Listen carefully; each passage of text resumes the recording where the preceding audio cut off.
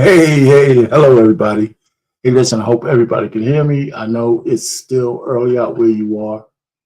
I say this all the time, but welcome to Black Man Unfiltered Network. And BMU is crazy enough to keep letting me take these airwaves. But tonight, we're talking about liberal Democrats wanting to see America burn. And TDS is not a strategy. So it should be pretty interesting tonight for all of us to have this discussion. Well, I'm gonna call it a discussion. Really, I'm gonna be just rattling off at the jibs and telling you a couple of things maybe I haven't really talked about before, or have, but not in a succinct fashion. I want to do tonight.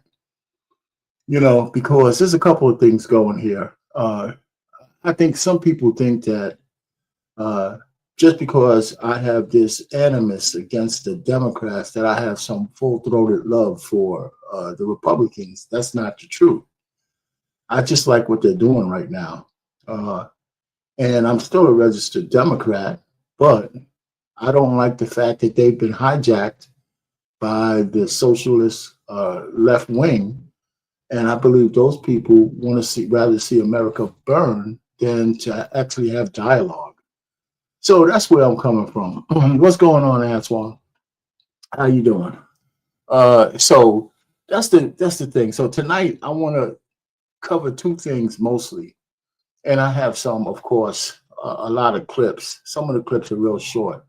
The last one is not as short. Hey, what's going on? So um, two things. One, I really want to kind of delve into the thought of how come uh, Black folk is so tied to the Democratic Party based on the history of how the Democrats treated us.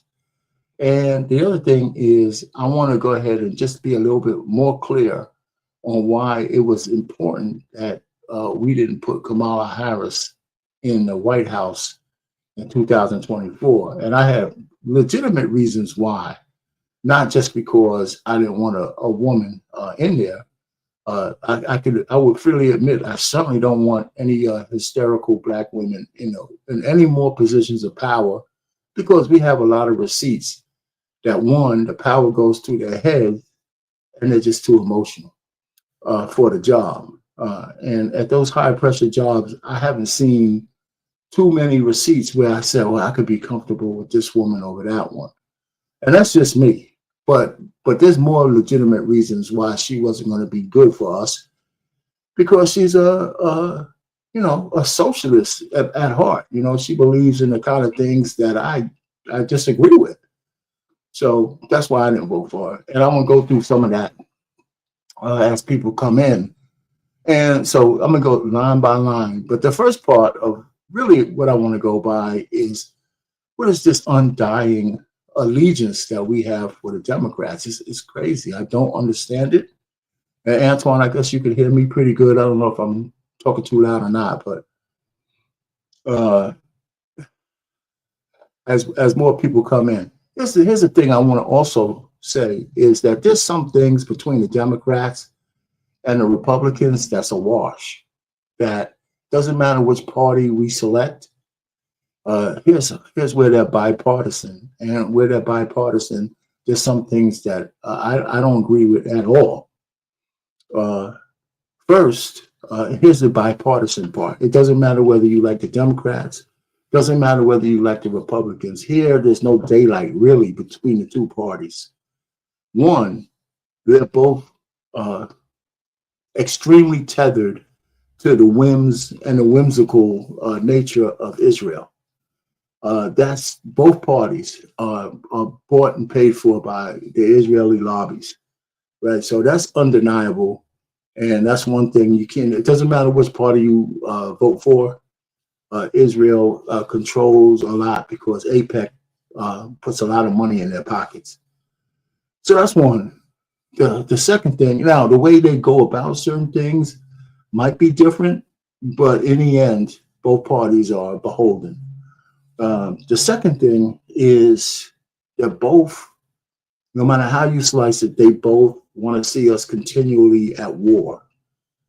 don't buy the bullshit that Trump's talking about, because he's already setting up to have a war with Iran, right? So even if he's trying to stop the war in Europe, he's still selling wolf tickets to say he's going to have a war with Iran. So war is something that both parties agree with, because they got to keep the military industrial complex fed. So there's no real daylight between the two parties there. They might try to talk some bullshit, but somehow we're continually at war over a couple of, or over Democrat and Republican administrations. You know, even though they said when Trump was in there for his 4 years, there wasn't no real world wars per se. I'll give him that. I'll give him that. Okay, but he's already talking wolf tickets about Iran. So, and if they don't comply, he's saying people are going to die. So, you know, so that's enough. Right? So that's war. The third thing, and whoever else came in here, the third thing is that both parties are beholden to big pharma.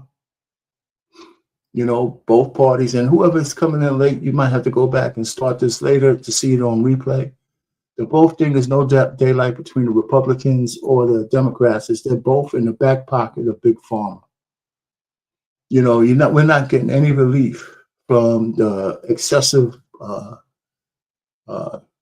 cost of drugs and the influence that big pharma has on our government.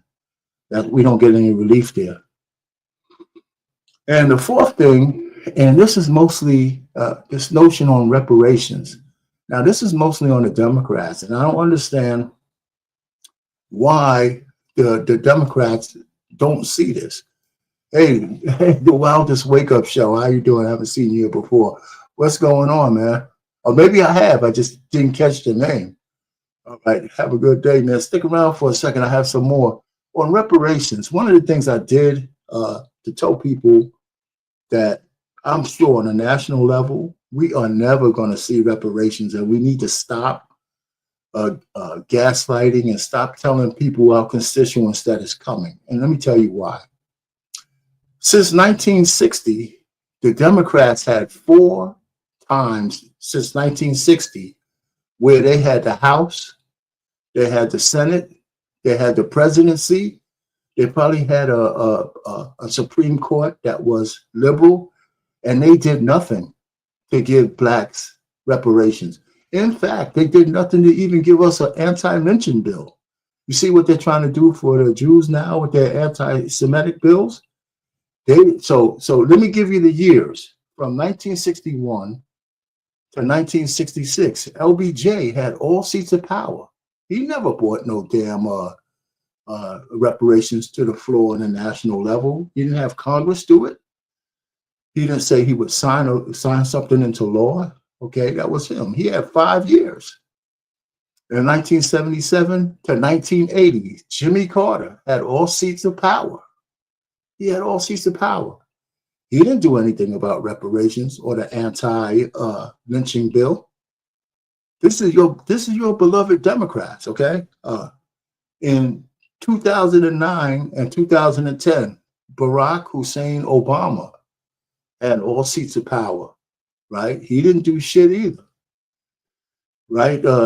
Matter of fact, he's known for what he did for the alphabet more than what he did for anybody black. So there you have that. And in 2021 and 2022, your beloved, everybody's beloved, Joe Biden had all seats of power, and he stuck his finger up on that at the blacks as well. So this notion that the Democrats somehow have black people in mind for what they want to do is just absolute bullshit. And we need to stop talking about that. They don't have our best interests in mind. They're more like a Trojan horse. They act like they're our friends, but all of the killers are inside a Trojan horse waiting to pounce. And that's what they do every time they get a chance.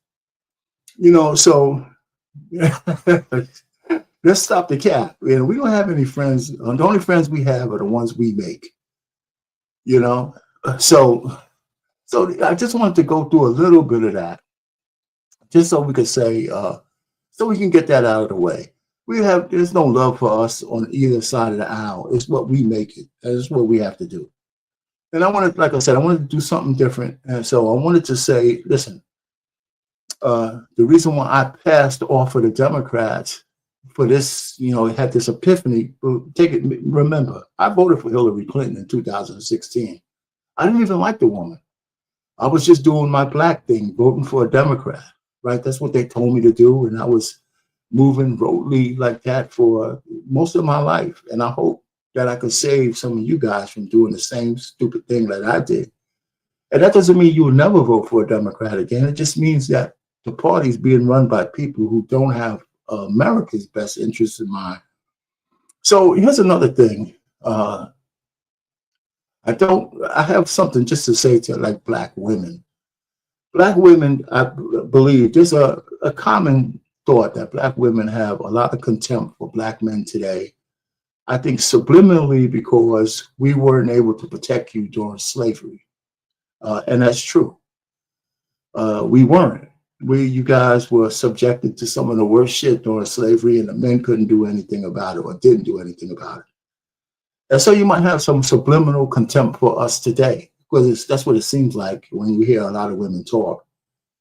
But what I don't get is as much contempt that you have for us. I don't get all the love you guys have for the Democrats when it was the Democrats who had us enslaved. They're the ones who had us enslaved. And that brings me to the segue of, let's just go through the history of our relationship with the Democratic Party, right? So everybody loves these guys, but the Democrats were our slavers. The worst shit that everybody keeps going back to in history, the Democrats were responsible for that. They were.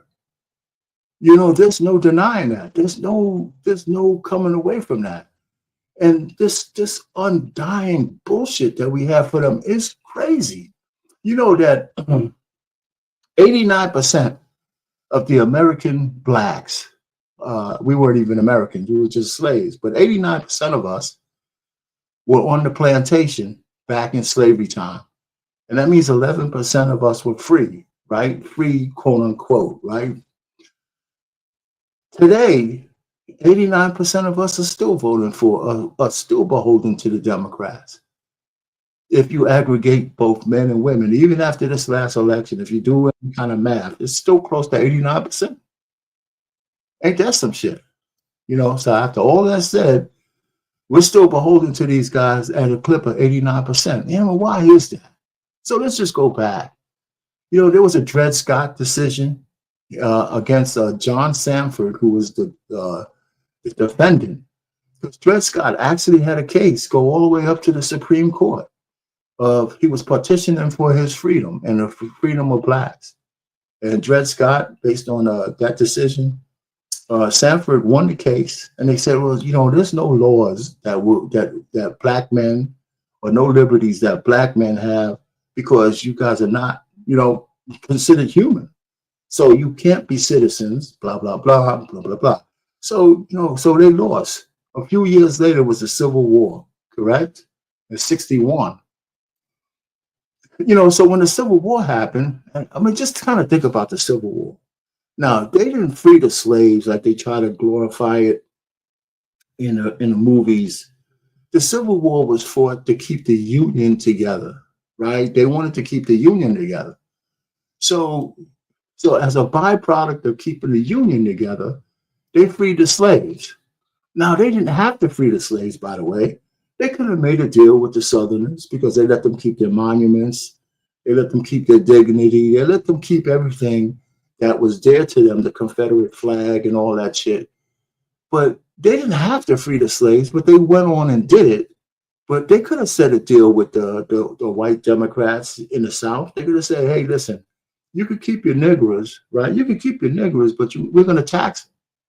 For every Negro you have, we're going to tax you maybe a quarter a week or $1 a month or something like that. They could have just taxed the labor. They could have taxed ownership. They could have taxed all that stuff. But they said, it'd probably be better that we just end slavery because we'll be back here fighting again at some point. So in lieu of that, when they came up with the 13th Amendment, to free the slaves, they put a little proviso in the 13th Amendment that they can put us in slavery if we commit a crime. Now, didn't just expressly say blacks, but if you go to crime, if you commit a crime, they could actually get labor out of you as if you were a slave. And that clause in the 13th Amendment still stands today. Go look it up. And so when you think about private prisons and you think about the inordinate amount of black people who do extra time, even your girl Kamala Harris kept a lot of black prisoners in California jails so she could get free labor. I'm not making that up. You could look that up. That was one of the things people was mad at her about. So they still have provisos in the Constitution and the 13th Amendment that can de facto enslave a population. And you know that all the crimes that black people are not, some crimes shouldn't even take jail time. But if it's a private prison and they need chattel so they can get paid per person, guess who they give kickbacks to? The judges for elongated sentences. So, so there's a whole bunch of effery going on when it came to the 13th Amendment. Okay, so let's kind of get that straight. Democrats were the ones who had us enslaved. The Republicans were the ones who killed their brothers to keep the Union together and de facto free the slaves. All right, so let's go to the Ku Klux Klan. People say the Ku Klux Klan was founded by the Democratic Party.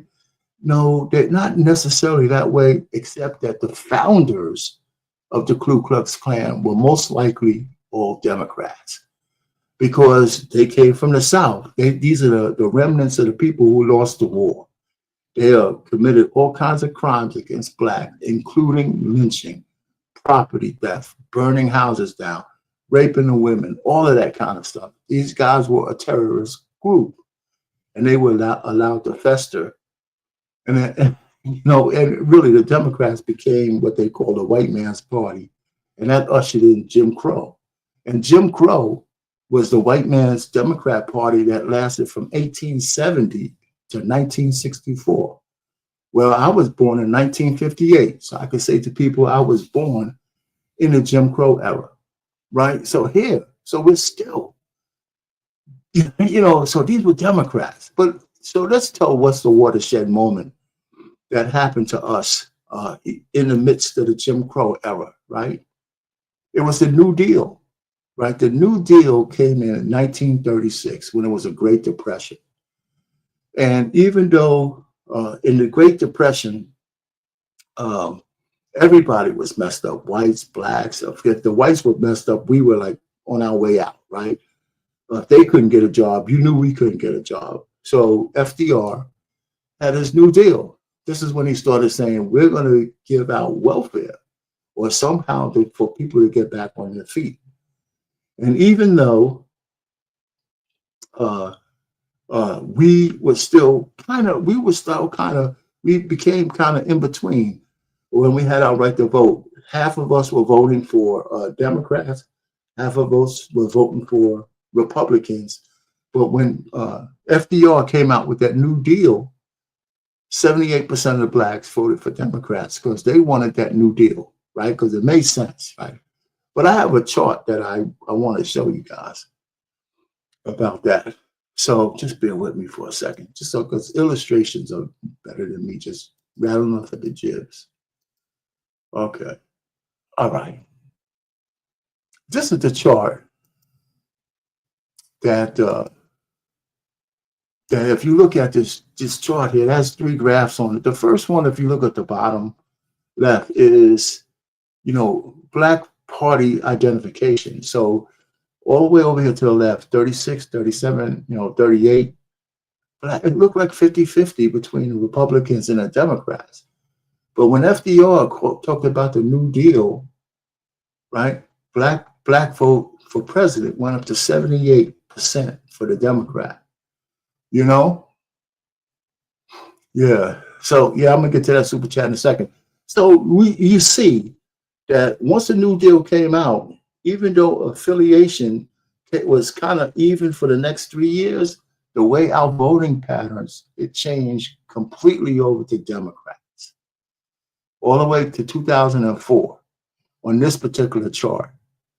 So that's one of the reasons why we switched over from Republicans to Democrats, because the Democrats were at least giving out something that could keep families alive, right? Some money, some this, some assistance, that kind of shit, right?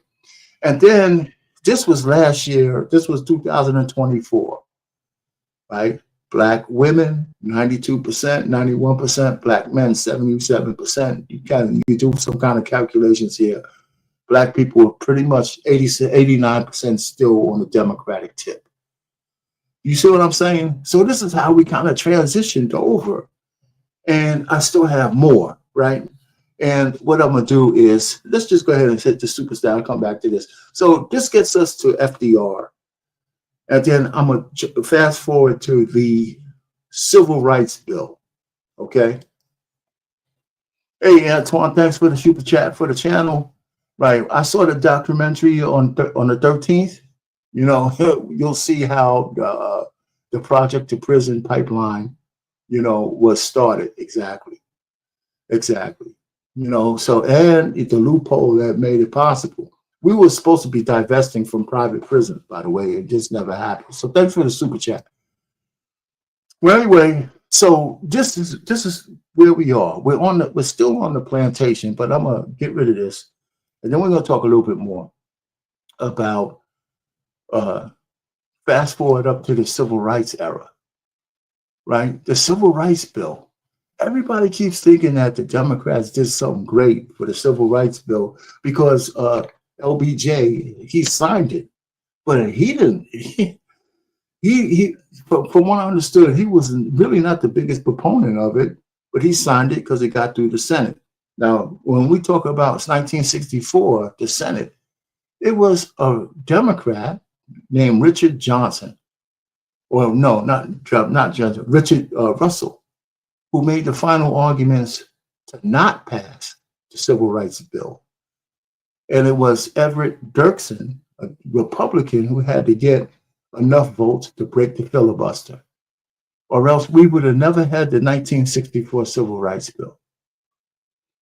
Yeah, that's a fact. These are the Democrats who are trying to stop the Civil Rights Bill, not the Republicans, right? The Democrats. Okay, so now the bill goes on the desk of LBJ. And LBJ, so LBJ does this. So I'm going through this whole thing, so all you guys out there listening to me, hit the like button, by the way. You know, share this. Hit the replay, because this is the chronology. Now, I don't have to be right, but all of these historical events that could have helped shape how we think today, okay? So going back to LBJ signing it, he made a Faustian bargain with black people. Now, for those of you who know what a Faustian bargain is or who don't, it's really a deal with the devil. And here was the deal. The deal was, I'll sign this civil rights bill, okay, but you have to give up the black family, okay?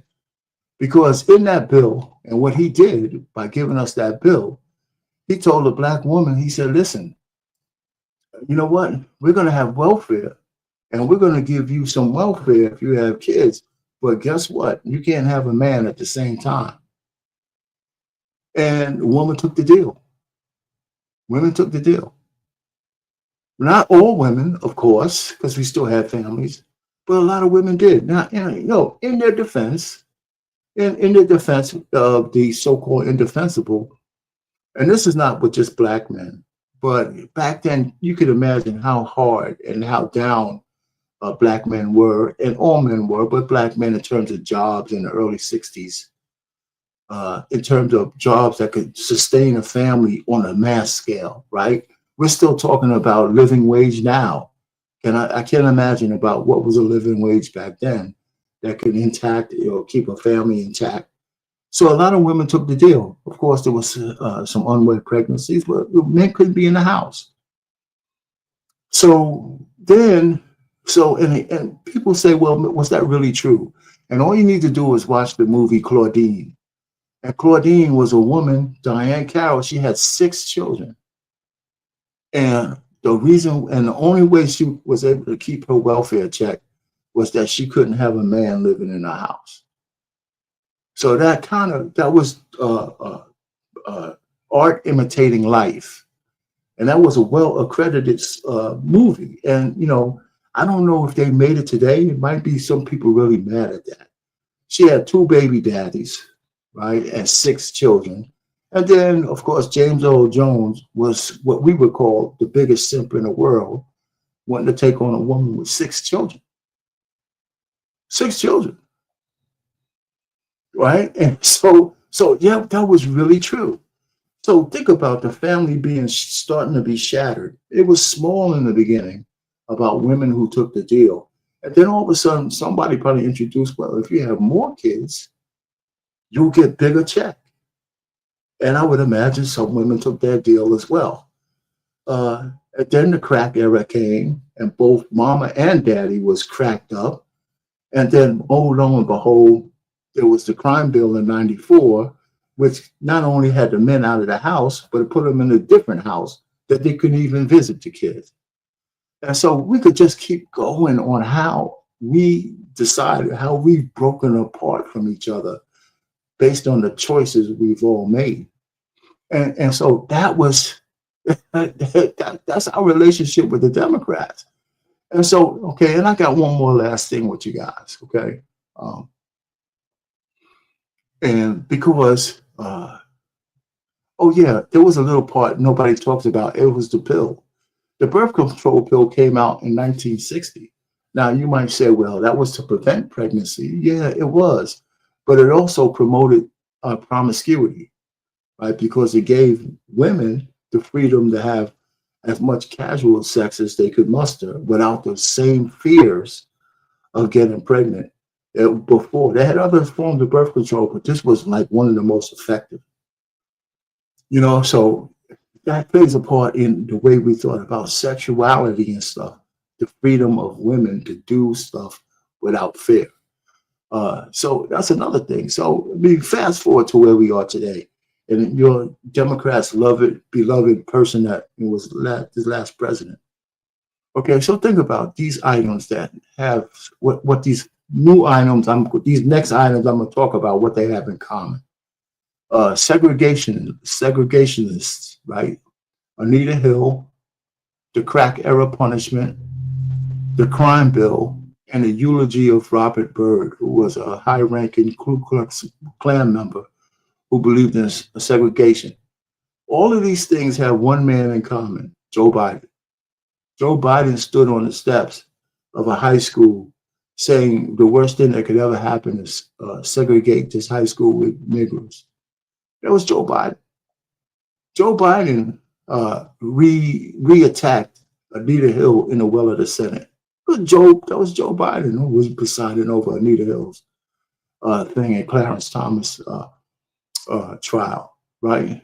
The crack era, punishment, where, a vial of crack gave you more punishment than a pound of cocaine. And then the crime bill. And then Robert Byrd, who was the oldest living congressman, senator, he died in office, I believe. He was 90s. This guy was a devout racist. Now, he might have softened later in age, but you could never tell. But guess who did his eulogy? It was Joe Biden. And everybody's saying that Donald Trump is more racist than Joe Biden. There's no way in hell. And so I just don't know. So both parties, the Democrats, this allegiance to the Democrat, still, when you really examine it, it doesn't make any sense at all. Because they don't have our best interests in mind. And every time they have an opportunity to do something specifically for their best puppy dogs, they don't do it. They don't do it. So there you have it. So this election that came up, and I've been since 2023, I've been talking about divesting from the Democrats, right? Just let's divest from them. And people automatically say, well, you divest from them, you vote for a Republican. Yeah, if the Republicans have something to offer. You know what I'm saying? And so, they did this time. Well, Kamala Harris was the old guard of socialism, far left thinking, and all that. Donald Trump was the beneficiary of straight talk. Straight talk. I'm gonna do A, I'm gonna do B, I'm gonna do C, I'm gonna do E. Right? He had a plan, and he said that plan from the campaign trail, and it all made sense to me, especially with all of the immigration debacle. Now, let me talk a little bit about immigration. You heard people say that it's not a crime to be here illegally. That's a lie. It's a lie. But it's not. So it's both a crime and it's a civil penalty. But here's the difference. Title 8, 13, 25, and 26 says that if you enter 25, if you enter the United States illegally, it's a misdemeanor, a criminal misdemeanor. Not a big deal. A lot of people say they catch you, they kick you out. You're still here illegally, and it's a criminal misdemeanor that gets put on your record. You come back and they catch you again, it's a criminal felony. It's a criminal felony. They'll deport you again, right? And if you commit a crime, they might put you in one of our jails. But now you got all these black marks against you, and you could never, I believe, petition to be a citizen after that kind of arrest. So the other thing is, if you came here on a visa, or if your parents brought you here and they didn't apply for a green card for you, and but let's just say you came here as an adult on a visa, or as a young adult for college, and you got a visa and you stayed and you overstayed your visa, but you never had it renewed, or you never got a sponsor to get you into the green card status. If your visa expires, it's a civil penalty. It becomes a civil penalty. It's not a criminal penalty, but it's a civil penalty, okay? And that civil penalty and the criminal penalty, they all are subject to deportation. They're all subject to deportation, whether you're here on an expired visa or if you came in over the border illegally. You could be deported. So there's no safe haven for you either way. If you're not here in legal status, they could deport you. So all of the bleeding heart shit that's going on right now is contrary to our laws. So we gotta get used to it. So I'm gonna show you a little case. I'm gonna hit the clip because I've been running at the jibs a little bit. Hey, Trey Taylor, I see you over there. I was following the Fort Myers debacle, where the Fort Myers board is 3 women and 3 men. And they were discussing whether they would abide by the governor's edict that ICE should be able to train their local police force. And the Fort Myers board has to really follow the governor's edict. But somehow, some way, shape, form, or fashion, they were sitting down here having a discussion as to whether they would vote for their police force to be trained by ICE to be able to handle illegal criminals. And they got deadlocked 3-3. And I just want to kind of show you the kind of people at a certain level that's making decisions for our lives and the impact. So I'm gonna just bear with me, okay? I'm gonna just show you this clip, and you tell me what you see.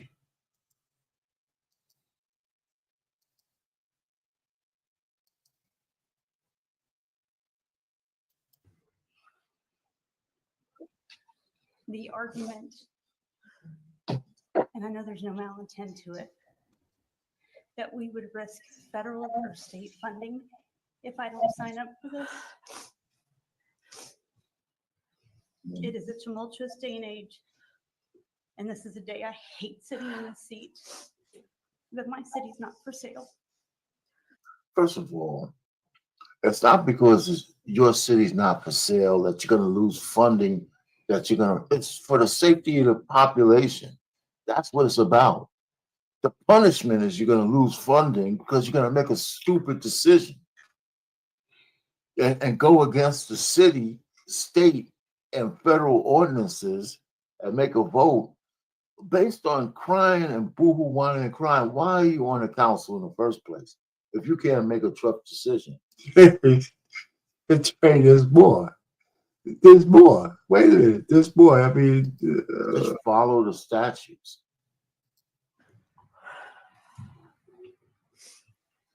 Jesus Christ. Councilmember Geraldo. Don't stop there either. Don't stop. Person, thank you for your words and thank you. Sorry, I can't. Oh, Jesus Christ, man.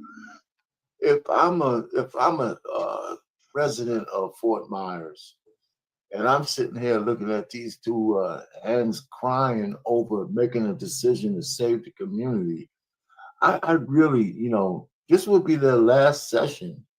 Well, whatever term it is, I'd be voting them out as hard as I can. I'd probably start a petition. All three of them. Here to represent my city, but my city is not just all of us sitting here. It's the people that live here to support you, Chief, to support the intent of the city. I can't stand behind this as an immigrant, the only immigrant sitting in this council, because although this isn't about me particularly, I have been in that position, and I can't. This has. I can't even express how heavy this is in my heart. Okay, so you're an immigrant or whatever, and you've been in. Well, you were a criminal. You were trafficking little girls and little boys. You were selling drugs. What are you talking about? I mean, it's like these people can't even distinguish between what a person is, an immigrant legally, or an illegal one. All right, so it's enough of that. All right. So I'm just telling you. I mean, it's just crazy. Listen, and so a couple of days later, under threat from the governor and the mayor and everybody else, they acquiesced and they voted in that their police force could deal. But the bigger picture is, and this goes double for white, because there was a black lady on there too, and I didn't put her up there. And all she's talking about, well, we were slaves, and so I understand that we have to vote this way because we. All I'm just trying to tell you is I don't see how women the biggest problem is that most of the women who are in power are liberals. They are absolute emotional liberals. And that way of thinking is kind of dangerous for the hard decisions that need to be made to have a orderly society. It's impossible. And so when the black lady says slaves, I said, what the hell does the slaves have to do with where you are today? You're on a goddamn council. You got to protect the people of today, not from slave owners, but from the criminals. And she's just going on. She was boohoo whining and crying. So you got three cackling hens crying on the board. It was just incredible to watch. I mean, you can go to my channel. I have it under, if you want to see the whole thing, whatever, as boring as I am. It's on the I do some political reaction videos, and it's the thumbnails say Fort Myers. So that's what that is. I said, how are we gonna have some kind of all these women on the and they're crying? So here's what they're crying about. Now here's the thing that they're crying about, which bothers me, because all you got to do is take a little look at what we're up against. And you should have some hardened heart about some of this stuff. So here's the next thing I'm gonna show you. So I'm into my clips now.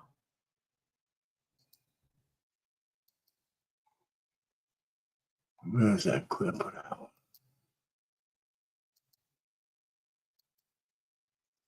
Right there, if I can find it. All right. So I don't need that. Let me go out of this. Let me find my clip.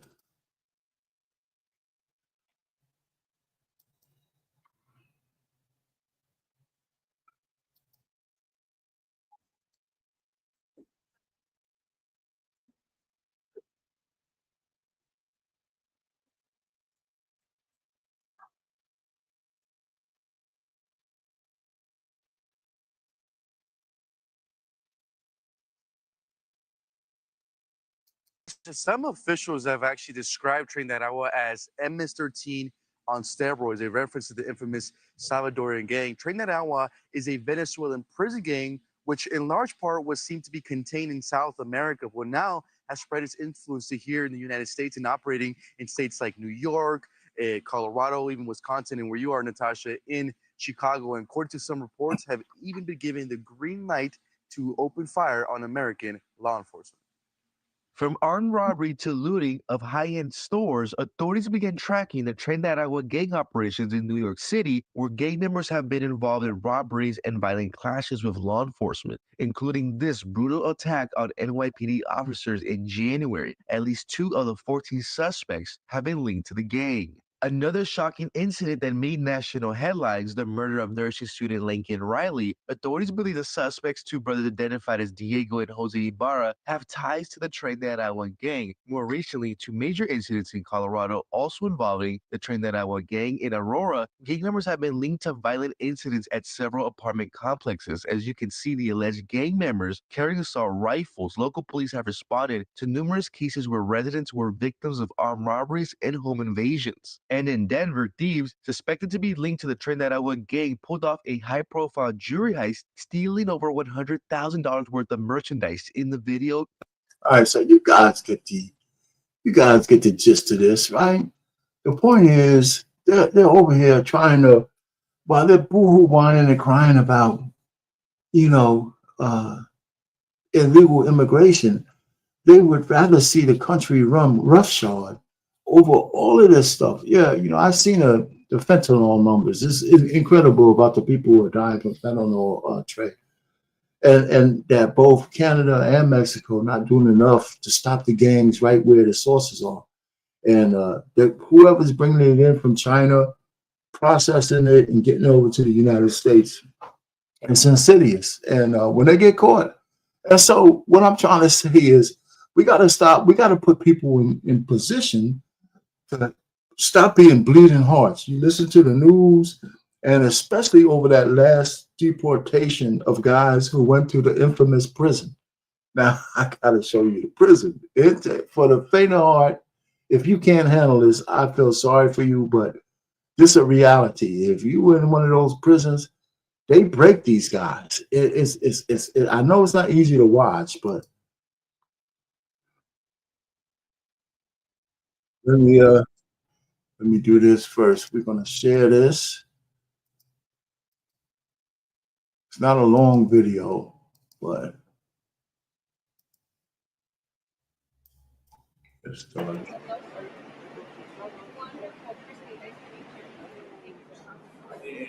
Rifles. Yep.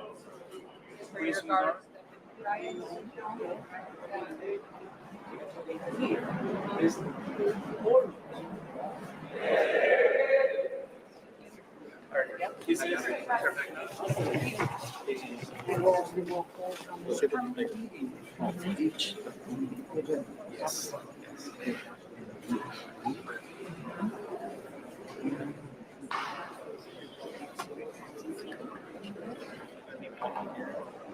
And then we're going to be pushing back. First of all, do not come to our country illegally. You will be removed and you will be prosecuted. But know that this facility is one of the tools in our toolkit that we will use if you commit crimes against the American people. So, All right. Now, the bleeding heart media, right? They see this. Now, if you get caught up in this net, there are guys, there's no way that there's a couple of guys caught up in the net. It's just like when they used the death penalty. They used to say nobody innocent ever was, executed. That's a lie. It's been a lie. It's one of the biggest lies the United States has ever told. There's probably been plenty of people wrongfully executed when the death penalty was just like hang them high. So it's going to be fair to say that some of the guys that they have in here just got caught up in the net, probably. And so the argument is whether they should have due process. Now, here's a little bit. This is how these guys sleep. They don't have individual beds. They don't have anything. They break these guys, man. And They absolutely break them. And I don't know, if the draconian methods, there'll be some reporter somehow coming out with all the draconian methods. Now, as an American citizen, you have to decide whether this punishment is worth what they done to Lake and Raleigh, or to all the innocent people. Will they have mercy on the people that they come down on as gang members? Right? So while the Democrats and everybody's trying to boo-hoo and say, oh man, what was me for these guys? The victims of these guys got no mercy. None. None. So we can't have cackling hens on boards, trying to feel sorry for people who are criminals. Now, was this a photo op for Kathy, for Newham? Absolutely. That was a photo op to kind of be a deterrent, because we will send your ass here. Now, truthfully, every illegal immigrant does not go to this prison, for sure. They get sent back. Mostly, the vast majority of them just get sent back to their own country. But this is for the worst of the worst. But if you tell me that maybe somebody didn't slip in there or something without due process, probably. And there should be a remedy for those kind of guys if they're still alive by the time you get to them. I would imagine that there's a lot of casualties in that place. So anyway, I could just tell you. So I'm just going down the immigration was one of the biggest reasons why I could not vote for Kamala Harris. That was just the first one on my list. The gender dysphoria issue is another one, and the grooming of children, right? I mean, the executive order that there's only two genders, I agree with that. I don't think that anybody should be forced to dispel with biology because of a couple of people who have gone crazy in their minds. And Hollywood and everybody else is going to try to perpetuate bullshit for 1% of the population. It's absolutely insane. It was insane. It was insane at the top of it. Disney and all the big major companies trying to promote this bullshit. USAID trying to spread it around the world, and all of that kind of stuff. This has nothing to do with homophobia or any of that stuff. It's just common sense. Why are we trying to perpetuate all this shit? I think it's part of population control, by the way. That's what I really think it is. They're trying to come at population control at all angles. And this is one of them, because these people, once they get messed up, they can never have children. And Big Pharma also is taking this, because when they mutilate children or they mutilate anybody else, they got to take drugs for the rest of their lives. So I got a clip from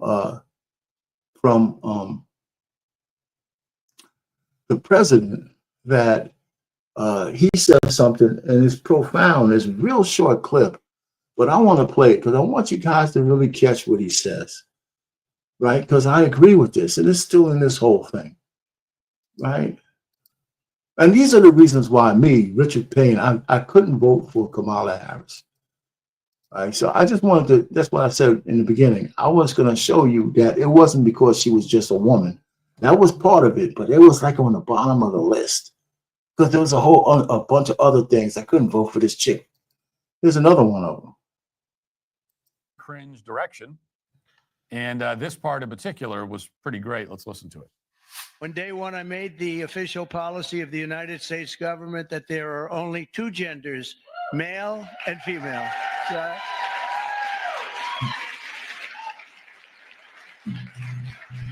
Is there anybody, seriously, is there anybody that disagrees with that in this room? I was thinking maybe somebody from the press might raise their hand. I don't think so. There aren't too many people. It's amazing. It's got to be like a 98% issue, right? So what are they doing, Marjorie? What are they doing? They're fighting for a 2% issue. That's good. Let them keep doing it. No matter how many surgeries you have or chemicals you inject, if you're born with male DNA in every cell of your body, you can never become a woman. You're not going to be a woman. Let me just stop it right there because that's all that's it. It's not this compromise bullshit or anything like that, right? That's it. He said it. The point is, if you were born a male, you could take as much drugs, you could cut everything off. Or if you were born a woman, you could take as much drugs and do some surgery and try to put a little hanging chad down there and do all that shit. You are not changing your sex. You are just putting yourself in a life of a fantasy life that has to be bolstered by drugs and lies for the rest of your life. And let's just put it this way. There's a case that was, and I don't know if it was fictional or not, where a person had the full surgery, and some of these, things, the surgery works so well, especially if you have soft features. This guy was supposed to be beautiful. He gets married, right, to a man, and then after 3 or 4 years, that man wants to have children. That man wants to have children. This transvestite can't have any kids. So he's got to come clean, but he never told the husband that he was born a male, right? So I think that has to be a crime. That it's either some kind of crime, or maybe a new form of paternity fraud or whatever. But you shouldn't be able to get away scot-free by doing that. You got to have some kind of disclosure. So part of what Trump is doing is saying that on your passport at the federal level, there ain't no horse shit or other. You're either a male or a female. And if you lie on that passport, that damn sure is a federal crime, right? That's a crime. Think about how the crime statistics are starting to get skewed. Because the news, when a transvestite does something, it's a man pretending to be a woman, commits a crime, a murder, or whatever it is. The news media, and so I think maybe even some of the police reports say a man did it or a woman did it when it was actually a man dressed as a woman.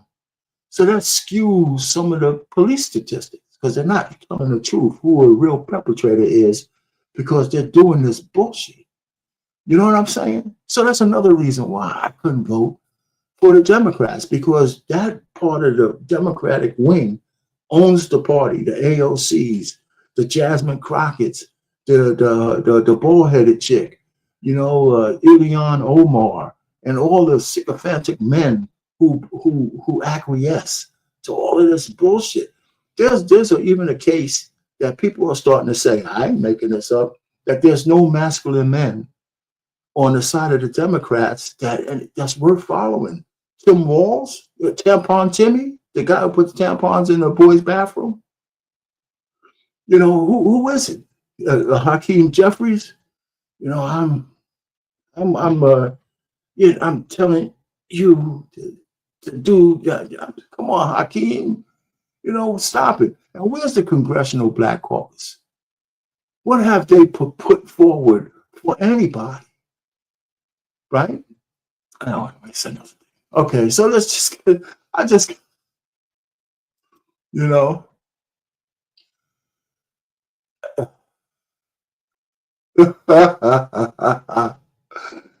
man, Tampon Timmy, man, get out of here, man. He's a killer. But anyway, folks, listen, all I'm just trying to get across to everybody out there, I'm just going to go through this thing because I have to get this off, because I think there's a lot of people who support Trump, or who could, mostly because they couldn't vote for the Democrats, right? I really believe that. So of course, the other thing that's more insidious is that they're promoting this transgenderism on our children, right? That's the most in California. If you look up California Assembly Bill 1955, they restrict parents' knowledge of what their kids are doing in school.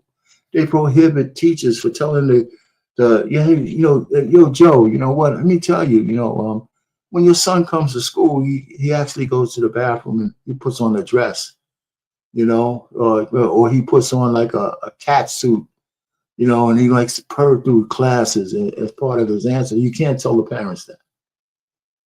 Your kids are having a dysphoric dysphoria event. But you can't tell by law, you can't tell the parents what's going on. Oh, by the way, we have a class trip coming up next week. I need your consent to sign this so they can go to Lake, Podunk.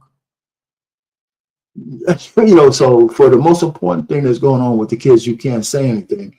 But for a trivial trip, because of insurance purposes, we need you to really sign something. It's just upside down. This is all the Democrats. It's upside down. It's just absolute madness. Okay, so I got more. And like I said, this is my clip section. I'm going to go through it because I like the clips to talk for me a little bit, as opposed to me just keep saying, plus it breaks up. There's Megyn Kelly, and she's interviewing Jordan Peterson. And it's just a short clip, but it's a couple minutes. That's a tiny proportion of the actual trouble. The real trouble's at the state level. And I can't see how the school system could be set up any worse. It's unbelievably expensive. It does a terrible job at making kids literate and numerate. It's radically propagandistic in the most insane possible ways. I mean, the idea that we should be teaching our children to be confused about their sexual and gender identities, period, but let alone in elementary and junior high schools. You couldn't do anything. You literally can't do anything to confuse children more deeply than to confuse them about whether or not they're male or female. Mm-hmm.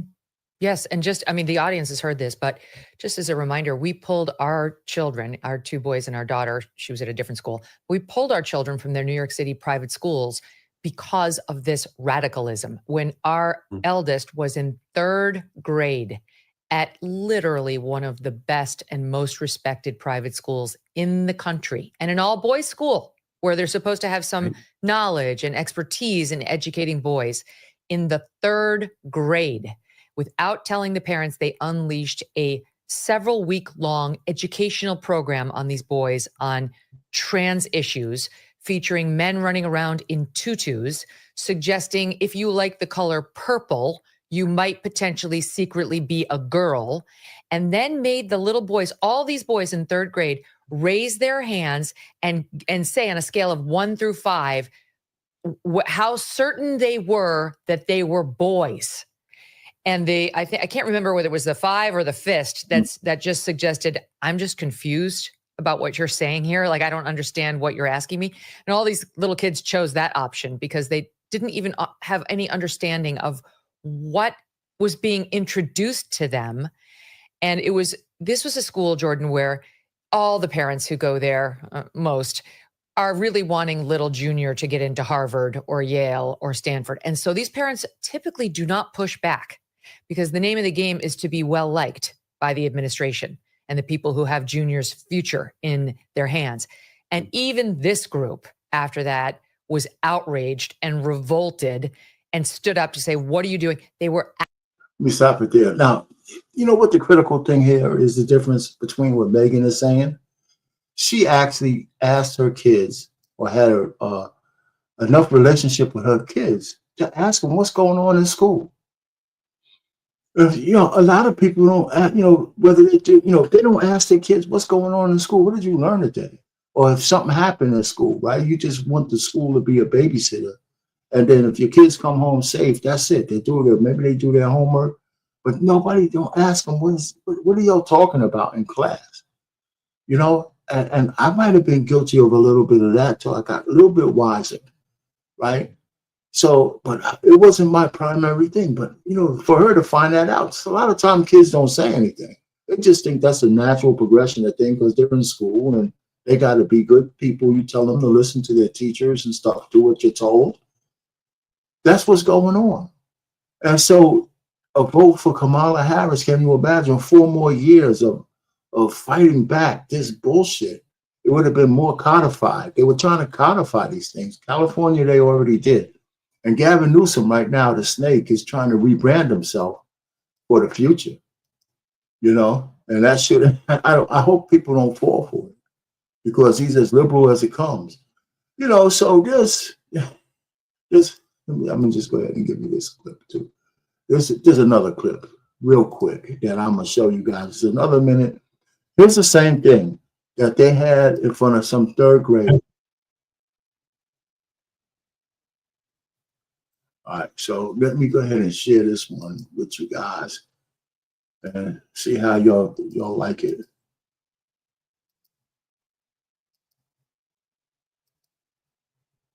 This appeared on the website for a show that targeted children between the ages of 3 and 8 years old before PBS took it down, and took it down because of the public outrage, because they were forced to. But let's see it again. This again is for kids ages 3 to 8. Watch. So get your singing voices ready. And we're going to start with our hips. The hips on the drag queen go swish, swish, swish, swish, swish, swish. The shoulders on the drag queen go shimmy, shimmy, shimmy, shimmy, shimmy, shimmy, shimmy, shimmy, shimmy.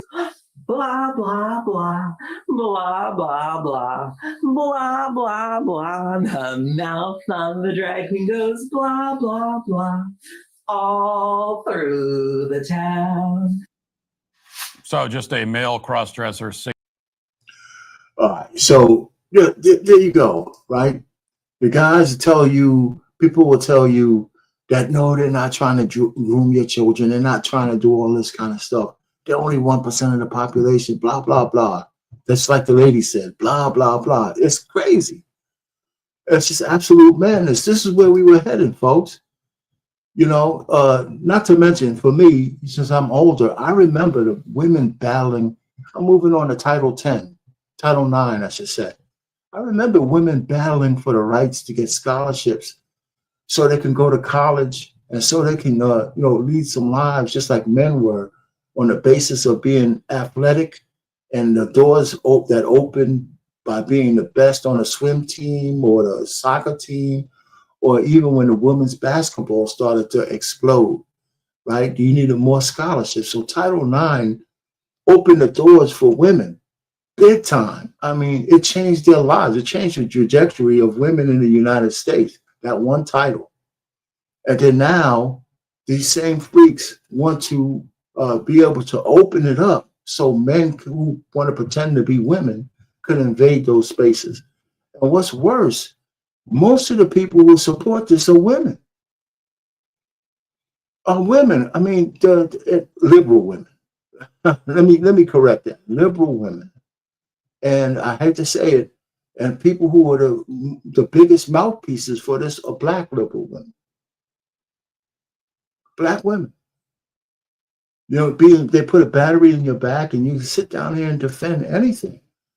I mean, this is taking away opportunities from your daughters, you know, and if you really care about that, you know, and we're talking about men, you know, they can put on as many dresses as they want. They're still men dressing in the locker rooms, butt naked with your daughters. So it's crazy. So there's a couple of things. Of course, I'm gonna just keep going, like war. There's a lot of people on the left and the right who want to go to war. The cost of living inflation, that bothers me. The low impact on crime, I guess easy on crime. I don't think there should ever be some kind of minimal. You could take $1,000 and nobody gets in trouble. I think California finally reversed that stupid law and turned it into a felony. You know, imagine being told you could steal $1,000 or $999 and you just get a bench warrant, you know, and maybe sometime you could turn back up in court and, you know, get your little fine. I mean, there was people under siege. Businesses were closing. I mean, you lost Walmart. You lost some of your big box stores because they were getting robbed daily. And, you know, now you got food deserts out there because of stupid policies. Okay, of course, the identity politics, you know, cancel culture, censorship, all that stuff under this liberal. They say that the Republicans and the conservatives are fascists. No, reread 1984. Those people were liberals. Those people just, well, if you didn't agree with us, we're going to cancel you. It's not Republicans bombing Teslas. It's not Republicans, stopping cars in the middle of the street, accosting old ladies who own Tesla. Guess what? Here's the irony, right? The irony of it is that most of the Tesla owners are Democrats, right? Because of the Green New Deal. They say almost 80% of the Tesla owners are people who are trying to preserve the ecology and stuff like that, because fossil fuels are bad for the earth. So they're really attacking and eating your own on this one. Okay. And then there's, of course, there's other petty stuff, the bureaucracy. A lot of people don't realize that California had a project to build a high-speed rail. They got approved in 2008, I believe. It was supposed to be $33 billion over a course of certain amount of years. It was supposed to be 4 years, some shit like that. It was to bring a high-speed rail from San Francisco down to LA at the very least. They don't have, and so to date, I think they spent like they spent billions of dollars already. They have none of it completed. And the total price tag was probably astronomical anyway, of $33 billion. Guess what? In order to complete it, it's going to cost them $128 billion to complete it. And they don't have none of it done after spending around $5 or $6 billion already. None of it. Because in every municipality, in every place you got to pass, there's a different set of rules and regulations that you can't pass this point if you don't have these papers on. Bill Maher, a lot of people who say people don't like Bill Maher, but I watch his show. Bill Maher has, he wanted to put solar panels on his house. Just solar panels. He wanted to put solar panels up, and he had to go through regulations in his town and all that. It took him 1,111 days. 1,111 days to put solar panels in his house by greasing the skid of all of the people who he had to get signatures from. Now, just think about it. On a 900th day, the guy who did the inspection, on the 800th day retired. So they put a new person in there who says, well, I got to do this whole thing over because I don't know why that guy passed this and that. And so he was going through this endless loop of inspections for over 3 years in California. It's crazy. And the people from California want to leave, but they take their politics with them. So when they go to another state, they're going to try to, just by the way they vote, they turn these states purple into blue. That kind of stuff. So there's a clip of Jon Stewart talking to Ezra, whatever, some guy, and they were talking about a policy. They were talking about this program they wanted to run in California. It's a short clip. I'm going to play it because I'm playing the clips tonight. And it sounds like the Who's on First skit from Abbott and Costello. It's just incredible, man, how bad things are under the chaotic regime of the Democrats and the liberals, right? And I keep saying liberals because there are centrist Democrats. There are even some Democrats that might even lean a little bit more conservative. They tend to be more reasonable, but they don't fight against the far left. And the far left own the party now. They own the party. There's no doubt about it. The Jasmine Crockett's and the AOCs, they own the party. Khan is going to school Jon Stewart, going to educate Jon Stewart on all the red tape that the states had to jump through in order to get the funds, okay? Which, again, is why this project is a failure. So without further ado, let's get it. We have to issue the notice of funding opportunity within 180 days. That's step one. Step two, which all 56 state applicants completed, is states who want to participate must submit a letter of intent. After they do that, they can submit a request for up to $5 million in planning grants. Then the NTIA, step four, has to review and approve and award again, planning grants, not broadband grants, planning grants. And it's still at the NTIA. It's still at the first step. All right. So the NTIA must issue a NOFO within 180 days. States who want to participate must submit their letter of intent. Step 3, they can request up to $5 million in planning grants. Just planning. Just planning. Step 4, the requests are reviewed, approved, and awarded by the NTIA, which currently all 56, 3 years later, all 56 applicants had passed through at least step 5. It took more than 3 years. So it's a long time. States must submit a 5-year action plan. So the states kind of go back and they kind of think about how they're going to do this. And they don't just say, okay, thank you for the money. We're going to spend it. And you can see how it worked out later. We're like, here's our 5-year action plan. Then the FCC must publish the broadband data maps before NTIA allocates funds. So having done the NOFO, the letters of intent, the request for planning grants, then the review, approval, and awarding of the planning grants, then the 5-year action plans. In between that, the federal government has to put forward a map saying where it thinks we need rural broadband subsidies. And then, of course, the states need an opportunity to challenge the map for accuracy. And you can imagine this doesn't all happen in like a day. Okay, so then the NTIA. Okay, all right. So you get the point, right? You get the point.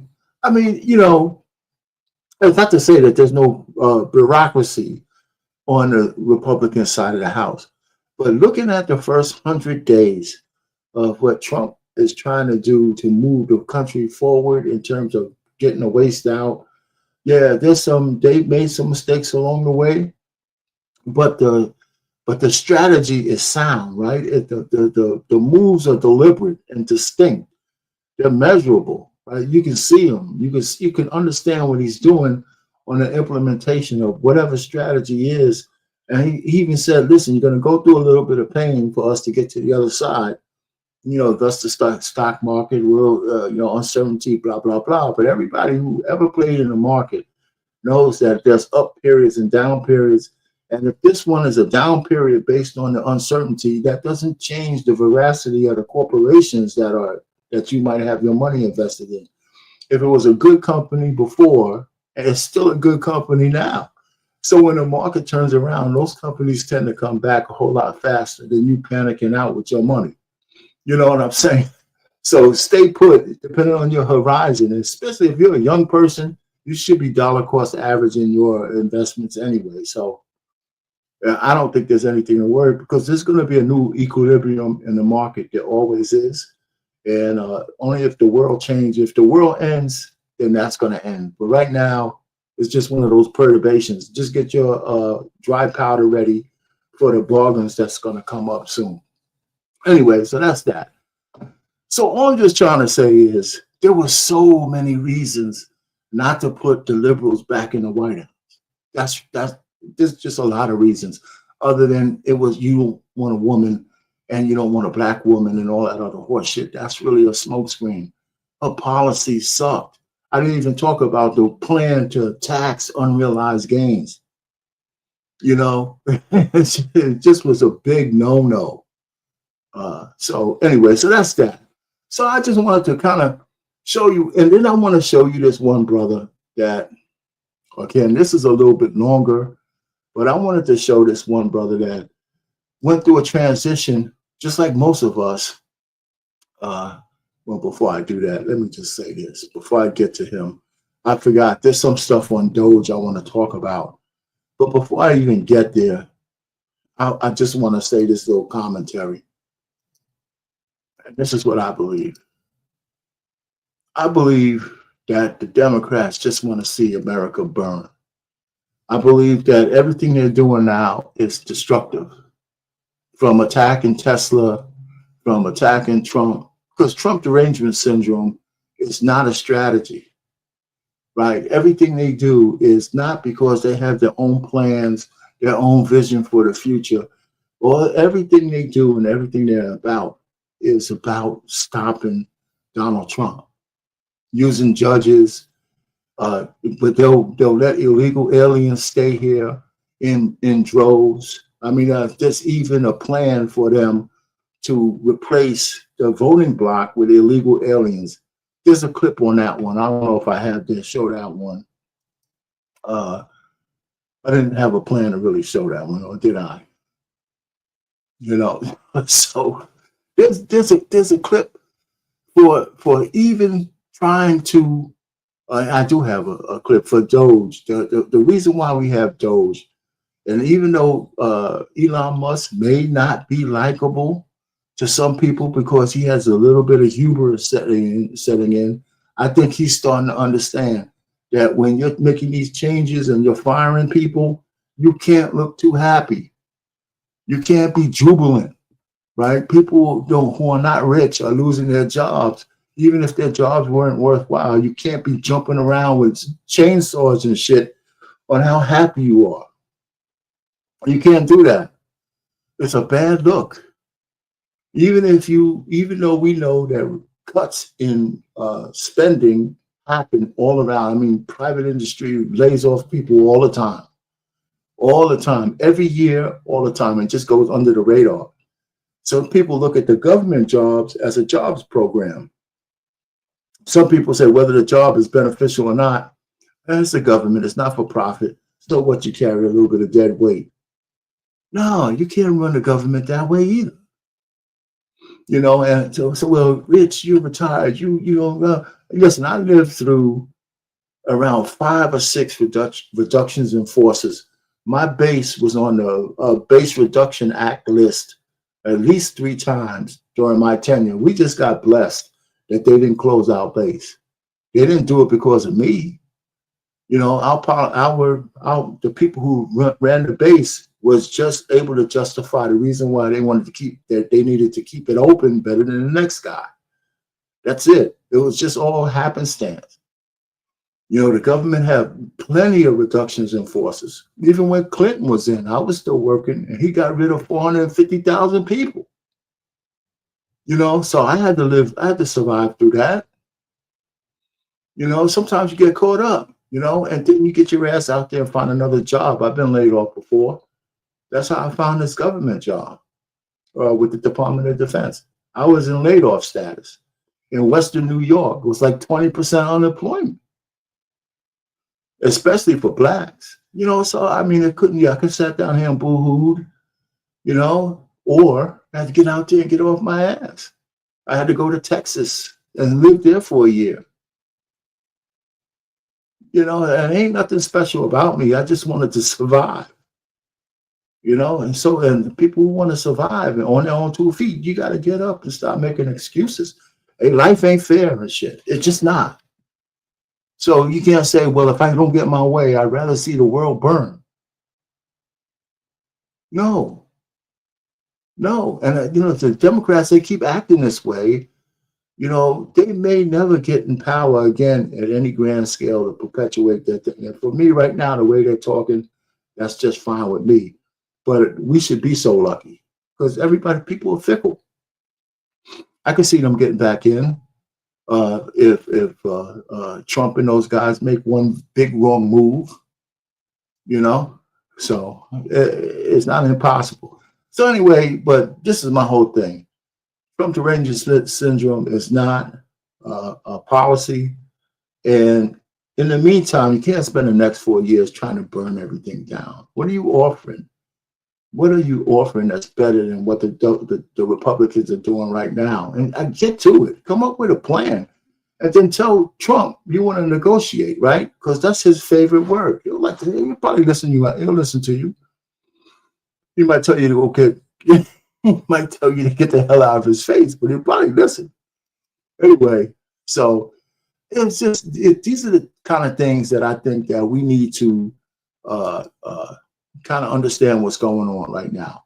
So most of the people are like me. They didn't just hate Kamala Harris or anything like that. It's just that they didn't like what the Democrats had to offer, period. All right, so I got one more thing. I got a couple other things. So here's the Doge.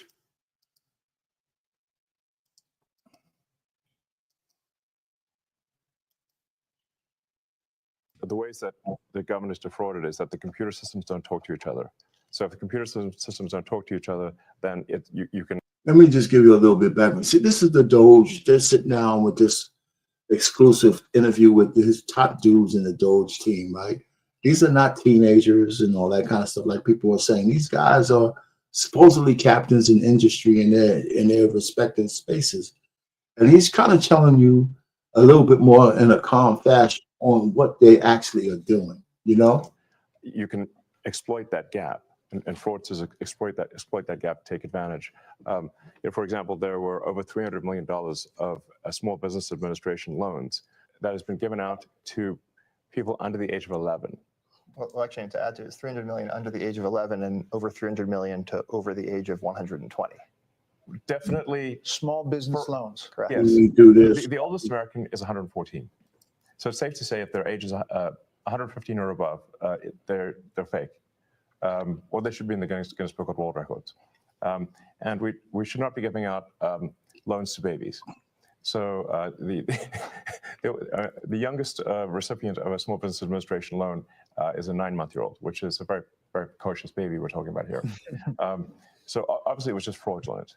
And they do terrible things. They actually will see that a kid's been born. They will steal that kid's social security number and then take out a loan and leave that kid with a bad credit rating. There was literally a baby. The terrible things are being done is what we're saying. And how we're stopping these terrible things. And you can stop it? I mean, well, we are stopping you are it. stopping. The reason this is Absolutely. happening is because the two systems are not talking to each other. Yes. Right. And so you don't know at the Small Business Administration that you're giving a loan to a 9-month-old, which happened in one case, because you're not cross-referencing that with the Social Security Administration data that has birth dates. So that very, very simple fix eliminates tremendous fraud. And that there are multiple systems across the government where the systems are not speaking with one another. And if you just solve that simple problem, you would solve a huge amount of fraud. Are you surprised? So one of the ways that, like one of the key tricks that the fraudsters pull is that they will use the fact that someone is marked as live and as sort of just that social security number is marked as live in Social Security, and then get disability and unemployment insurance for a dead person. Because the databases don't talk to each other, all they got was from Social Security is like, is this person alive? Yes, they're not alive. It's falsely marked. Person is falsely marked as alive in Social Security, but they didn't. But that person, a fraudster can now get unemployment and disability from a dead person. This is happening all the time at scale. Are you surprised at some of the legal efforts and some of the judges that have weighed in? There's about 8 or 10 now. Of these cases that are at least temporary holds. They're being challenged by the DOJ. Right. Are you surprised by that pushback? Well, it's the DC Circuit is notorious for having a very far left bias. And when you look at the people close to some of these judges, where are they working? Oh, they're working at these NGOs. Oh, they're the ones getting this money. Does that seem like a system that lacks corruption? It sounds like corruption to me. Last thing, do you guys all see this as a patriotic duty? Is that really what this is about? It's essential. Very much I so. do, 100%. Okay, let me stop it there. All right, you guys get the gist of that. What's going on, DL? Saint, what you got? What's good, Brother Payne? How you feeling, man? All right. Yeah, man, I was kind of checking you on the background, and you talking about Elon, and I just did a short on him today. You know, what they state with Doge makes sense. I think if you line up, if you can line up every American and ask them, hey, do you believe there's waste in government? You think that we should, look for that waste and take that money and either, put it to good use. I think the vast majority of Americans say yes, absolutely. I worked for the government. I was federal aviation for a long time. I'm a retired air traffic controller over 25 years. Okay. And I understand how they run their budgets and how they just go, because it gets to the end of the fiscal year and they just run out and start spending money, because if they don't, they will get less money to follow in fiscal budget, which is that's crazy. Right. It's dumb. That's no way to run a business. Yeah. But that's how they do it. So like I get it.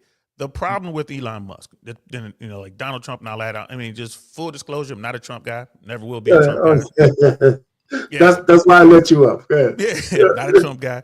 But when I look at Elon and what they're trying to do with Doge, I knew right away they weren't serious. And the one thing that I knew it was a play because the short I did today, it's like, bro, does anyone know, even in the chat tonight, does anyone know how much money that Elon Musk gets through his various companies through government contracts? Anyone at all? Like, how much money does Elon Musk get from the United States people Okay. It's billions. every day? It's billions. Not every day, but it's billions. It's 800.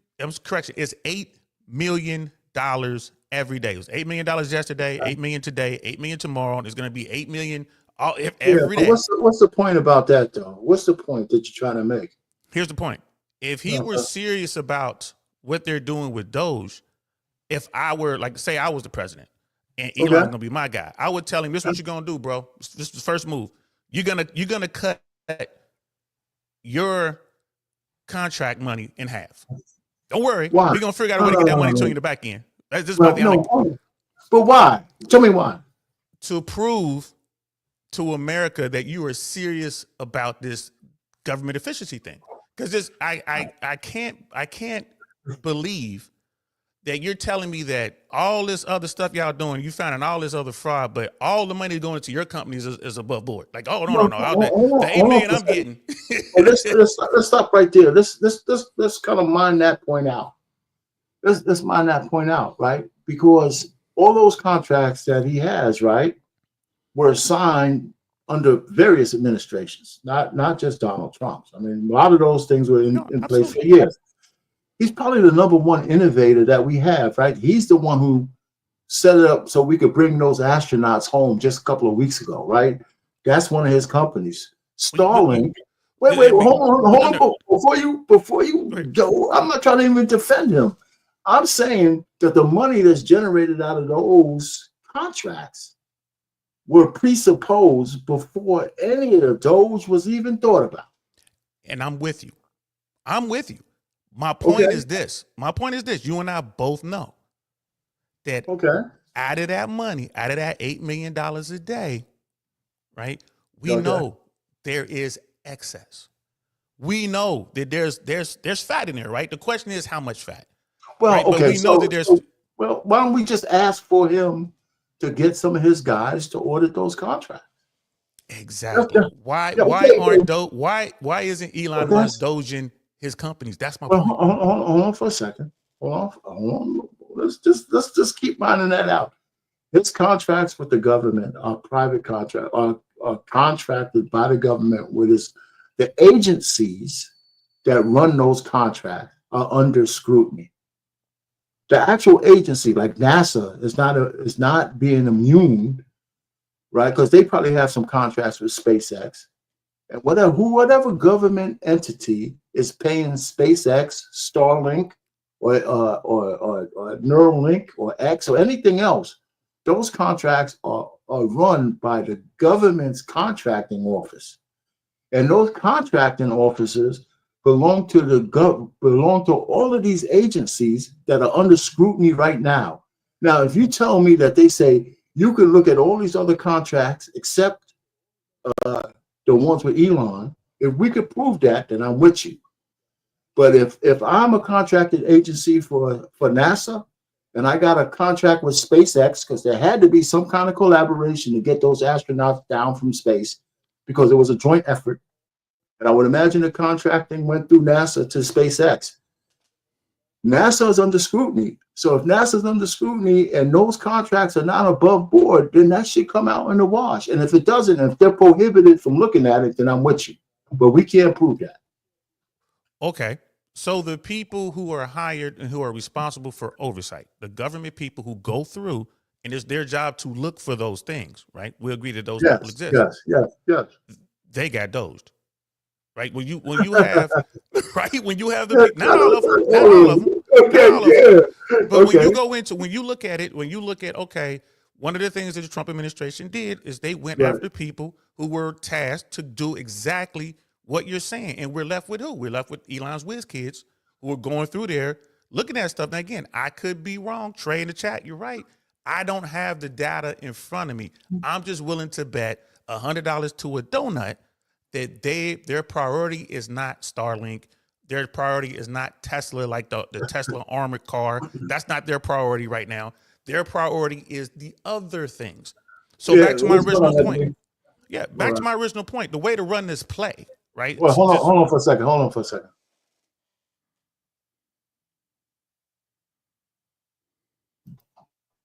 Come on, go ahead. I'm sorry. Go ahead. Yeah, that's all good. So the way to run the play, like if you want to do it like some real street stuff, right? If I'm the president, I'm like, all right, look here, Elon, you're gonna take this cut. Now we're gonna get that money to you on the back end. But you're gonna go out. The headline is gonna be Elon Musk cuts 50% of his own budget, like his own contracts.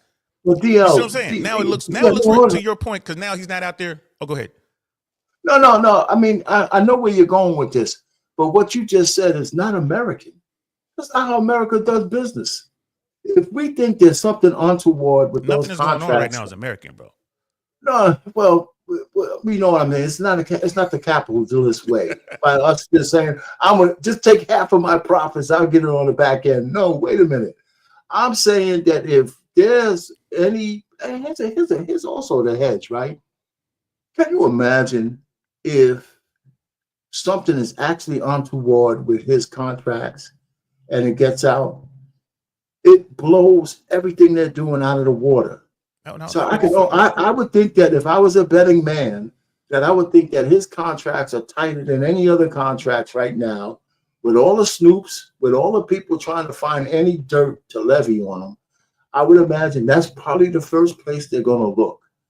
And he's got so many people in government right now that without him on a dime, they got a terrorist, or they got pretty much like a terrorist organization coming after Tesla. So I would say that his contracts are probably the most pristine contracts in the government. I would probably bet on that. I know you don't. I don't agree with you. I would argue that he's in a position to protect his interests. He can go after Verizon, right, and he lost that deal, that Starlink deal, to Verizon. He's in a position to remove Verizon from the FAA and the FAA for the FAA situation. Yeah, but he hasn't done that. What you mean he hasn't done it? He absolutely tried to do it, and it was the regulators that stopped him. And it's absolutely a conflict of interest. The fact that he still holds on to his stocks, his Texas stocks, which he's crashed in his own businesses, that's a whole nother conversation. But no, I mean look at what's going on. I mean, he's $8 million a day. Yeah, but you're fixating on how much money. Just one example. That's just one example. But that doesn't make just because he's making that much money doesn't make it nefarious. That's what I'm saying. You're making it an issue. You're saying because wait a minute, but when you emphasize he's making $8 million a day, that's like saying if he was only making $1,000 a day, that's more acceptable. I mean, even if he puts it in, okay, what are you saying? What I'm saying is it's a play. What I'm saying is it's a play. And this goes back to what you were saying earlier. Hey, Elon, you shouldn't be running around with the saw and everything and all that. Yeah, I think that was it's all a play. So you don't think but here's what you started out with saying. You want to come after Elon. Okay, let's get that off the table. Is Doge doing the work that the government needs to have done in general? Yes or no?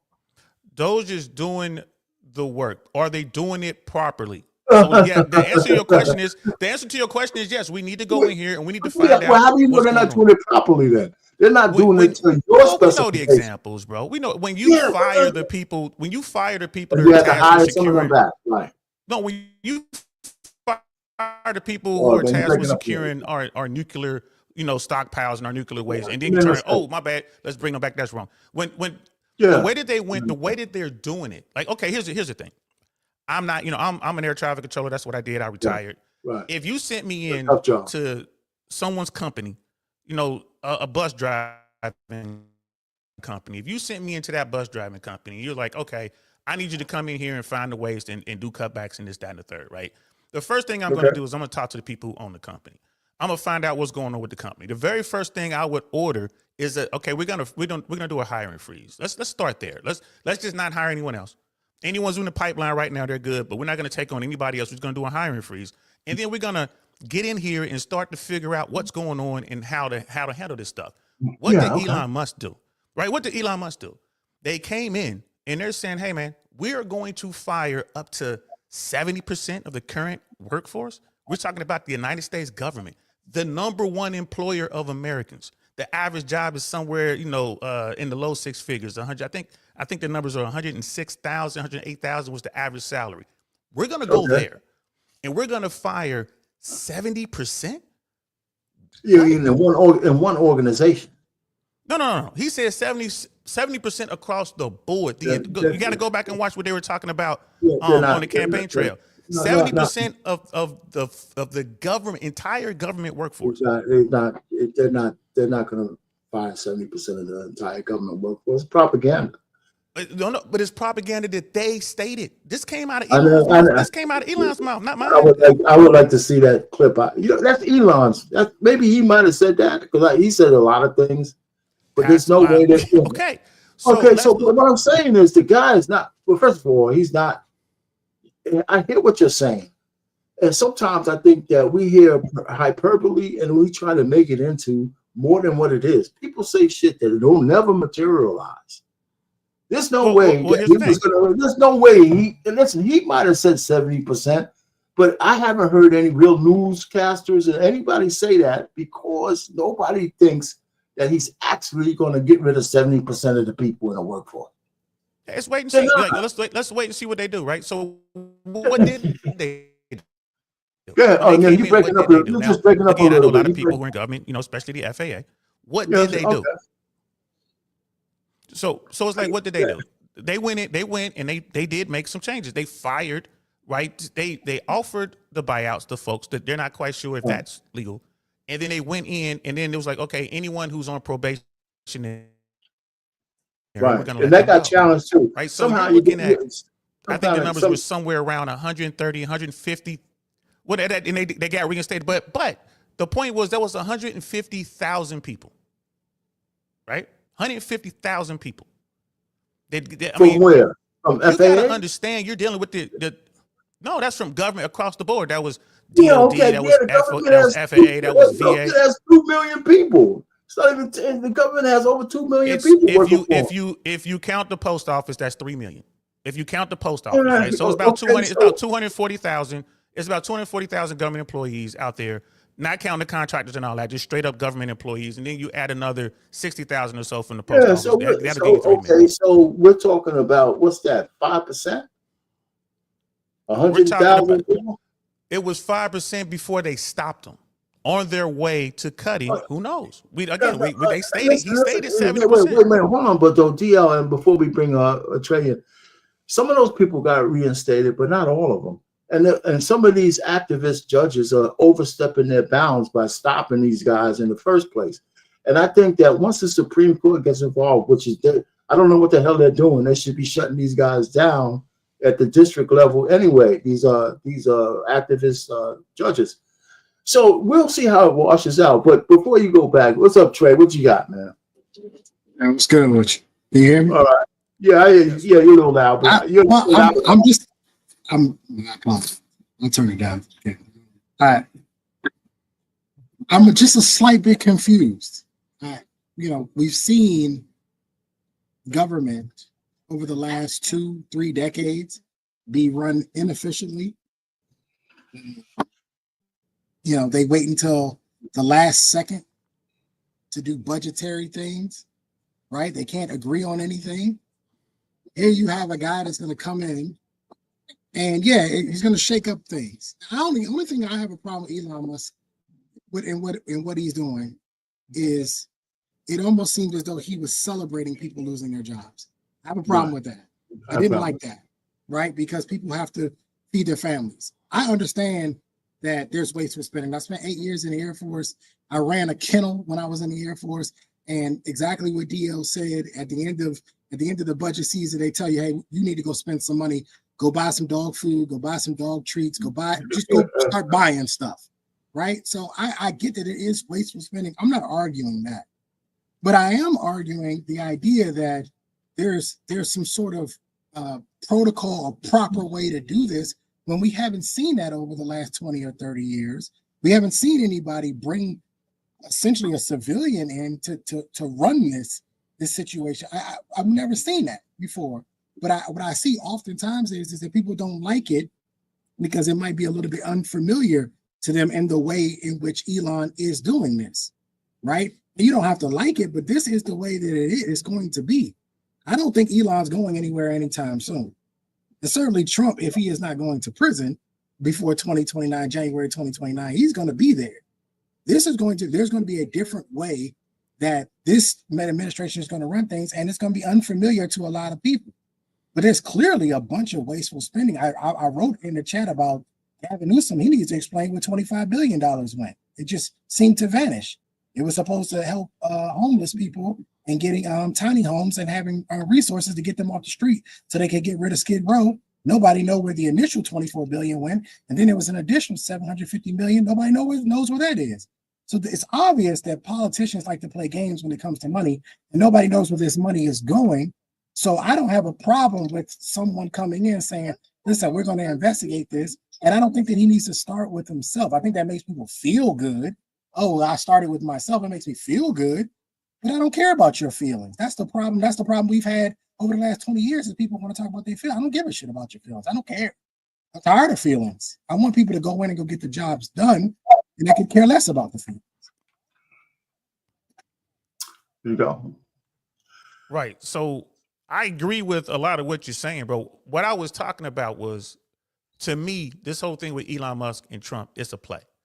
Like that's like that correspondent, that newsman asked him, "Are you doing this because out of a sense of patriotism?" Hell no, they doing this for money. The Gavin Newsom thing, I left California, bro, for a whole lot of reasons. That's definitely one of them. Good luck on finding where that money went, bro. Good luck. You know what I mean? Because Skid Row's still there.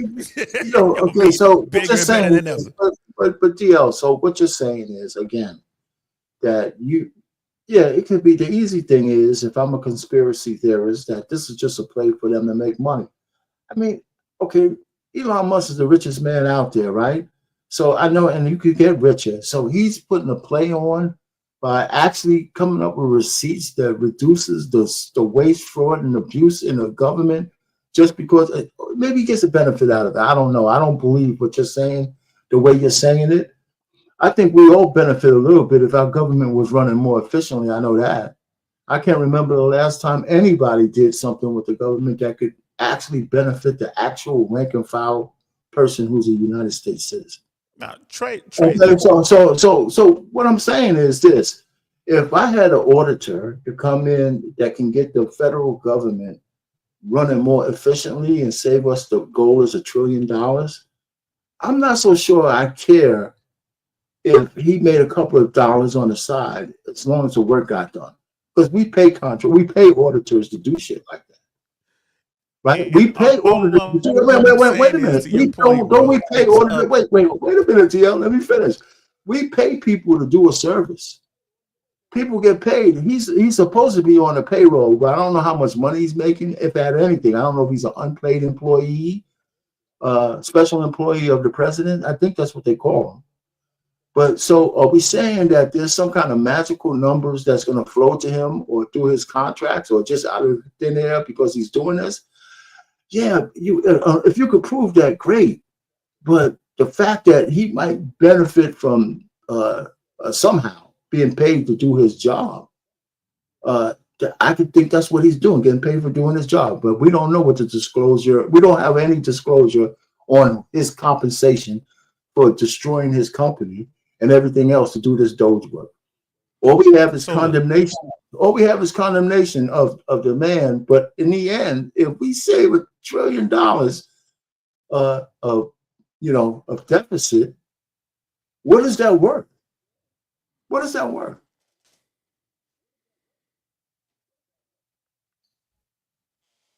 Yeah, we were glitching real bad there. So here's the thing: you were saying, what's Elon Musk going to get out of this? All right, Elon Musk has access. He has access to every individual and every corporation that's doing business with the United States government, which is all the top dogs, right? Elon Musk is in competition with all these people. He knows who's getting paid what. He knows the bids. He knows everything. To me, That's priceless. If I'm someone like that, I get that alone is worth me risking my companies just to get that information. That's going to give me a competitive edge. My whole point was Elon Musk is not doing this out of the goodness of his heart or he cares about America. There's definitely an angle. And because there's an angle, if I were the guy in charge, if I'm the bad dude, quote unquote, I'm not, I'm just using that. If I'm running this play, I'm going to tell you, you going to cut your money up front because we got to play to people's emotions. Everybody ain't like Brother Trey. Trey, like, I don't care how you feel, just get it done. Everybody ain't like that. Most people want to feel good about something. Cut your stuff up front. Let's make that the headline. Access. But DL, what you just said is he'll still have that access, though. He'll still have the information. He doesn't have that access unless the president puts him there. No, hold on. But since when has a businessman not wanted to eradicate the competition? Like, what exactly is Elon doing that Jeff Bezos wouldn't have done, or Bill Gates isn't trying to do? Like, this is politics is big business, right? AOC when AOC came into office, right? Bezos didn't pay the $250 million. Broke. Now she's got a net worth of over $7 million. Well, politics is big business. All of them do, brother. So hold on. So my question. I say it all the time on my. So my question is what is the issue of him doing what is expected for him to do? Like, of course, he's going to find a way to try to eradicate the competition because most of these big businesses want to monopolize. So here's the deal. Elon Musk is playing poker with all the big boys, but now Elon Musk can see everybody's cards. Right? That's the whole point of being on the inside with the government. He can see everyone's cards, and they're playing high stakes poker. That's all I'm saying. So they should have buddied up to Trump. They should have. They should have. Well, a lot of them are pretty. But here's the thing, though. That is the problem. That is the conflict of interest, right? That's why the government has. You have to step away from your business. Yeah. You have to Nancy Pelosi had a conflict of interest diversify. Like, for years. get some businesses. You got to cash in all your stock. You got to have someone else running all that. Right? But again, when all of the politicians say they do it, but they all really have access. It was just Trump. Trump just doesn't care. Trump comes in and is like, bro, whatever, I don't care. And with the power to pardon people, bro, when I look at this, I'm like, wow, this is an extreme play. To your point, all these politicians, they go to DC, broke as a joke, man. They all carpool in a Pinto. They carpool in a Ford Escort, but when they come out of there in private jets. I'm with you on that. You know what I mean? They gonna get money. So, and like I said, okay. Oh, go ahead. No, but I hear what you're saying, but you're saying he's doing what everybody else is doing, and he should be the only guy above reproach. That's what you're saying. What I'm saying is, no, I mean, but that's what you're saying. No, what I'm saying is, if they want, they being Donald Trump, Elon Musk, and the Trumpers, the MAGA people, if y'all want people to take y'all serious, Elon needs to take that step. And, I disagree with for that. Optics, cut his own stuff. I'm gonna Doge me first. That's why. Come 2 years from now, all the mega people are gonna disappear. They gonna all be gone. You know what I don't think because they of that. I mean, it's just a simple play. But I don't think they care. I don't think they care to make people feel better. Here's when I knew that this wasn't going to be about feelings. When he picked the border czar. When he picked that guy to be the border czar, I said, this is not going to be about making people feel good. Because that guy is a complete savage. Tom. Well, that's where Holden. He's a complete savage. Yeah. Go ahead. You know, Trump highest approval ratings come from dealing with the border, dealing with immigration. That's, if you take that away, like, Trump will be underwater. And right now, he's what, right? 50%? I think it's 50%. It's the highest it's ever been. Definitely is going to be his high watermark, right? When people are going to start caring, like, you know, folks losing their jobs and they're joking about it. You know what I mean? He's on stage with an old boy from, what was it, Argentina? Mele or something like that. That's the guy doing it down there. Don't do that's bad optics, right? We're talking about optics here. And like yourself.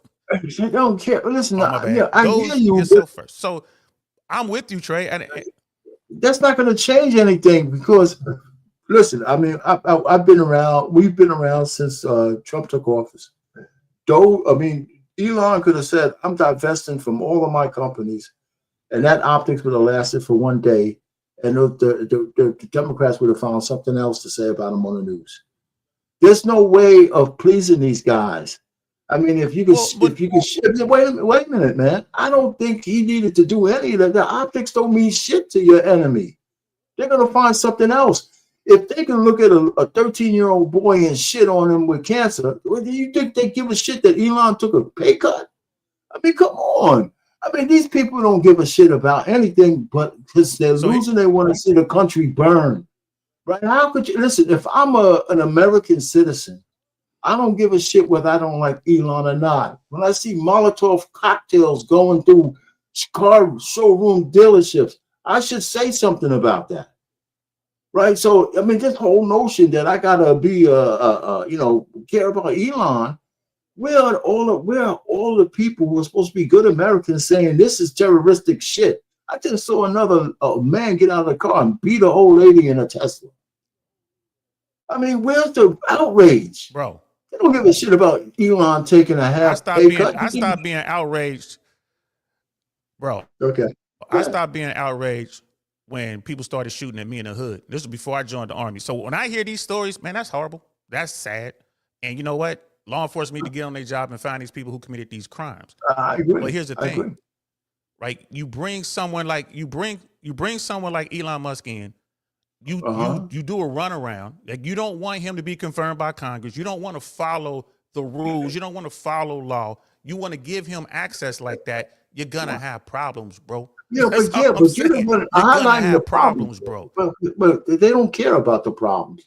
They're fighting through the problems. It seems like you have a problem with it. And first of all, who said that he has to be some kind of government official in order to do what he's doing? Obviously, what he's doing is within the purview of the executive branch, whether you like it or I like it or not, right? What he's doing. That's why you have to change the rules. No one's tried this before. No, you don't have to change the rules. The executive has the right to hire somebody. There's no rule saying he has to. The person he hires has to be confirmed by Congress. That's not true. It's not true, right? So, with all the what? Tell me why. Elon Musk has the power over. Who's more powerful, Elon Musk or the cabinet members? Which one has more power? Elon Musk or the cabinet members? Listen, the cabinet members have the power within their cabinet. Whatever their cabinet is, that's where their power lies. So when you you can't hear me, I can hear you. You asked me a question. I don't know if you can hear me. You kind of frozen up a little bit. I can hear you now. I can hear you. You can't compare apples. No. Yeah, you can't hear me? Okay. Got to compare apples to apples, right? Because even within each cabinet, every cabinet member is not equal to each other. So I don't know whether who's more important than Elon Musk. I would say the Secretary of State would be for sure, right? Because he told Elon to cool out on USAID. I got this part, right? When Elon sent that email, Hex told his guys to ignore it. I mean, I'm just trying to tell you that, listen, they're finding their way through this thing. And this tit for tat stuff is only for the laymen to worry about. That's for them to handle within their own purview. I don't care whether Elon's higher or not. He has a job to do. And the job that he's doing, if it saves the taxpayer $1 trillion, I don't care how bad I do care. The way he makes the sausage matters. I can grant you that. I'll grant you that. But he's making sausage. It's going to look bad. It's going to look bad. You look a little frozen. Either I mesmerized you or you're frozen over there. You might have to go down and come back up. You know? You hear me? Yeah, I mean, no. Yeah, your picture was frozen. Yeah, I can't hear you at all. I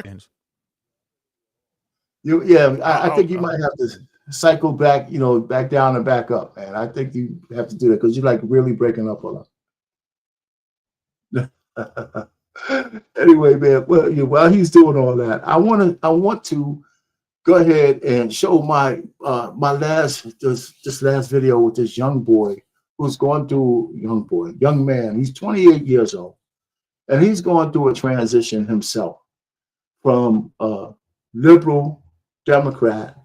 He's an entrepreneur. His family his mother is black, his father is white, a white Jew. And he's entrepreneurial, and he talks about his transformation from being a liberal into being an actual MAGA Trump supporter. I'm not a MAGA Trump supporter, but I like what they're doing now. So I want to show a little bit of this video. The brother come back up, I'll bring him up.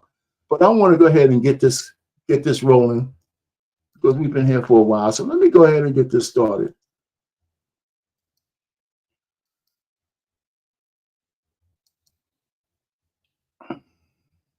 To went away. I didn't complain because I had the perspective from those trips with my grandparents. This young brother's named Brandon Lehman, and he's really articulate young brother. And I'd like to hear, I want you guys to hear his story on how he transformed into a Trump supporter. About even though it's bad now, there is a whole other level of worse that it could be. So my entire entrepreneurial journey starts at objectively the lowest point in my life, leading to my belief that even if you're down and out, even if you don't have an abundance of monetary resources, if you have grit, if you have persistence, if you have belief in yourself, if you have resourcefulness, you can be successful and nobody can tell me otherwise. Now let's get into how all of this leads to me supporting Donald Trump. So my entire family are liberals. You know, I was a huge fan when Obama won in 2008. I mean, I was 12. It was a big moment. I was actually a Bernie Sanders supporter in 2014 when I graduated high school. My girlfriend at the time's dad was a huge Bernie supporter. So I would watch a lot of Bernie's speeches and he would explain to me the benefits of, socialism, free everything. And I thought it was a wonderful idea, like most kids, because I didn't really have a true understanding of how the world worked, how bad socialist policies are, and why America doing the exact opposite of socialist policies led to it becoming the most robust, prosperous country in human history. The first real impactful moment I remember was when Trump debated Hillary for the first time, and I was watching it with my friends. And I just remember laughing and cracking up at everything Donald Trump was saying and thinking to myself, I have never seen a politician like this before. I don't care that he's not as refined. I don't care that he doesn't have the experience in government. This guy is an American icon, and he is not changing a bit, even though he's running for president. And I've always been a go against the grain type, and supporting Donald Trump at that time was definitely going against the grain. So it fit perfectly with who I was. And the thing that resonated with me the most during that time wasn't really any particular policy. It was his fight against the establishment. It was newcomer Donald Trump versus the perfect embodiment of the deep state, of the establishment, of the swamp in Hillary Clinton. I wasn't brainwashed into believing he was a bad guy or a Russian asset or a racist. I felt as if the way Trump spoke was very resemblant of the way I would speak with my friends or the way normal people spoke to each other. Yeah, sometimes we say things a little crass, a little unpolitically correct. But for all of my life, Donald Trump has been an American icon. When I was rapping in high school, Mac Miller came out with the song Donald Trump, and it was a nationwide smash hit. So I couldn't understand for the life of me where this narrative was coming from that Donald Trump was this evil and vile person. So fast forward a few years into his presidency, there were two policies that he had that I really supported. One, lower taxes. Two, accelerated depreciation. Now, this was right when I was starting to make a little bit of serious money in business. So the idea that my taxes would go down, I was thrilled. And number two, I was getting involved in real estate at the time, and accelerated depreciation lets you claim all the depreciation that you would claim over 27 and a half years, year one. So again, great for tax savings. And the second major thing I started really liking about Trump was just his overall attitude and confidence in being the American president. Again, because of my trips to China and Burma, I developed such a pride in being an American. All right, let me stop it for a second. I'm gonna go through more of this. You got anything on this? You ever seen this guy before, DL? No, I don't run in those circles. I normally don't talk to MAGA people unless They can tell me 3 things they don't like about the Trump administration. If they could do that, then we have conversations. But most people I ask that question to, they can't tell me 3 things that they don't like about the Trump administration. So I'm like, it's a waste of my time in trying to talk to those people. This young dude, that's how I do it. But I hear you. Yeah, this young dude right here, I mean, he's like, he's excited. He's talking about a whole bunch of stuff, man. He's talking about, government and stuff like that. And, he's talking about the liberals and the way they do things. The biggest winner when it comes to these policies, these liberal policies, like these welfare policies, are corporations, bro. I mean, they get over big time. And it goes all the way back to TARP. When W came up with TARP and trying to, stop that housing bubble crash, that was the worst mistake any American president could have ever done. They should have allowed those banks to go under. Yes. Right. Okay, but let's not compare. Corporate welfare, I agree, is the most insidious welfare there is. All right, but the impact on citizen welfare is different. It's not the money you get; it's the mindset that it leaves behind. Right? We have generations of people depending on the government to give them sustenance, and that's a mistake. But you didn't miss him saying why he liked the Republicans or the Trump administration. He said it specifically the taxes. Right. He didn't say that he had anything against her. He didn't. Well, I'm not going to defend it, but he said why he switched over. Now, I bet you if you had a conversation with this young brother, he probably could tell you 3 things that he doesn't like about because he's that articulate. I think he could come up with that. But it depends. And if he could, I would talk. If he could, I would talk to him. Well, everything's a trade-off, right? I don't know if you've seen my earlier thing. I told people in my earlier part of this particular stream is why I voted for Donald Trump. It wasn't because of him. It was mostly I don't like the policies that the far left have with who currently run the Democratic Party. They're the loudest voices, and the things that were happening in society, I just couldn't get with. So well, let me ask you this, brother: if the problem was with the Democratic leadership, why not just vote out the Democratic leadership? Well, we did. We got Donald Trump in there. No, but the Democratic leadership is still there, and Donald Trump is. I mean, no. I'm talking about for president, right? I mean, the fact is, we vote for. We were talking about voting for president. If you're talking about voting for local leadership or state leadership, well, it depends on the issues in those states. But mostly, when it comes time to circle the wagon, people tend to circle the wagon around party. They just I would argue this. I'm like, well, if you're in New York and you got a problem with Democratic leadership, vote out Schumer. If you're in California, you got a problem with Democratic leadership. Yeah, we were talking about the national. Yeah, I agree with that. But we're talking about the national election. But I mean, I hear what you're saying. Like, because the thing with the national election, I voted for Kamala Harris, but I hate it. I went in there, I pinched my nose, and I did it. And the reason I did it, it was like, I got to vote against Donald Trump.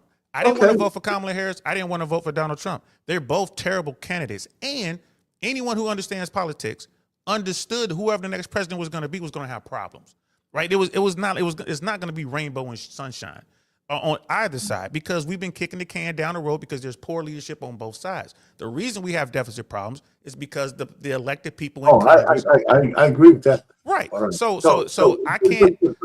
I will never, as a serviceman, as a black man, I will never vote for a Donald Trump type or a MAGA type person. That's just too extreme. Yeah, but you vote for Biden? You vote for Biden? He's more racist than Donald Trump ever was. As far as I'm concerned. Biden is responsible for a lot of damage in the black community because what they call it? Super predator, that whole super predator thing, that was him and Clinton. We still haven't recovered from that. So here's the thing, right? Biden got in office because of Donald Trump. Kamala Harris, right? He got in trouble because he got in office because of COVID. He got into office because of Donald Trump. Donald Trump made the decisions he made during COVID. He was the incumbent president. It's hard being president. It's hard getting that second term, right? Donald Trump got into office. Correction, Joe Biden got into office because he was the person that people believed could beat Donald Trump, and they had to have record turnout and all the rest of it, right? And when I look at Donald, before we go further down that thing, okay, that's all in the past. I think Donald Trump would have won if it wasn't for COVID. I think COVID made him look really bad, and maybe rightfully so. All right. So what I'm just trying to say, and it's a good thing because that man, if he would have won in 2020, he wouldn't be doing the things that he's doing now. So those 4 years made him a whole lot better at governing and putting the right people around him this time. I could not disagree with you more. I know you. The right people. So let's talk about Signalgate. The right people, the Secretary of Defense. What are your thoughts on that? Wait, hold on. They made a mistake. Okay. So I mean, so only the Republicans have to be mistake free. How about the guy? Well, so let's not do tit for tat like that because that's Signalgate. We could. Here's the thing. Like you said, we're not talking about different things, right? Like we want to talk about what we could be selective outrage. No. What did the current Secretary of Defense do? Right. That's what we're talking about right here. How incredibly stupid is that? And I would say that I don't care if he's liberal. I don't care if he's a federalist. We made a mistake. Yeah. Right. And here's the problem that I have. Right. Being a military guy. Because if I done that when I was on active duty and I sent out information 2 hours before a strike, you know what would have happened to me. Well, listen, I worked for the government for my whole career. And if I mishandled secret, depending on how bad the secret information was, you lose your job too. But civilians are under the Uniform Code of Military Justice. No, what I'm saying is you still could lose your job. That's great. You're gonna lose your freedom for doing that. You're gonna lose all your rank, right? You're gonna get court-martialed. You're gonna go to the stockade or the brig or wherever jail whatever branch you in. Still at the discretion of the executive. They're not gonna fire him because the Democrats want them to. The people have been getting away with bullshit, and I agree with you. It was a mistake, but I think it's selective outrage. It's exacerbated. It's just because people want to have something to argue about. The actual operation was a complete success. But here's the thing. Here's my thing. As a paratrooper, as a United States paratrooper, as a guy who's gone to war, I've been downrange. Yeah. If I find out after I come on a mission that you sent that information out 2 hours before I went on target, I'm coming to see you. I ain't just mad. I'm coming to see you. You jeopardize my life. You jeopardize the life of my team, and more importantly, you jeopardize the mission. So let's give the reporter some credit for not disclosing that information beforehand. And that's another thing too. The guy was trying his best to look out for these dudes, and they still challenged him and they prodded him, basically forcing him to put all that information out there. And you got the commander in chief, who's sitting there doing nothing. So I mean, like I said, bro, it is for me. It's not selective. He's not doing nothing, bro. You can't say, listen, he's not going to reprimand his people in front of the public. He's not going to do that. It's not good leadership. He's not going to sit down here and dress down, headset, and everybody else on that thing for everybody to see. Nobody does that. You could be a junior level leader and know that you don't beat the shit out of your people in public like that. Let me tell you something. You never served, right? You never served the United States military. No, listen, man. I don't know if those guys are that good. Let me tell you something. We have this thing, at least in the Army. I can't speak on the other branches, but at least in the Army, we have this thing. It's called you get peered out. What does that mean? If you screw something out, if you're on the teams or you're in the unit and you screw it up. Yeah. You ain't got to worry about the commanding officer. The guys on the team are kicking you off the team. It's called being peered. Right, we will peer the hell out of you. You ain't coming on another mission. You ain't party. Matter of fact, you getting out this unit. I can dig all of that. So that's not, but that's not on the same level that I'm talking about, and you know it. The president is not going to get on TV and dress down his people in front of the American people. He doesn't have to get on TV. If I'm commander in chief, right? If I'm commander in chief and I had it my way, and you're my Secretary of Defense, and you did this, you made this mistake. Like you got on an unsecured platform, you tweeted this information, right? And you my homeboy. We grew up together. We like this. If you do this, I'm gonna sit back and wait for the phone to ring because you're gonna call me, and you're gonna tell me you're gonna be like, "Hey, DL, I screwed this one up bad. You'll have my resignation in the morning," and I will say, "Airborne, hood." That's right, because you're done. It's still selective outrage, though, brother. That's not selective outrage. That's leadership, brother. That's leadership. I cannot have that. It's still. I hear you, but it's still selective outrage. I mean, nobody called for this guy, Secretary of Defense, whoever it was, who got the 13 servicemen killed in Afghanistan. Nobody called for. Where was the people calling for heads to roll? Hold on. Did that Secretary of Defense? Did he send out information 2 hours prior to a mission? He got people killed. 13 people died on his watch Listen to me, brother. operation. No. You're gonna try to listen, say you gotta, that but you gotta hear me out. No, I heard you out. You're trying to tell me to signal out with a reporter on the line and a successful operation is worse than 13 servicemen dying?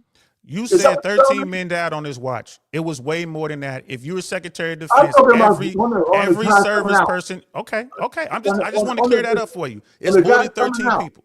Here's I'm another talking thing. about when they were leaving Afghanistan, the big thing was those 13 servicemen, right? Or I don't know, maybe some of them were women. It was Here's a the thing. botched operation. You'll like this too. Here's the thing. You'll like this. You'll like this point I'm about to make.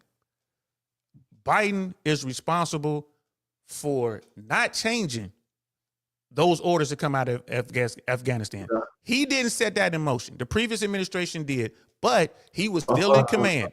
He was still in command. Tell me, stop me if I'm wrong. Stop me if I'm wrong. Stop me if I'm wrong. Yeah, Right? but okay. But he didn't. But he didn't fix it. He didn't fix it. It was a problem. It was sloppy. It was messy. He didn't fix it. He owns it. Right. So in that situation, who has to own that? Biden has to own it. Now, if Biden wants to sit there and say, "I'm going to fire my Secretary of Defense" or whatever, I would say that's pretty shitty. That's why right? Because you didn't listen to the Pentagon guys. You didn't listen to your Joint Chiefs. You didn't listen to this guy, and now you want to blame him for it. Can we say peace? Can I say peace? That's why just tit for tat, selective outrage stuff never worked. Because you could come up with 100 different things. I could come up with 100 on my side and all that, and we never get anywhere. It was just bad situation all the way around, and it was up to the discretion of the leader in charge to get rid of the person who made the infraction. If they chose not to, we have to just move on. Okay. We just have to just move on. You just heard me say that Joe Biden was responsible for the Afghanistan. Yeah, okay. So can you tell me now that Donald Trump is responsible for this signal gate? Yeah, but he's responsible. He put the guy in charge of it who made a mistake. Good. So from that standpoint, yeah, but only his recourse was he's not going to recuse himself from being president. He could fire this guy. He decided not to, which is his prerogative.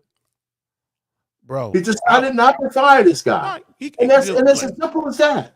You're right. I think that's poor leadership. Just like on Joe Biden's part, that was poor leadership. You know, Joe Biden wasn't even there. I was Joe. Why these conversations are no good, because we could tit for tat each other forever. But here's the thing, though.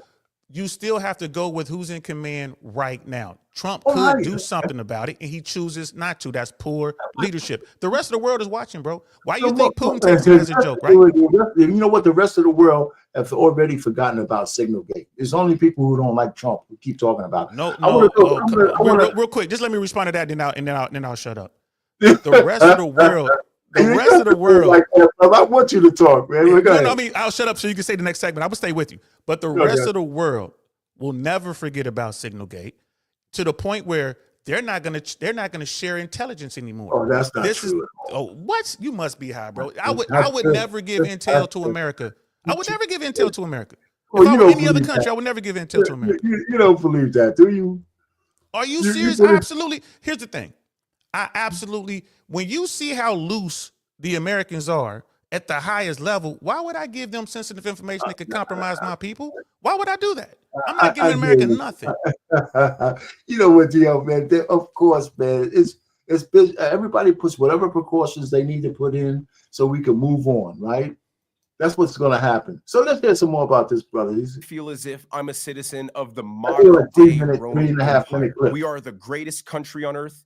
We have the richest people. We win the most gold medals. We have the most generous people. We take in the most amount of immigrants, the biggest businesses, the strongest military, pioneered civil and human rights, save the world, patrol the seas, and allow for this free trade, safe and prosperous world order to exist. I mean, why would you not be proud to be an American? But the overall energy before Donald Trump was one of guilt, one of shame, and Donald Trump brought back that pride in being American. There is one moment I will never forget. When Donald Trump first term was meeting with the European world leaders, and he shoulders his way to the front of the crowd, and he stands proudly, chin high in the middle. That I remember that was a moment that I loved. But it's also a moment where I can at least understand how some people don't like Donald Trump's bravado. You know, some people love when basketball players do all the cheering and flexing after a dunk. and some people don't like it. I can understand it. It's just a difference. But I love that kind of attitude. It was symbolic that America will not take a backseat to anybody. We are the greatest country in the world, and Donald Trump was no longer going to let the foreign order see us and treat us as just a naive open wallet that everybody could rob. But even then, during that time, I wasn't like a massive Trump supporter. For that, you have to fast forward to early 2021. Now, this is funny because this is arguably Donald Trump's most unpopular right after January 6th. But this is when I was in Los Angeles, and on the news, all I was seeing was time and time again, Biden just failing and embarrassing himself. And after the disastrous withdrawal from Afghanistan, I decided I was going to buy a MAGA hat. And even at the time, the MAGA hat wasn't a pro-Trump hat as much as it was an anti-Biden hat. I thought this guy is wrecking America, and the message on this hat is more applicable now than it was when Trump first was running. And I started seeing Biden propose things that went directly against my self-interest. Removing the 1031 exchange away from real estate. All of my real estate investors will know this. Increasing capital gains tax. And the overwhelmingly authoritarian COVID lockdown measures. I was living in LA, which was even worse, but it put an even more sour taste in my mouth for the Democrat agenda. So I started wearing my MAGA hat literally everywhere in public, in the middle of LA, in the height of Donald Trump's unpopularity. And the reason I started doing that was to show my opposition towards Joe Biden. But more so, as Joe Biden's failures started to compile, I wanted to hear from the other side what was so wonderful about Joe Biden. And at that time, because the sentiment against Donald Trump was so strong, if you were a white person wearing the MAGA hat, you might get punched out in public. But even if you don't get punched, you're going to be called a white supremacist, a racist, and that's where the conversation ends. With me, you couldn't do that. I'm black. You can't call me a white supremacist or a racist. It invalidates your argument, and more than anything, it makes you look ignorant. It makes you look racist. How can another white person tell a black person what they ought to feel, how they ought to interpret somebody's words, implying that black people can't think for themselves and that we need to listen to your white liberal opinion because it's so morally superior. And over the years, as Biden kept making bad decision after bad decision, my ammunition for my talking points only increased. And All right, let me stop it right there. So the brother is on a roll, so I want to stop it every so often. Anything he said you disagree with? I mean, that is his journey, right? That is, you know, I'd never say how, you know, oh, that's his truth and all that kind of stuff. That's how dude saw the world. Coming out of LA, he sounds like a frustrated dude, and he's happy. There's like, oh, this guy's doing a lot of stuff for me. That's just anyone else. Like, how does this affect me? Yeah, that's so, important, I mean, right? it's But like, that's cool, important. But that's important how you vote, right? How do you see the guy who's going to be in charge? How would their policies improve your life, right? That's as opposed to following the ideology, whether it improves your life or not. I believe in X, Y, and Z. I believe in transgenderism. I believe in this. I believe in whatever it is, as opposed to that policy will benefit us as Americans, or it won't benefit us as Americans. That policy can hurt my children in the future, or that policy can help them in the future, right? I mean, it depends on what it is, right? I mean, like I said, most people think men voted against Kamala Harris because she was a woman. And I spent this whole life saying, that's not why I voted against her. I don't like it. I didn't like her policies. You know, and it's not like I had, that I was a big fan of Trump. But when he started talking about what he was going to do, I got behind that, the immigration thing and all of that stuff, man, that was huge for me. Yeah. And he said, day one, this is what I'm going to do. As long as I've been alive, I haven't seen, maybe Obama was really deliberate when he first got in because he was trying to save the economic world. But as far as I'm concerned, as far as other presidents, I've never seen a guy hit the ground running. Boom, boom, boom, boom, boom. And there was oppositions and there was mistakes. There's a battle with the courts. And that's great because now we're seeing how the system works. Like the courts can stop them, put a stay out there. I don't call that a constitutional crisis. I call that's how way the system's supposed to work. And then the Supreme Court could tell those district courts, you're overstepping your boundaries. And I think we're going to start seeing some of that come down. No, And you're so not I like that. Go I don't ahead. think you're Go gonna see ahead. that. Luckily there's some, Trump appointed and Republican appointed judges who care about law and put law over MAGA. So I don't think you're gonna see that, but it's gonna be close. You would think that it would be Not for everything, but for some things, I think he's going to get something. And that means the system works, right? That means the system works. For example, I'm not a big, I was, like I said, I voted Democrat. I voted for Hillary. I just started getting off the plantation recently.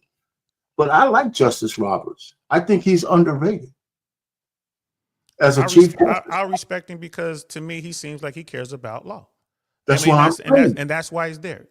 It checks and balances works. The founding fathers put all this together. It shows you how sharp those dudes were. They put all this together.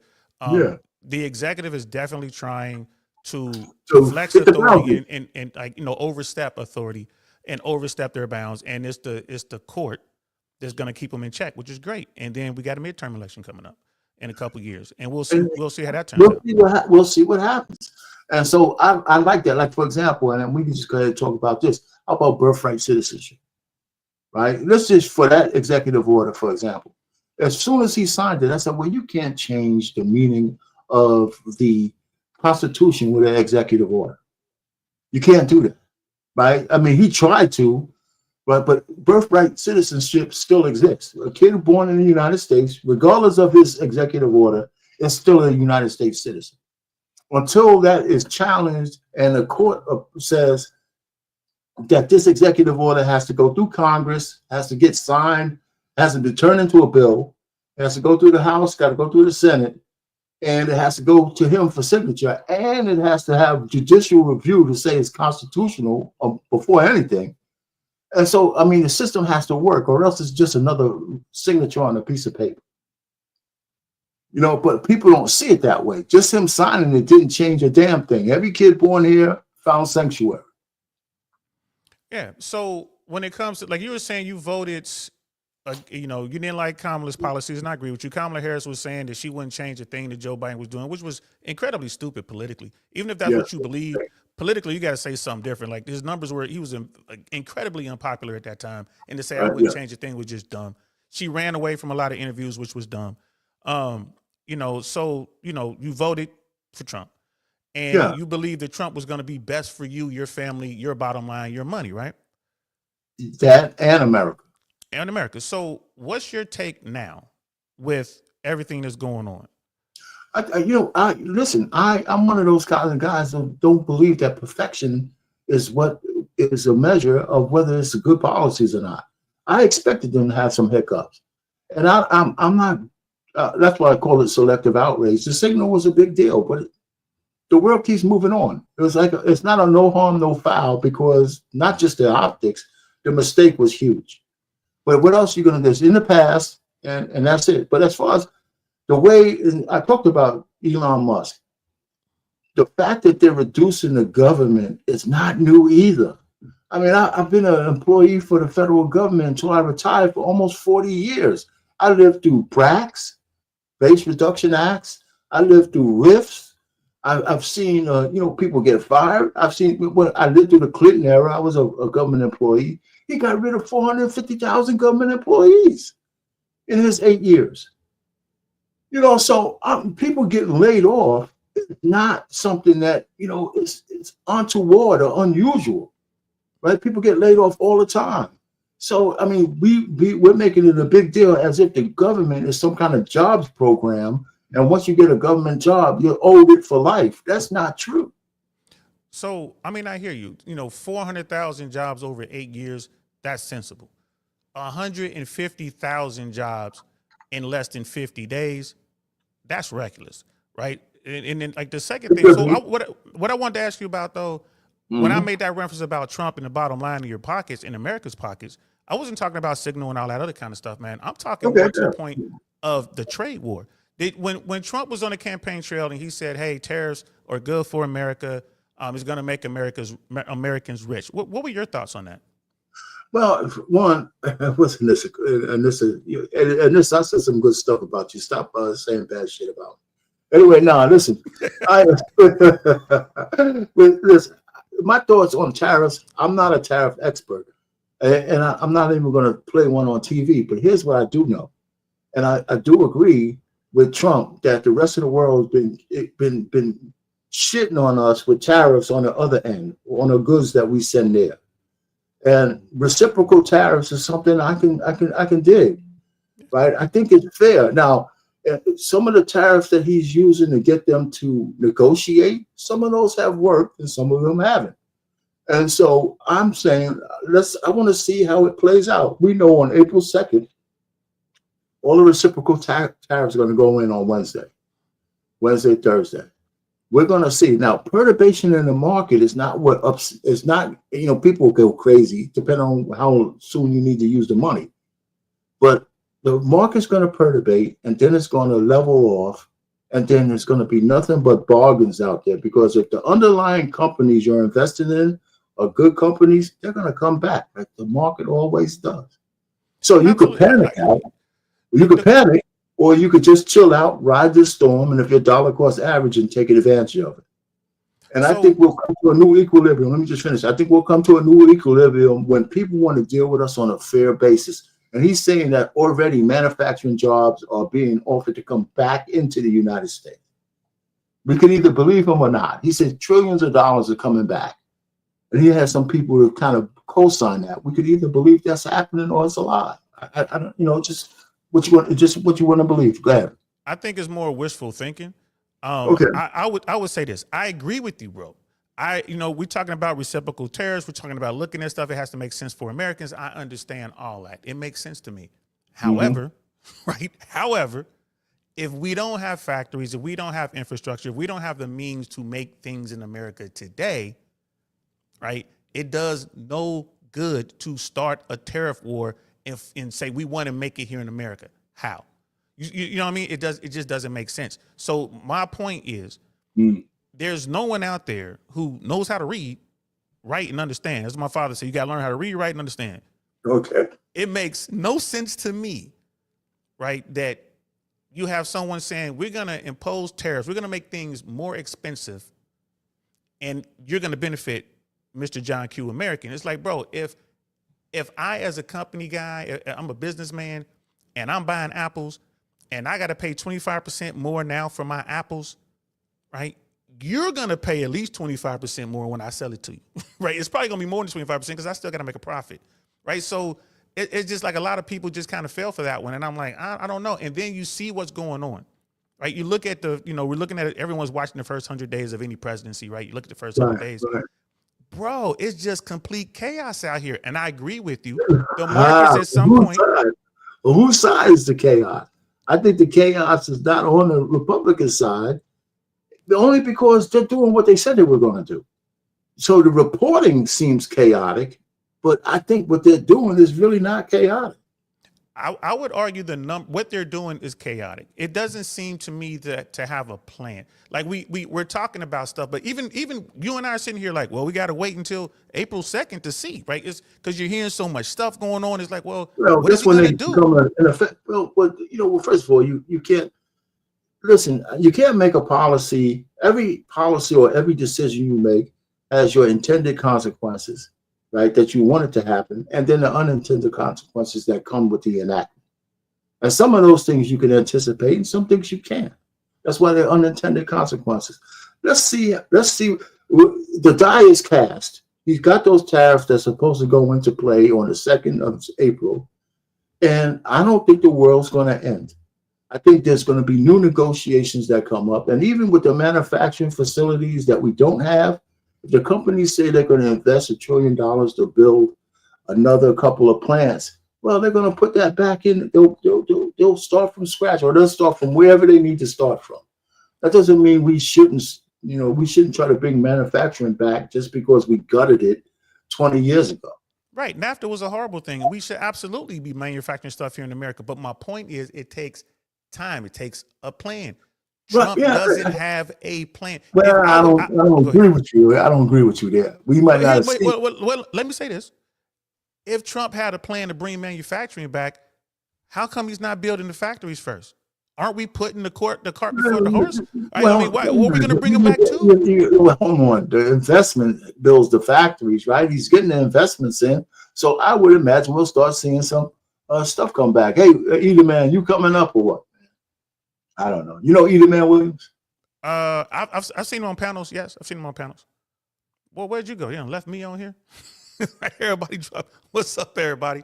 I don't know what's going on, but I'll do what I can to keep stuff rolling. So here's the thing, guys. I'm definitely anti-Trump, but my point is this: if there's a plan, and for you guys in the chat, I turned off my other screen so I can't see the chat. I think that was making me glitch, but I don't believe there was a plan.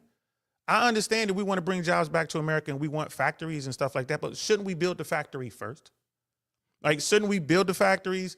That's going to bring jobs. That's going to stimulate the economy. That's going to be a net plus. Sorry about that. That's all good. I kept talking, but I would say, shouldn't we build the factories? Shouldn't we build the factories first and then start the trade war? That's just my whole point. Right? Well. Like I said, it takes investment to build a factory. You got to have some commitments to build those factories as well, right? So, like I'm saying, I think he's putting the cart before the horse. Where's the money coming from? Instead of using taxpayers' dollars, maybe he's saying we're gonna do it just, we're gonna do it in a specific way. So let me get my man back, and I want to play some more of his video here, and we could talk about that some more. Maybe Either Man Williams might come on. This time I spoke with thousands upon thousands upon thousands of people about Donald Trump, about politics. And I gained another critical perspective, which was how people think. When talking to my rich friends and mentors, I started to see how high productive, high income people thought. I started to see how middle class people thought.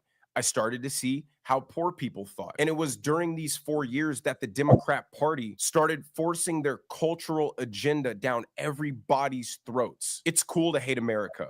America's evil. America's systemically racist. We should be ashamed of who we are. Trying to enforce a victim mindset on everybody. Trying to tell Black people they are lesser than their white counterparts. Trying to tell white people that they're inherently evil because of their skin color. Trying to push for radical socialist policies. Trying to uproot reality and say that men can become women. Losing all sense of American pride and depicting on the world stage that the president is somebody that can be taken advantage of, not somebody that should be respected, someone whose main goal is to appease foreign leaders. Over this time, as I was growing and learning and changing, I knew I was a conservative because my fundamental belief is that the government does not exist to be everybody's mommy. It exists to protect and defend our individual rights and liberties. A government that controls every aspect of your life and tells you what you can and cannot do isn't for free-thinking, ambitious individuals. It's for the people who don't want the burden of being responsible for their individual choices, who are exhausted at the idea of having to be self-sufficient and be in charge of taking care of themselves. I believe people should strive to be self-sufficient, not dependent on the government. So not only did I hate the Democrat policies, I hated the overall weak, guilty, America-hating energy, but I also hated their insane anti-reality, anti-science cultural movement. And over the years from 2021 to 22 to 23 to 24, when I was talking to people, I could slowly see that the sentiment was getting so against the Democrats that Donald Trump was making a resurgence. I would get more nods, more winks, more thumbs up, more secret, nice hat, bro, because those same things were turning off the majority of people. And this is in deep blue California. Around 2024, I could see that the vibe did a complete 180. I almost never got any negative comments about my hat. It was all positive, from the clerk at the grocery store, to the bouncer at the club, to the airplane stewardess, and of course, to my richest and most affluent friends. That's when I realized, late 23, early 24, that even then, Donald Trump was going to win the election. The problems the Democrats created were so bad, left such a bad taste in people's mouth. They were so unfixable that all the parties, all the racial demographics, we're turning against them. And that was the point of me wearing this hat out in protest, was to show people in a deep blue area that other people think like you. It's not something you have to hide. It's not something you have to be ashamed of. I will wear this because I'm self-employed. I can't be fired. I can't be socially ostracized. So I'll wear it for you. And after a while, I definitely started seeing it as a duty that I had. All right. So,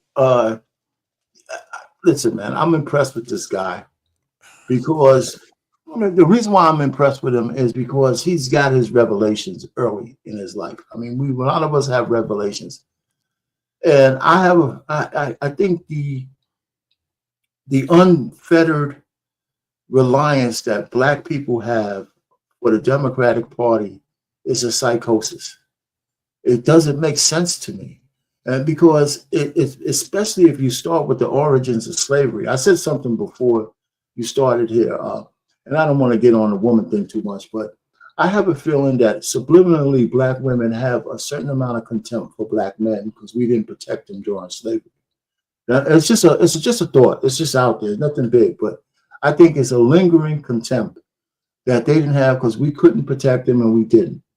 But the irony of the situation is they have such an allegiance to the Democrats as if they can't remember that the people who actually enslaved us was Democrats. They were all Democrats.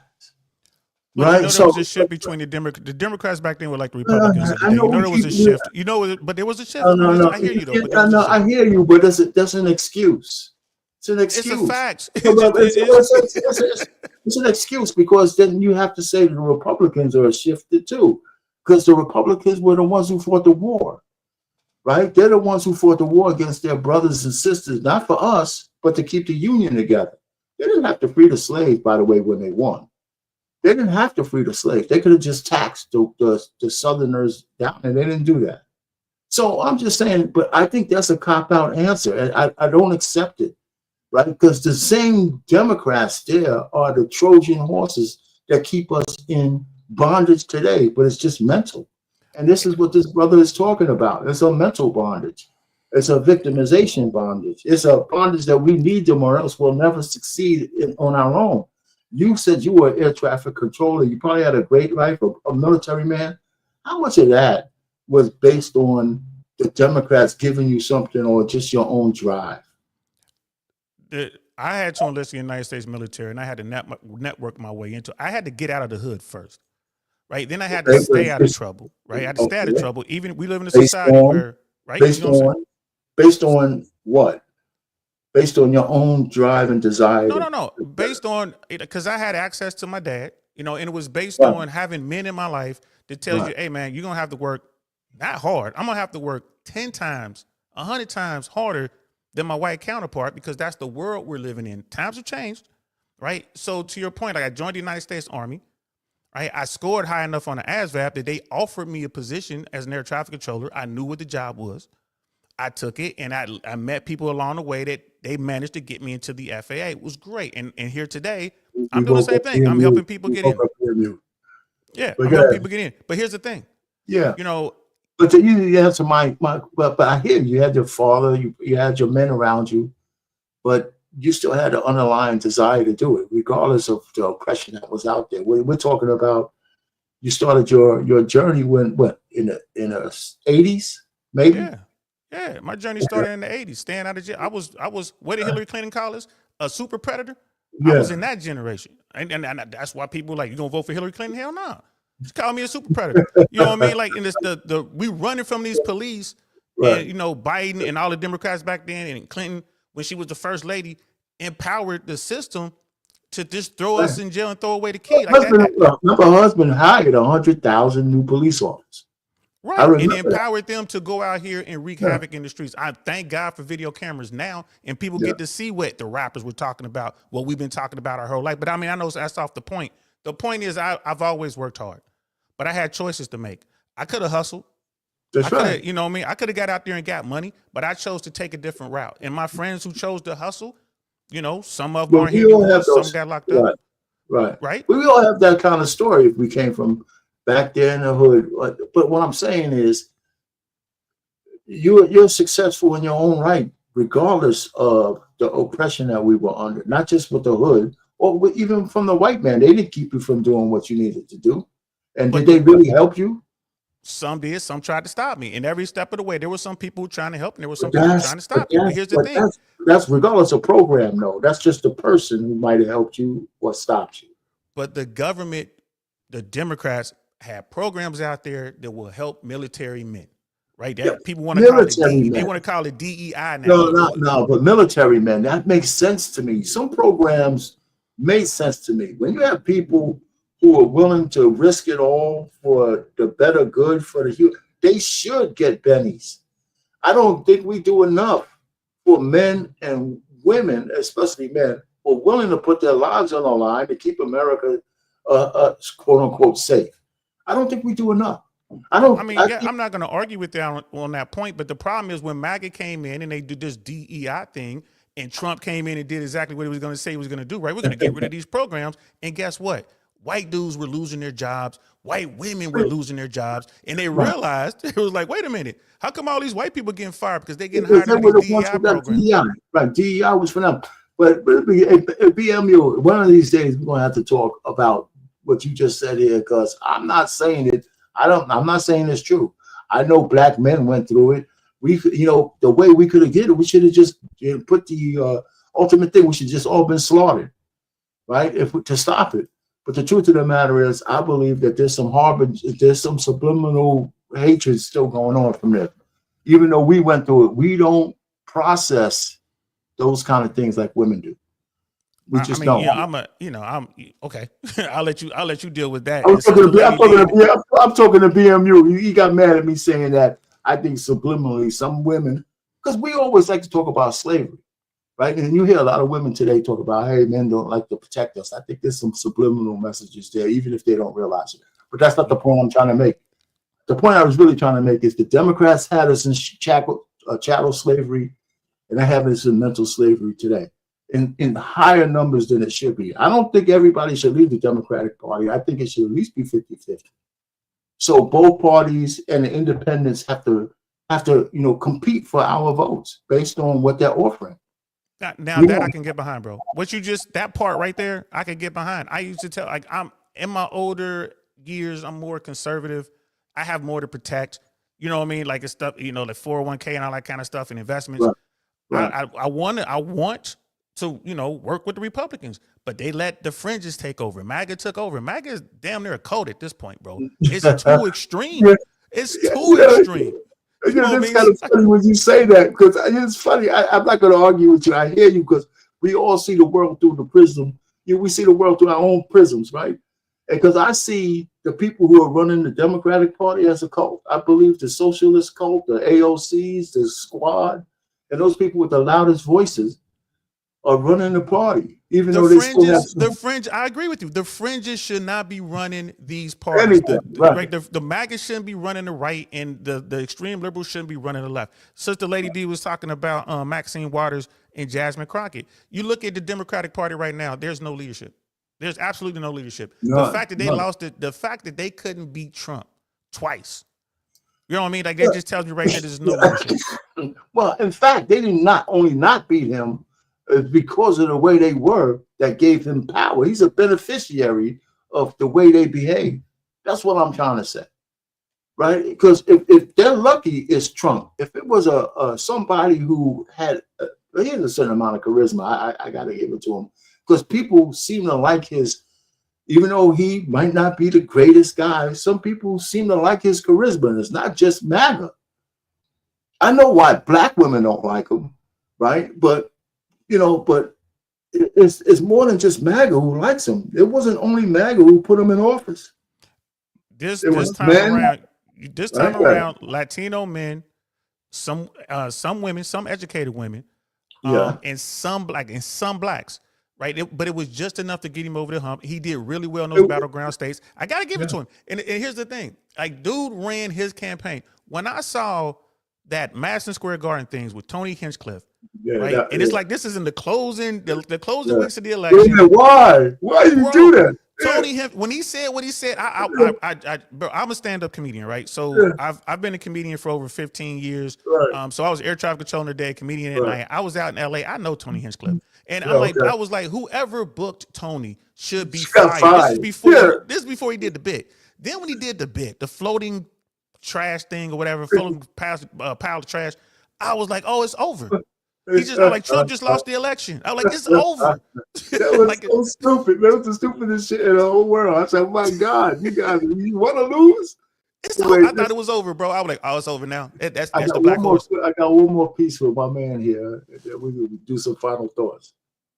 Because so many people were telling me they supported it, they agreed with it, but there is no way that they could wear that hat out in public. People wanted to be proud of being an American. People hated having their speech policed. People hated the cultural stance the Democrats were taking. People hated the inflation and ridiculous economic policies. People hated the weakness on a global scale, leading to the breakout of 2 wars. Every single person started thinking this right here. Yeah, Donald Trump said some crazy shit, but my life was pretty good under him. They saw the weaponization of the lawfare. They saw for 4 years the blatant lies from the media, from the medical apparatus related to COVID. They saw their kids fall behind because of these lockdowns. They saw illegal immigration rage out of control, only to be told by the Biden administration that they were crazy. Illegal immigration wasn't a problem. People saw that our government in our country was not being run in a serious way. And people were forced to choose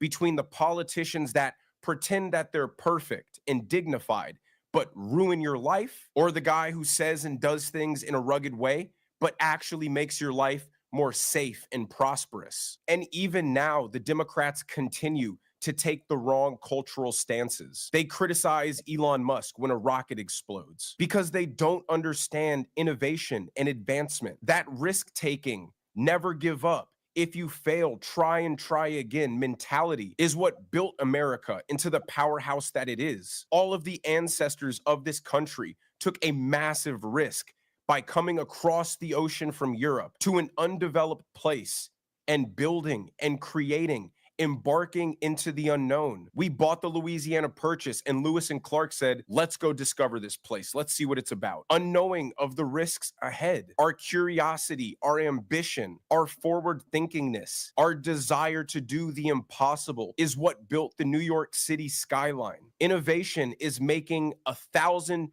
tiny tweaks in the right direction until you get a thing that finally works. And now the Democrat Party is shaming that entire process. That is the exact reason why entrepreneurship thrives in America and not in other countries, because we have a culture that applauds people for trying, even if they fail. In other countries, people don't try because if you fail, it's shameful. The Democrats are proving to be the very opposite of the American spirit. The Wright brothers didn't discover flight because they drew a schematic in a book, built it, and miraculously it worked. They tried it, it failed. They figured out why it failed. They made some adjustments. The plane flew a little further next time, then it failed. And after a series of those adjustments, those failures, the learning, you get something that works, that brings humanity forward. And the attacks on people doing that exact thing, trying to benefit America as a whole, is despicable to me. I believe in individual liberty and freedom. If you want to work a regular, comfortable job and live a regular, comfortable life, that is your prerogative. But I also believe if you want to work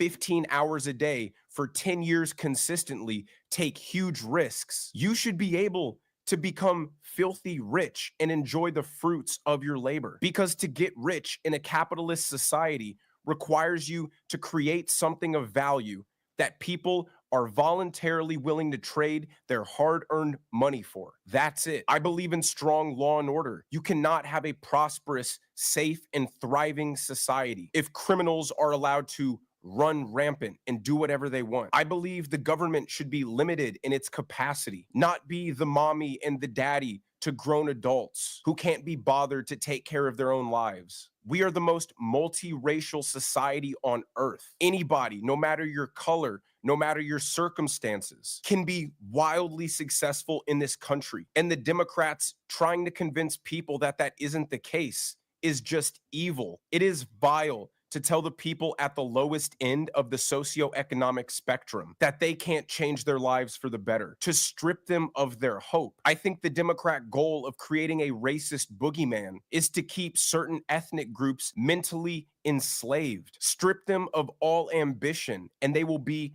dependents on the government forever, which is what the Democrat Party offers. Free stuff. Vote for us. We'll take care of you. I love America. I love her people, even the ones on the opposite side of the political spectrum. And I wake up every day thankful to be a member of the greatest nation in human history. I know that was long, but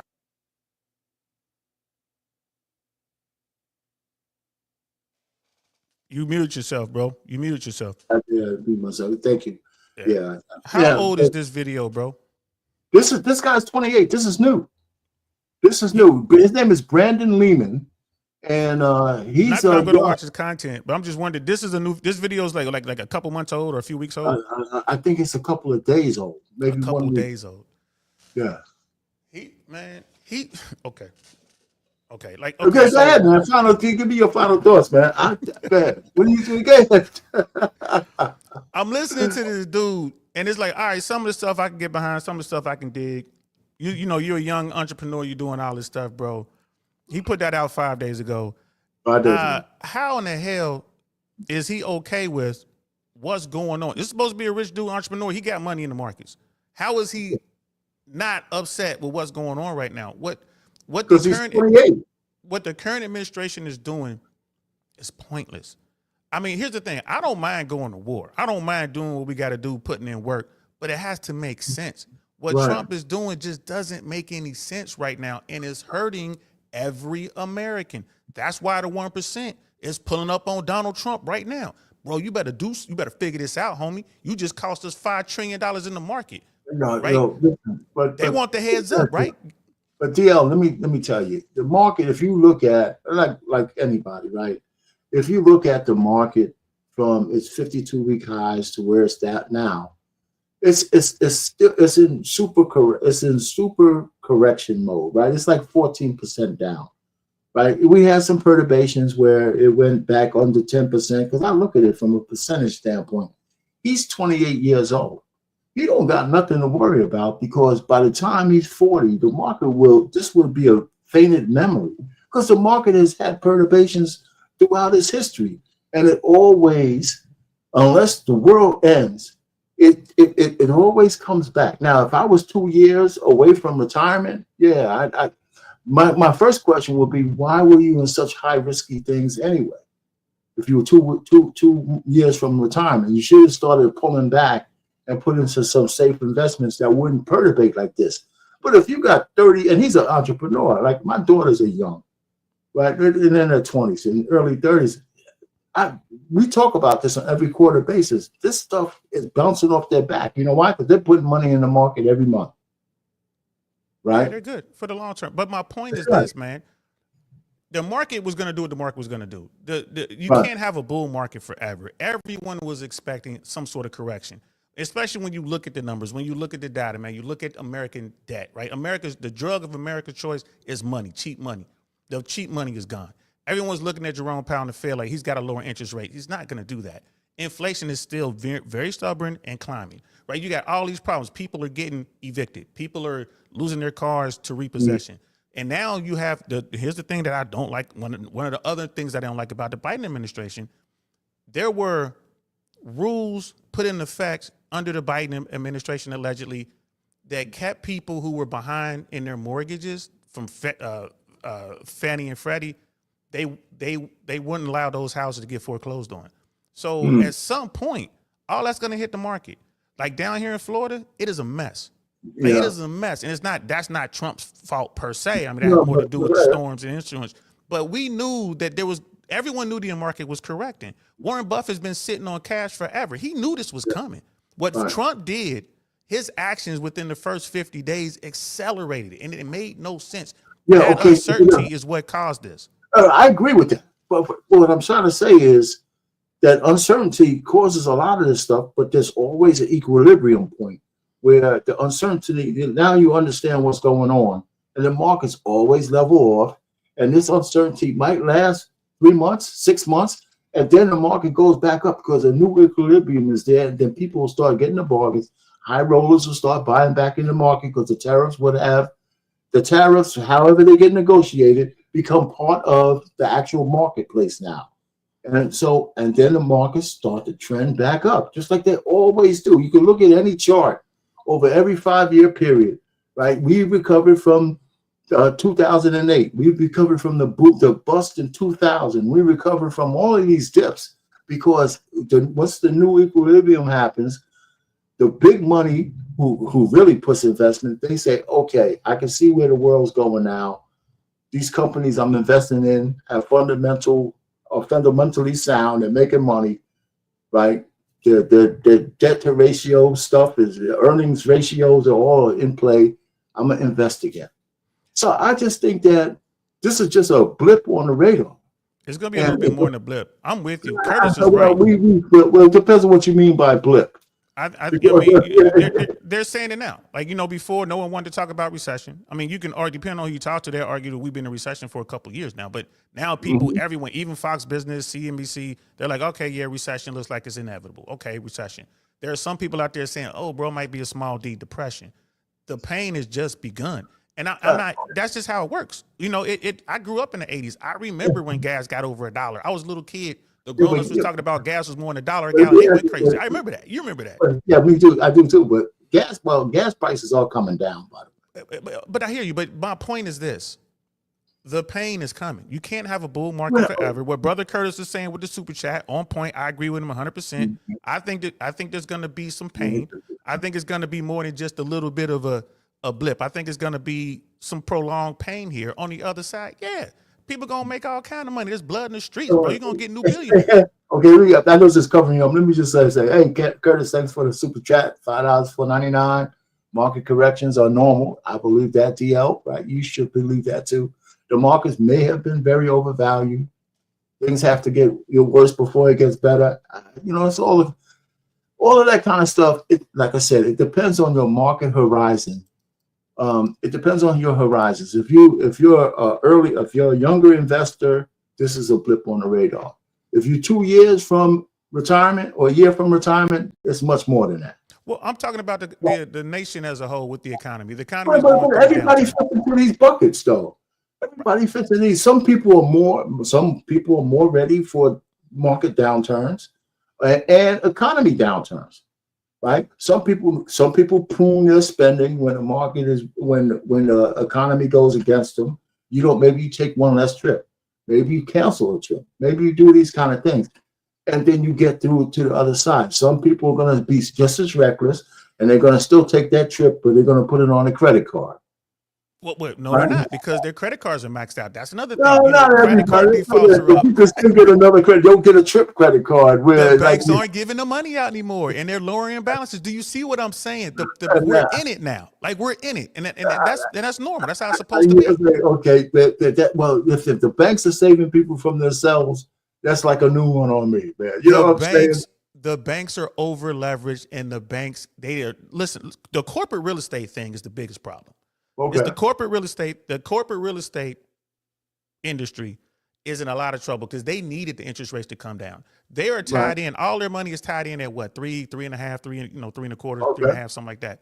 Now, when it's time to reservice this debt that they have, bro, they're looking at 7.5, 8, 8.25 or higher. What are they gonna do? They're gonna walk away from them loans. Who's holding that paper? The banks. The banks ain't thinking about me and you and our hot little credit card. They worried about that $200 million debt that they know needs to be serviced, and they know these people ain't gonna service it. So we're gonna see some more. We're gonna see some bank failures. Let me ask you this, and then I know you got to go. Let me ask you this question. I know we. No, So here's the thing: when the next wave of bank failures occur, will there be a bailout? Will there be a bailout? I hope not, but probably there will be. I think here's one of the things that I hope not, but some things are bipartisan. And I said this before, I think there's some things that both, whether you're a Republican or a Democrat, it don't matter. Like for the support of Israel, for example, both parties do that. There's certain things that there's no daylight between them. I think but Obama just happened to be a Democrat, but if it was a Republican, I think they would have bailed out the banks too. Well, Bush bailed him out. Obama was stuck with it. Yeah, well, what I'm saying, he had to make the final deals, right?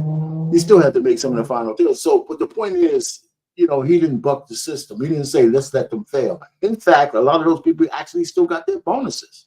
Oh, all of them got their bonuses. It was Yeah, insane. man, nobody, no perp walks, nobody went to jail. Which nothing. they should have. The people should have got locked up for that. But you're right. And to me, I'm just saying, Obama's first term, he had the House, he had the Senate, he had the presidency. He could have done a lot of damage. Even if he bailed them out, he could have perp walked a lot of these people. Yeah, he could have had his DOG do it. He didn't do it. He didn't do it. Well, he used all of his political capital to get the Affordable Care Act through. That's what he wanted to do. That's what he did, and that's why he did what he did. Again, like it or not, I mean, I think they should have let those banks fail, and we wouldn't be dealing with this stuff now. But I think when the next wave of bank failures, well, we had a few, and I don't know what happened to it, but I mean, like maybe a year or so ago, there was they had some failing. one percenters got together and they did a private equity bailout. I figured it was a couple New York banks, and the rich people bailed themselves out, and it was only like one or two. I did a show about it. I forget the name of the banks, but here's the thing. It's going to be, in my opinion, it's going to be a nasty wave of bank failures. It's going to be regional banks and maybe a couple of the bigger banks. So when that happens, bro, I don't know what they're going to do. To be honest, Well, to me, I'm just saying we're still not at the 100-day mark. I think that we can't really make all of these definitive answers to anything until we at least see what happens. I'm saying almost at the midterm. They give him the first year, but because listen, if he really messes up, they're going to vote him out of all. They're going to vote the House and the Senate is going to flip. Yeah, right? I think it's going to be. People keep asking me, like, is it going to be a blue wave, blue tsunami? I'm like, it's not going to be it's not going to be a blue wave per se. What's going to happen is there's going to be a lot of moderate Republicans and Democrats that push out all the MAGA people. That's what I think is going to happen. I think the MAGA people are going to get voted out. I think that there's going to be. I think there's enough people who ain't saying it. What frightens them the most is the society, is the social retardation that's going on out there, saying that men trying to change how the 99% live for the 1%. There's a lot of people who can't get with that. They just can't. I think it's being belittled because you're good. No matter, even in this climate, you don't want to be called transphobic or anything. But when a man with size 15 shoes, Adam's apple, puts on a wig and tells you, "Call me a girl," something fundamentally is broken, and it's not with you. I hear you on that. The Democrats definitely messed up. So I mean that's just one example. But and then the attack on children is real. It's not a mistake. What the socialization at the younger level is not a fantasy. There's too many receipts to show that the liberals who get on those school boards allow a lot of effery to go on across the school boards and stuff like that. So I mean, some people just can't see that being in charge. I have a teenage daughter. She's in high school, and I remember when she was an 8th grader, and we were talking, and one day she was saying, "Why do I have to be a girl, Papa? Papa, why I got to be a girl?" And I answered her, "Because you were born with girl parts. I was born with boy parts. You were born with girl parts. So you got to be a girl." She's like, "Well, what if I want to be a piece of cheese? You can be a piece of cheese, but you're a girl piece of cheese. There's no getting around that." And that conversation lasted for about 2 or 3 weeks. We had that conversation. And eventually, the next time we had a conversation, she was telling me how she had a boyfriend. So she went from, I'm not sure if I want to be a girl to I got me a little boyfriend within a month and a half or something like that. The reason I tell this story is this. I don't care what society outside is doing in the schools and all that kind of stuff. I agree with you. I don't think that biological men should be competing against women, biologically born women. I think a biological born woman, if she wants to compete with men, that's fine. Men and women are different. But it's not, I'm not going to let that affect my child, because I'm going to take the time to talk to my child, and we're going to work through that. That's the way I handled that. But you're right. The Democrats, they doubled and tripled down on that, and it cost them. It cost them an election. Yeah, brother. Listen. We was getting ready to cut out, man. Let's talk. Hey, have you been up here before, brother? Introduce yourself. I haven't been on when y'all done y'all show, but I've been on BNU before. Okay. What's happening, man? What you got? I don't know how much have you seen, man. How much you? I was just catching the back end, man. I wanted to ask y'all a question about like, if you had to pick, because I heard about like the people thinking that a blue wave might go a certain way or it might not, and all this, because we are in a trying time right now. I wanted to know what y'all position, because I did get in here late, so I didn't get to see it. And Okay. don't let me hold y'all up either. Don't let me hold y'all up. Go ahead, man. Ask your question. Go ahead. So what do y'all see? Because where do you lean? Left, right, or somewhere in the middle?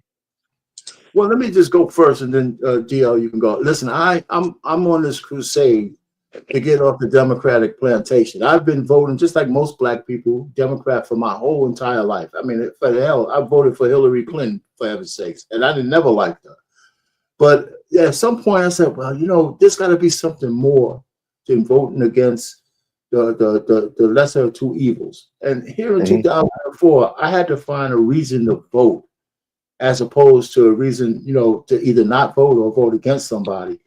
And so when Trump started saying the stuff he said, I said, I can get behind that in the backdrop of what Kamala Harris was offering from both her past and her performance on the campaign trail. So I lean right. I'm conservative now. I'm old, man. I'm conservative. I think we should close down every goddamn thing. But in terms of all the liberalism, but then again, my wife is, I don't impact my wife, and of course, I sent my daughters to the bastions of liberalism schools. So I gotta kind of retrain them without forcing them, right? Because I just got on this side myself. But that's my answer. So I lean right. But I'm still a registered Democrat, but I'm more like an independent thing. That's funny, because I'm a registered Republican, but I'm not a MAGA guy. I'm not a Trump guy.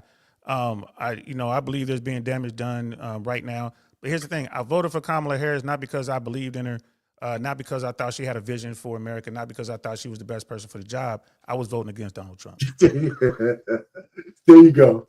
So what say you, JBJ? No, I understand it. I was vehemently against both of them, but if I had to pick the lesser of two evils, which I felt like this was a position that we were put in again as Americans, I would have voted for Kamala. I didn't vote at all. I abstained from this election as a whole, mainly for kind of what we're seeing right now, what we're seeing happening in the White House. And I understand that I'm not going to knock you for, you said, Mr. Payne, you said because I think when we get older, we all have more conservative views about things. I think the only problem is when we claim conservatism, it's not what that party on the right represents. And I also disagree with a lot of the things that the left are doing, because they have a stigma around them that they're all about the LGBTQ and all this woo-woo stuff. And a lot of us don't get down with that type of stuff. The only difference is, and the only problem that I have is, this is a country, and we can't run this country because a lot of people say it's a Christian nation, things of that sort. Yeah. They say that all the time. America's not a Christian nation. It's never been. It will never be. America, everything that America is was got off of evil. Like, I see Airborne in the back of Mr. Saint's room and shit. I don't know about you, Mr. Payne, whether you served in the military, but if you did, we went around the world just doing whatever was in America's best interest. It wasn't what was right, what was wrong. This country, everything this country has is done off of evil. So I can't get behind either party. But I do have a big issue with the people on the right, because when it comes to the people on the left, like, you can feel however you want to feel. That ain't got to affect my life. As long as you keep it to yourself, do your thing. But this side over here and what we see right now, what's actually being implemented, it shows that the same group that says they want small government wants government to interfere with a lot of things. They want government to dictate a lot of things. Like they say, get government out of politics, well, not politics, but get government out of business. Right. And they're telling people that they can't, we're not going to fund y'all anymore or send y'all any grants if y'all y'all have certain programs. That's government dictating how corporations operate and how they move. It's just interesting to me to see how before you go further, because you're making a point here. If you rely on federal funds, right? That's what we're talking about. If your corporation relies on federal funds, are you saying that those federal funds should come without any condition? I think so, because the biggest employer in America is the federal government. Yeah, okay, but that's not answering the question. The question no, I'm saying I agree. I think that should not come with strings attached. I don't believe so. Well, first of all, in your private lives, you wouldn't give anybody money without some kind of strings attached. Why should the government pay anybody anything without strings attached to it? Now, it depends on what those strings are. It depends on what those strings are. It depends on how we're going to lean, right? So right now, Trump says, if you want this money, you got to get rid of your DEI programs. Let's be specific, right? So you either want the $500 million or you don't. Right? Because here's the truth. Here's the truth about, I'm going to shut after this. The truth about DEI, what really works is when it's organic. I would tell him, yeah, I'll get rid of my program. But if I really need a swath of the diaspora to work for me because I'm in the sales and I want to sell to everybody, I would be naturally diverse because I want to make money. I'm not going to just put a button-down white guy out there in all my positions when I'm trying to sell to Latinos or blacks or to women. So with natural DEI or diversity, I should say, works when there's a profit motive that you can measure. It just works. But when you mandate it, that's when we have a problem. Yeah, I don't necessarily agree with that, but I get your point. And black man, I would vote for anybody over dude, man. I don't care if it was a Kleenex box. I'd have been voting for the Kleenex box over Trump, man. Because black man was like, oh, so you put a woman in charge? Hey, bro, whatever it takes, man.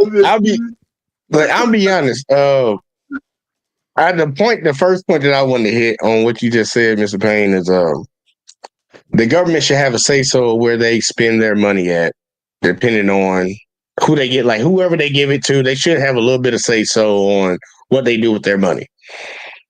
Who gave the government the money? The United States people. Okay, so pull that string. We pay taxes, right? So we pay taxes so the government can run. And we vote for the people that hope that they'll use that money that will not only satisfy what they need, but we get a little bit about what we want. That's why we put certain leaders in. Well, see, that's the problem. That's what they tell us. That's not what actually happens. No, of course not. Of course not. But once you pay, first of all, taxes it's not like they're voluntary, right? They're mandatory. They take our money away from us whether we want them to or not, or else it's a crime. So they're telling you they don't care. You're the only one who can't really put strings on your money. The people. Yeah, I agree. We're the only ones who can't put strings on. But if I'm the government entity, I damn sure I got my pet peeve. I think we should tell Israel, if we're going to give you $10 billion a year, you damn sure better listen to us from time to time. I understand, and to that point, and I'm glad you said that, when it pertains to outside of the United States of America, I 100% agree. There should be a reason that my fellow citizens are paying tax dollars for us to give it to you. There should be some stipulations. This should be like a contract. I give you this, you do this for me. I agree with that. But when it pertains inside of this country, I think that's a problem because once again, like you said, none of us signed up for this deal that we have right now. Yeah, but I disagree with what you're saying. If I give money to a corporation, I damn sure want to know what you're using it for. For example, like Augusta, I'm gonna just throw this out at you. If you accept public funds for your private enterprise, then your enterprise is really no longer private. Remember Augusta when they tried to keep women out of their golf course, They try to keep women out of it because they say they're a private entity, but that's not really true because they do take some taxpayer funds. And once they do that, they could no longer say that they could be legitimately exclusive because women pay taxes. So you can't say they can. Technically, they can. They got beat down. They got beat down until they found a woman. They found a token woman to give her membership. Yeah, that was more social pressure that got them because there are a lot of private schools for girls that get government funding, and there's a lot of private schools for boys. Like a lot of these, you know, the schools that we talk about that are just for boys. Like they can have their stipulations put in place where the government's okay with it and still will fund it. But in that instance, the social pressure caused that to change. It was a bad look in that instance. I agree with that. But we do dictate in between. My personal opinion, and the reason that I don't advocate for what's going on right now, because I really would say it's all MAGA, but I can't separate MAGA from the prototypical conservatives, because this is a lot of the things that a lot of them have been wanting for a long time. But you know, like, you ever been in a group of people and somebody over there talking crazy and you want to say something to them, but you like, man, I'm just gonna chill back. I'm gonna chill back. But then your homeboy say something like, man, what you talking about? And then you be like, you get the energy to come out the pocket and say something too. That's what a lot of conservatives are on right now. Because regardless of whether the dog whistling or remember Project 2025 was a myth. Trump didn't know nothing about it. But if you pull up the project and go line by line item, he been checking them off. They've been checking them off one by one. Brother Payne, that is a fact, bro. Brother Payne, that is a fact. I read Project 2025. There's some draconian shit in there that he's not doing. Right? Yeah. But you're right. If there's some intersections, there certainly are. But there's a not intersections. If we had it up here, it'd be nice to read some of that. Because I tell you what, I read it, and some of it I didn't have a problem with. Make that your next show next week, and I'll jump on. You can go by. We can go line by line. You know what? Because listen. You know what I would like to do. I mean, I was doing a lot of other stuff. I just came back to this politics thing. I don't know what I'm gonna do next week. It has to hit me, you know. But we'll come back to it because I think Project 2025 is a distraction. I think we should talk about what's actually going on right now, and we can make shows out of that. But it's actually going on right now. I agree with Brother JVJ. It's a problem. And Brother JVJ, I just subscribed to your platform, bro. I'm definitely going to check you out. Yeah, appreciate you, man. There you go, man. You know. Look, the reason that I say Project 2025 is because, like, these things are being enacted right now, and that's why we see, like, as a former service member, okay, seeing people, and remember, people are saying these are just mistakes. Jackie Robinson got removed off of the government website, but it was a mistake. The pilot that dropped the bomb in Iwo Jima got removed off, all because his last name was Gay. Gay. They were talking about the aircraft he was flying, the Enola Gay. Yeah, he named it after his mother. He named it after his mother. Yep. Yeah, so I'm like, they're going through, because a big part of Project 2025 was to take away. We want to limit what history is told and what is not. The same thing they were doing down in Florida before Trump got elected with Ron DeSantis, where we don't want to teach these white kids certain things to make them feel guilty. And it's like, in my opinion, just looking at it, you don't want to make the white kids feel guilty for what their ancestors did to us. We live it, but you don't want to teach it to them. And it's erasure. Project 2025 is a part of erasing the history of this country. We want to preach, because we've been indoctrinating kids from the get-go. We don't teach true history in this country, period, from the get-go. Let me ask you a question. Let me. I hate to be on this side of this because I get where you guys are coming from. I mean, you send your kids to public schools and you expect it. When they teach history, there's ways to teach history. There's ways to teach history, talk about slavery, but how deep should you go? Should we talk about, wait a minute, hold on. Let me just say what I gotta say. Should we talk about the rape and the pillage and all of that kind of shit in the history class, the third graders? Should we talk about all of that stuff? Or do we say that this period of time was the darkest time in American history? And then how much should parents be responsible for making sure history doesn't disappear? So, I mean, how much of that is, brother, is I would important? say this. I would say this. We should teach, especially down here in Florida. I'm in Tampa right now. Right. We should teach Roswell down here. I'm sorry, Rosewood down here in Florida. We should teach what happened to Rosewood, not Roswell. Sorry about that. Yeah, there you go. We should teach about what happened to Rosewood. We should Right. also teach for someone like me. Like I'm a proud paratrooper, man. I joined the United States Army just to be a paratrooper. I mean, when I tell a story, people laugh all the time. I'm not going to tell you the whole story, but here's the thing. Yeah. I never knew about the triple nickel, the 555th. I never knew about the 555th was a combat infantry company, all black.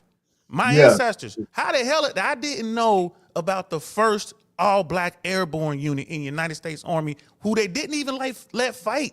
They didn't let them fight in Europe. They didn't let them fight in Japan. They got to fight fires. They were smoke jumpers here in America. They one of the original smoke jumpers to go out there, jump into a fire and put the fire out because the Japanese were sending fire balloons over using the jet stream. This is the history we should know. Every American should know that. Eugene Bullard. You guys know who Eugene Bullard is, right? Yeah. Every American should know Eugene Bullard, bro. What he did, who he was, the significance to it. BL and JVJ. Who's responsible for that? The white man, or are we responsible for that? I'll answer that question. I'll answer that. Who runs our educational system? No. I have to. In the backdrop of the fact that white people run the educational system, so that means the only knowledge we get is what they give us. Is that a good position to be in? Or if we can find that knowledge out, how do we each one teach one? I mean, we all have kids. I mean, we can't spend time teaching them history, not to absolve the white people. They're not going to change. You're not going to get comprehensive black history in a predominantly white school. You're just not going to get it. You never did. So when are we going to correct that? And the correction is to not make white people act right. The correction is that we should correct that shit. Why can't we correct it? Jews don't ask people to teach them Judaism or the Jewish history. They don't ask white people to do that. I mean, there are other white people to do that. They do it on themselves. Now, I'm going to sound like I'm giving these guys a pass. I am not. But for you guys to think that's going to ever be fair in terms of the way they teach anything, we're just pissing in the wind against the wind. We've been pissing against the wind since the beginning of public school. I would argue if we explain to our community the importance of voting locally, right? The school board, like what Brother JVJ was saying, how do you fix it, right? You get your people on the school board. They don't all have to be black, right? There are plenty of people out there who, they really want to tell the true history of America, including the Black Americans, Latino Americans, the Native Americans. They really want to talk about that genocide. The Trail of Tears was real. You know what I mean? I think when you talk to Americans and you talk about Dr. Charles Drew and his contribution to the world, right? Not just us. He didn't make plasma for black people. He made it for the world. And how did he die? They deprived him of his own invention. Right. Why we need to tell that story so we don't do it again. That's a lot of that MAGA shit is because of the key word. We need to tell that story. But my point is this last point, and I'll be quiet. The reason MAGA, that dog whistle with MAGA resonates so much because people don't understand their history. And it's easier to get those people to do these crazy things because it's easier for me to do what the Corporal Adolf did in the 1930s and point to a group of people over there and say they're the reasons why you're not making it here. And those people don't have any idea of their history. You got to watch that. And when a lot of people hit me up. Go back to the same perpetrators and ask them to educate you on your history, though. We got a circular argument going here. How would you expect the people who you're blaming for us not knowing to be the ones who fix it? That doesn't make any sense to me. I'll say why. Okay. I'll say why. Tell me why, JVJ. When you have an issue or a problem, what's the first step into fixing that problem? You have to admit you have a problem. That's right. Okay, but that's You gotta admit it. The problem. You have the problem. Okay. Yeah, and us as a country, we have a problem. No. America does have a problem, bro. Come on now. No. I'm not saying America doesn't have a problem. He says we gotta mine out the levels, because there's levels to this. America might have a problem, but all the problems don't hit everybody the same. And for us as being black, if the problem is that we don't have our history taught, everybody in America doesn't agree with that being a problem. Everybody, I agree with that. All right, so I agree. Let's look at our level. If black people have an issue with the way history is taught, who was supposed to fix it? Well, that's where you run into the conundrum, because that's why I said, if you have the problem and you don't know what the problem is, you can't fix it. First, we have to admit that we have a problem as a country. So then, let's admit that we have a problem with history. Yeah, we have a problem in this country, period, when it comes to race and how this. We can't just, it's just a broad topic. Let's stay on the specific topic of black history. Because if you bring everything else, we can't have a conversation if everything's on the table. Let's look at just how do we get black history taught to our kids? Well, see, that's the problem. There should be no such thing as black history. It's American history. How do we get American history that does justice to black history? That's the thing. We teach a certain part of American history, but we leave out parts that are not favorable to this country. So the number one thing is we first have to teach the true history of this country. We indoctrinate kids. Like right now, they're still teaching my niece and nephew that Christopher Columbus discovered America. We all know that's a lie. Okay, so all right. So who's we? So it depends on who we're saying who the we is. Well, if we had some more black schools at the lower level that was run by black administrators, black people, are they going to teach? Are they going to say Christopher Columbus? Go back to your point, Mr. Payne. Go back to your point. Remember what you said earlier. You said that the government should have some say-so if they give their money out to somebody. They should have some say-so about what they can teach. That is exactly why they don't teach this shit. That's exactly why. Because they have say-so. Okay, because the government is mostly run by white people. So once again, we have to admit, it's all coming back full circle. No, but the point is, we don't have to admit it. We do know we have an issue with what can we? Yeah, okay, but you can't say you have an issue, but the issue is to get somebody else to agree with the issue. I sat around a table when I was working, and we had a woman in there, a white man in there. Although everybody was white, but they had a couple of women, and they had an org chart. They said, "Well, the org chart, we got a diverse organization." I said, "It depends on your point of view." Because I don't see any diversity up there. I just see a couple of white people just because you got a couple of women on there. And I said, well, this woman is fine because she sees women up there. So her answer is cool. And then one of the guys, one of the division chiefs, I knew he didn't like black people, right? I mentioned his name. I said, well, Henry over here, he's looking at that org chart and he's saying, what's the problem? So it depends on what your worldview is. Now, if we got a problem as blacks, we have to fix it. We can't go back to the white man and tell him to fix it or be fair. It's not going to happen. I get the argument that you're trying to make, and we definitely shouldn't go to another group of people trying to get them to fix our problem. But if they are an impediment to us getting to a solution, we have to address that issue. We have to. And I get it. I get self-determination, do what you got to do, stand up on your own 2 feet and do it as a black man. I'm with it because that's all we can do. Like for everybody else that sits there and acts like we act like the white man is a crutch, we out here getting it every day. Like we can't pretend like we ain't out here getting it. But an issue still persists in society. You said a word. You said a word. You skipped right over it. You said impediment. You used the word impediment.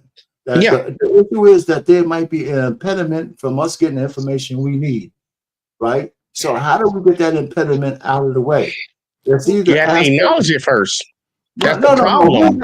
Who has to acknowledge it? They do. Everybody. No, no, no. We're acknowledging it. We acknowledge that we have independence. Brother Go Payne, ahead. if I could jump in, Go ahead, man. If I could jump in. So here, I hear what you're saying. I'm not blaming Whitey. I'm not saying it's the white man's fault. I'm still here, y'all. I just got to mute for a second. Okay. I'm not blaming white folk. Okay. What I'm saying is we as Americans need to teach our children, American children, white, black, Latin, whatever, you know what I mean, purple, green, all of American children history. It's like when you were in elementary school, right? Because you're a baby boomer, right? Yes, I am. When you were in elementary school, you had to name all 50 states, right? You had to name them. You had to name all 50 states, and you probably had to name the capital of each state, right? Yeah, we had those exercises. Right. When I was in high school, we had to name all 50 states, but we didn't have to name the capital. Now we fast forward all the way to my daughter. She can't name 3 countries. Right? She can't name 3 countries. So what did I have to do? I had to identify the problem, right? And then I had to fix it on my end. So what do? We go through now. I make my daughter name countries. We got a big old map on the wall. You fixed it then. Well, but it's not completely fixed. Now here's the thing: it's not that my daughter is a child of mixed race or whatever. She's half this and half that. It's not that the white kids are out here. They can name 3 or 4 countries, or they can tell you who participated in the American Civil War. There are white kids out here. They're in college. But they don't know nothing. Right? You can ask who fought in the American Civil War. The Spanish and the French. I know. What school you go to? So this is why America has to acknowledge we have a problem, and America, all of us have to fix that problem. Years on you guys, but you're the same. You guys the same guys who against Trump dismantling the Department of Education. They failed miserably. I don't think so. Oh, yeah. Oh, I think so. Go ahead, JG. So now we have a whole other conversation. Okay. The government, the federal government, sends out across the board the exact same amount of money for each school across of America. Anybody can Google this. They send out a flat rate that they give to every school, but also what funds these schools. And we all can see it in our day-to-day lives, whether we look at it or whether we don't. I bet money if I say it right now, you'll notice it. Most schools on the state level are funded off of property tax. So you see the areas that have the nice neighborhoods, the $1 million homes, $100,000 homes, they have a nicer school. The federal government still funded it at the same level they funded that stuff in the projects. But in the projects, that property is devalued. They don't collect enough taxes off of that, so they only have a certain amount of funding. Schools are funded off of property tax and not the federal government as a whole just funding it. And it's mainly because they don't want to teach the population. A dumb population is a good population. A smart population will uprise against you when you're doing something wrong to them. They want to indoctrinate the kids. That's why we have that whole term of school to prison pipeline, because we know the kids that come out of certain areas, they're going straight to either crime or they're going to the workforce. And then other kids, because we're already predestined, we're picking. Whether people know it or not, the rich people pick. Their kids are not the smartest. Just like Donald Trump was not the smartest. His father put him in position to be where he is. They pick and choose. And that's the problem that we have in the country right now. We have a wealth gap where the rich people have controlled the game. We have a class issue. We definitely. But the class issue started off of one thing. It started off with one thing, and we have to acknowledge it. And that's, look, the reason America's always going to have problems. Say the one thing that started. You're going to say race? Yes. No. I disagree with her. Class is always. Why do you think that? Because even white people separate themselves based on class. But guess what? They changed it. But remember, Mr. Payne, they changed it. Remember, the Irish and the Italians were not considered white when they first came to this country, but they changed it and they considered all white people white. Let me submit to you this, okay? Even amongst the Irish, they have a class issue. Every group has class issues. And now in America, we have a class issue based on the haves and the haves not. And it's not because in the black community, we have a class issue. But I'm not talking. No, what I'm saying is you can't say that classism started with race. I disagree with that 100%. Brother Payne, we all understand caste systems, right? If you want to look at, but you want to look at Europe, you want to look at Asia, whatever. But everywhere. also, you would have to acknowledge that the American caste system is unique. There's no other country, there's no other group that has the same type. Our class system is way different than what's going on in India, what's going on in Japan. It's way different. If you want to complicate it, yeah. That's my whole point. It's not complicating it. It's not complicating. We can't have, and this is the problem when we talk about these issues. We can't do it on a surface level. We have to broaden it because there's a lot of intricate things that go into it. And I've been to so many different countries and seen how they've operated. Right. Their class system or caste system, as they like to say it in other places, is nowhere near compared to what ours was. Our system was built on one group being secondary. And then luckily, black people got the secondary role because we were going to be the workers. The Native Americans, they said, y'all not even worth nothing. And they tried to mop them off the planet. We did it completely different because in every other culture throughout the entire world, even if they designated a certain group as less than, they wouldn't just make them work for them. Like we have the in China right now that are working as slaves, even though we got slaves in America. We put people into different categories, but in America, we did something completely different than anybody else in the world. That's why they call it chattel slavery. Yeah, but the slavery itself was different than anywhere else in the world. That's the point. That's the point. That's the point. That's the whole point. But listen, for you to say that because we have a black racism problem, that's what gave rise to class, that's not true. It's not. It's just not true. Though, but the point he made about what we do in America, in particular, the point about the Native Americans, I challenge people, this goes back to history. But this goes back to history. I challenge everyone who's listening. They exterminated them, yeah. But here's the thing. But how come they didn't have the Indians in slavery?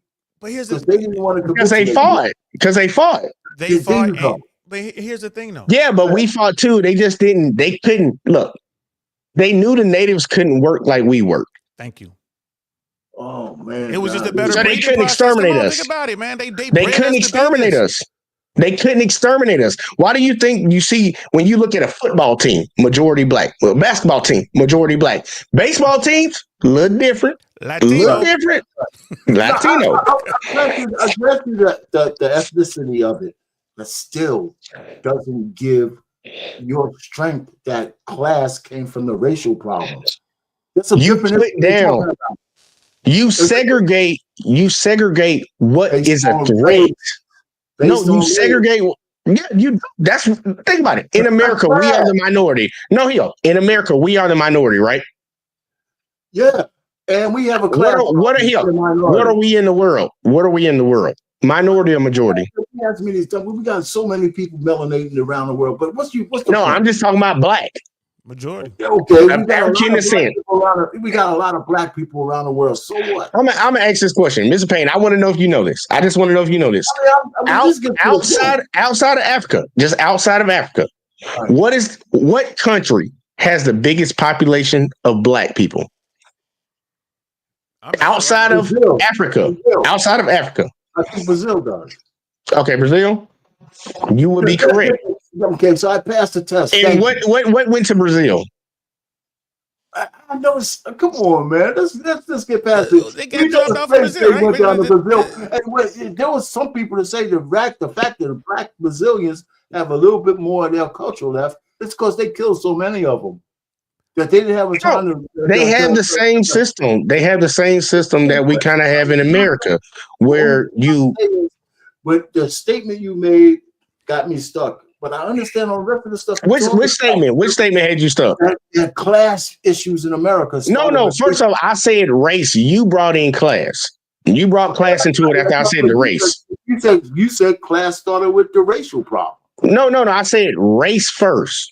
and you brought class into it. Okay. Maybe I misunderstood what you said. Oh, yeah, I don't know. Yeah, of course there's No, racism. the class system already existed amongst Europeans from the get-go because the Europeans that were winning stayed their ass in Europe. So I misunderstood what you said. Yeah, I'm about to say the class system already existed. The Europeans that were winning in their class system stayed their ass in Europe. The Europeans that were losing got put on that boat and had to go over there to a land that they never knew about. That's their class system. But when it came to us, our system was all built off of race. This country was built off of race. That's why you see the people that are lighter complexion, they get certain type of treatment and certain type of approval compared to the people that are a little bit darker. We have a racial issue in this country. And when we talk about, well, we need to teach our own people, think about this. You say we need to teach our own people our own history. Most of our own people don't know it because of the history that's been taught to us by the people that enslaved us anyways. We don't speak our native tongue. We don't pray to our native God. We don't do any of those things. We're not going to go back to Africa, man. You know what I'm saying? Nobody's saying go back. No one's saying go back to Africa, brother. Nobody's saying go back. Man, what y'all talking about, man? We're Americans. But American, but hear me out, Brother Payne. We're Americans, man. Brother Payne, Irish Americans know about their ancestors. Yeah, but let me finish. German Americans know about their ancestry, right? Chinese Americans, Korean Americans, Vietnamese Americans, all these people. So do they want to go back to their countries? No, they're Americans, right? Yes, but we don't got nowhere else to go. But that's my point. Is we have a lot of places to go. We could go anywhere on the planet. But my point is this, Brother Payne, my point is this. Wait a minute. What's stopping us from teaching our history? Because we got some light-skinned people? Because we don't know it. They indoctrinate. Hold on, Mr. Payne. Just let me say it. They haven't. Why is Jesus painted as white? I'm just going to ask you that. Why is Jesus in every church you go to, in every book you see? Why is the image of Jesus painted white? They painted him white because it's a big grift, man. They want you to look at the white man. Yeah, why? Why is it that? It's an indoctrination thing. The same. Once again, you went on it. Indoctrination. The same way when they showed those original maps of the world, Africa was small as crap, but Europe was this big. They want to rule the mind and teach you a certain type of history so you don't understand who you actually are. I hear what you're saying. I hear all of this stuff. But it's true. Well, yeah, even if it's true, we're in the situation that we're in now. How do we fix it? We have to acknowledge it. Hold on, who has to acknowledge it? Well, we have to. We do. The civil rights movement. Black folks didn't have no rights before the civil rights movement, right? They didn't really have none. Jim Crow, nigga, you get over there. Well, guess what? Once black people acknowledge that, this ain't right, we need to do something about it. Martin Luther King, Malcolm X, Frederick Douglass, and all these, Marcus Garvey, all of them got out here and started saying something about it. We addressed the problem, then we made the country address that problem. If we feel like there's no issue right now with wrong history or false history being taught, it won't be changed. It's always going to start with us. But we have to pass that on to the rest of the greater America, the greater society, to change it. If they're lying about history, they're lying about history. JBJ, I hear what you're talking about, man, and I hear you guys. I hear it. I mean, we'd have to have a whole show on this. But every time you say they have to do something, you're telling me that you're not in control of what you need to have. We're not. This is a white man's country. Hold on for a second. So that means that it's hopeless if you're going to think that they're going to agree. Wait a minute, man. If you think they're going to agree to fix your problem, then it's never going to get fixed. You got to go find and ferret out there. If you just told me all this historical stuff, you get that shit, you put it in whatever form you want, and we market that and teach history from that, as opposed to thinking some white saint going to come over here and then conform to what you need them to do. What's with the white stuff? Their problem is not your problem. Brother Payne, you keep bringing up this white thing. You keep saying them. Who's going to fix it? Who do you want to fix it? When you say they, who's they? All of America. Oh man, come All of on, us. man. I mean, All of us. all America doesn't mean shit. Tell me who you want to fix it. Because America. here's the thing: if you in South Florida, if you in South Florida talking about you want something You taught guys in the are just schools, blowing hold on, smoke now, but brother man. Payne, hear me out. If you in South Florida talking about you want something taught in the schools, ain't no white boys on the school board in Dade.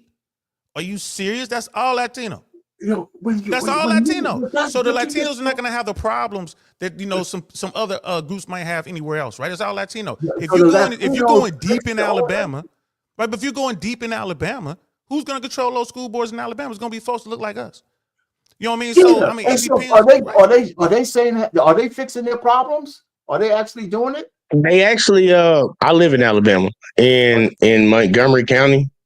Well, not they wouldn't even call it Montgomery County, but they actually they pushed back on this in the House. They pushed back on them trying to not.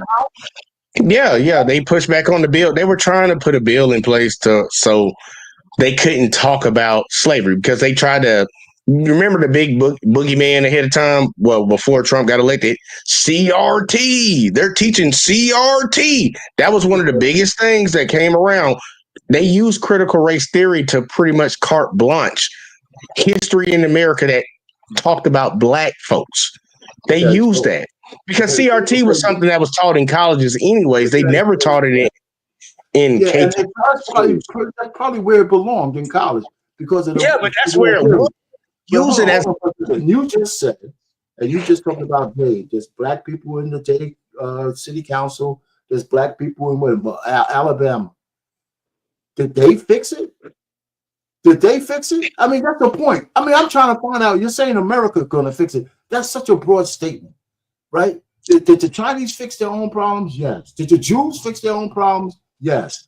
If no, they didn't. If the blacks want to teach history the way we want to teach it, we got to fix it. Payne, Nobody else.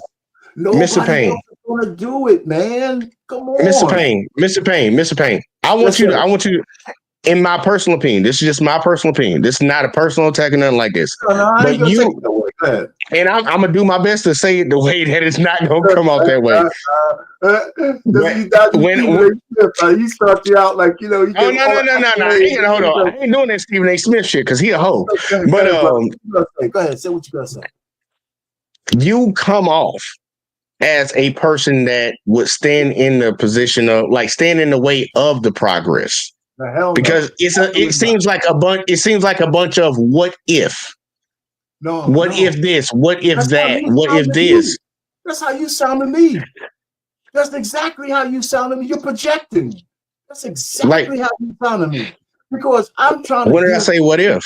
No, you keep saying they. And I'm saying, who's they? Then you talk about a black school board, and they still couldn't get things done. I didn't say anything about a school. I didn't say anything about a black school board. About the Latino, I was talking about the Latino school board and the black school board. But the point is this. But the point was the whole thing started over. Well, how can we fix it? It starts at the local level. It starts at the school board. Okay, you're talking about what we're going to teach our kids. It's just start at the local level. That's all I'm saying. And like the CRT thing, that wasn't even college level. That was third year law school level. I'm still amazed how they managed to spin that CRT thing into what they spun it into because that was crazy. Only lawyers learned about that in their third year law school. What do you think? Critical race and people ate it up because we live in a country where when it pertains to the history topic, this country wants people to be dumb. They want them to be uneducated. And that's why when they throw out things like that, a lot of people gravitated to it. When Trump was in the office the first time, a lot of people didn't even know about a monuments clause. They didn't know nothing about that. They didn't know about a quid pro quo. They didn't know nothing about any of this. People got educated on the spot because the education system that we have in America does not prioritize educating its population. They care about indoctrinating you and sending you into the workforce and sending you into the industrial prison complex. That's all they care about. But that's a fact. Y'all heard the story about the girl. But Brother Payne, you heard that story about the girl who graduated high school here recently. She can't read or write, and she's suing the high school, but she's in college right now. Can't read or write. Graduated with honors from her high school. No kid left behind was a disaster. But she graduated from school with honors, high school, got accepted into college, can't read or write. She's not black. She's Latina. You know what I mean? But that's the whole point. The system, we do not educate kids anymore. Brother Coach, we got Coach in the building. My bad. Let me shut up over here. Yeah, go ahead, Coach. Man, wait, listen, man. What's happening, brother? How you doing, man? What's Hey, going first on? of all, man, salute to your new specs, man. Salute, man. Salute, man. You got something to fit that. Man. Let's just pick them up. I'm just changing it up. I'm just saying, man, you got something to fit that big head over, man. So I mean, I've been listening for the last 15, 20 minutes, man. I hear some excuses, I hear some excuses because we are supposed to be the smartest, but we're actually the weakest and the slowest in our modern time. Because prior to, I guess, during the Jim Crow era, we was having to build wealth. We having to invent shit. These slow ass people in these schools today, they ain't reading nothing. They don't know how to do nothing. And I don't put it on the system because we all went through the system. I put it on the people who raised them. It has nothing to do with the system. We all been subjugated to the laws since we've been born, but we happen to navigate them. And the ones that did navigate them, now we on the other side talking about looking at the stuff we did and we sort of making excuses on why it can't be done. The same things are persistent. You know what I'm saying? We was under a president, his philosophy for 3 strikes you out black people. Back in the 90s, I don't know how old y'all was, but I was a young man. And the president, he was creating laws to send me and everybody my age to prison for a long time, uncles, daddies. And now we in a situation where somebody's actually going through the government, which should have been done years ago, and everybody's running scared from it. I'm not mad. Get the degenerates out of here so the younger people can have an opportunity. And now here's the thing. You have to take advantage of these things that are put in place after school. Everybody knows school ain't the same, but I barely see brothers in schools. The dude is in school. He's a janitor. He ain't teaching. He ain't counseling. He ain't doing none of the stuff that could help a young man to change his situation. We all came from mud. Most people my age, we started out in the projects. We didn't let the projects become our life. It was a situation to beyond our control. So when I see young men now who have way more access to way more information, who are making excuses about the laws, the same laws been in place. We avoided them. A lot of brothers avoid them. But you can't go into your 40s complaining about things that you can't change unless you decide to change it. We talk about the youth and they. Who is they? Most black people put each other down. Most black people cheat each other, lie to each other, steal from each other. We won't even stop deleting each other so we can stand together. We still arguing over dumb shit. Whose block is this? It ain't yours. We buying all the stuff that they make to keep us poor. Makes no sense to me. But I could be wrong, though. I could be wrong. Because my ancestors went through way worse than I did. They couldn't go to the park. They couldn't go downtown at night. They couldn't do things. They had to be in. They had to stay in their own. I've been going to the club since I was 17 years old. All over the city. I've been all over the country since I was 17 years old. And the only time I ran into problems when I ran into niggas who was on that bullshit. But again, military travel. I'm just saying, man. We can't make excuses at this time. When you finish, JV, go ahead. What you got to say? We have to stop using that talking point. We have to. It's getting burned out, and it's not a logical talking point. You said that when you grew up, you did what you did, right? You had conditions. Yeah, you had conditions. Yeah, I'm saying you had conditions around you. You had an environment around you that made you move a certain type of way, and you moved a certain type of way, right? The same laws everybody else privy to, yes. Okay. What's changed since you were growing up to what these kids are dealing with right now? Because the laws are still the same, right? Remember, the laws are still the same. The young man that surrounded me didn't tell me I couldn't be shit. The young women didn't tell me I wasn't shit. The young man wasn't saying, let's go do it. It was a brother saying, man, don't do that. No, I'm saying, what's changed for the kids now? What's changed for the kids now? Because the parents don't care about the kids. It's always listen, the mother focus on the 16. I know families where, I know 3 families, 15, 16 boys told a mama 5'2". Mama, if you got to call mama when and got in your butt because she knew her kids. She wasn't cussing out the adult in charge. The people down the street would call your mama and say, little nigga with the Cincinnati red hat is acting a fool out here. And your mama would come out there and get in their hands. But see, today, today, there's nobody holding nobody accountable. I want you to follow it.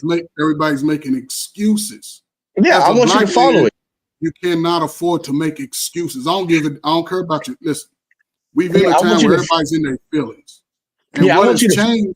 But what has changed? Nothing's really changed. It's still the same. What's changed? We protest, but then we go shoot each other up. We complain about the law, but people act like the law been on the book for years. Who's running in those?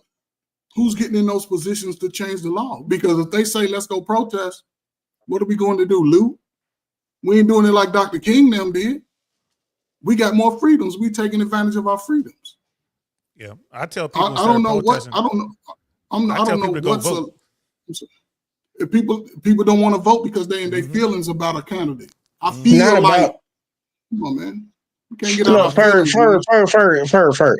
look, I know me and you've had conversations back and forth many a times. That is a surface level process of thinking. Well, tell me your surface level process of thinking. Now I'm gonna tell you. We know what the problems are. We can talk about problems 1,000 years. What is a solution for you to say, young men, young women, this is how you move to be better? Because you can't talk about the old days. They don't care about the slavery days, Jim Crow, and all. They don't care about that. How can they say be better today? People don't understand about compounding effects. And we just brush past it like it don't mean nothing. We brush past it like it don't mean nothing. Check this.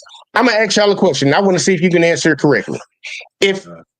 Let's say if Saint comes from a household where his father makes over $1 million a year annually, what's his probability compared to me coming out of the projects of reaching a higher level? Who has a higher probability, me or Saint's kid?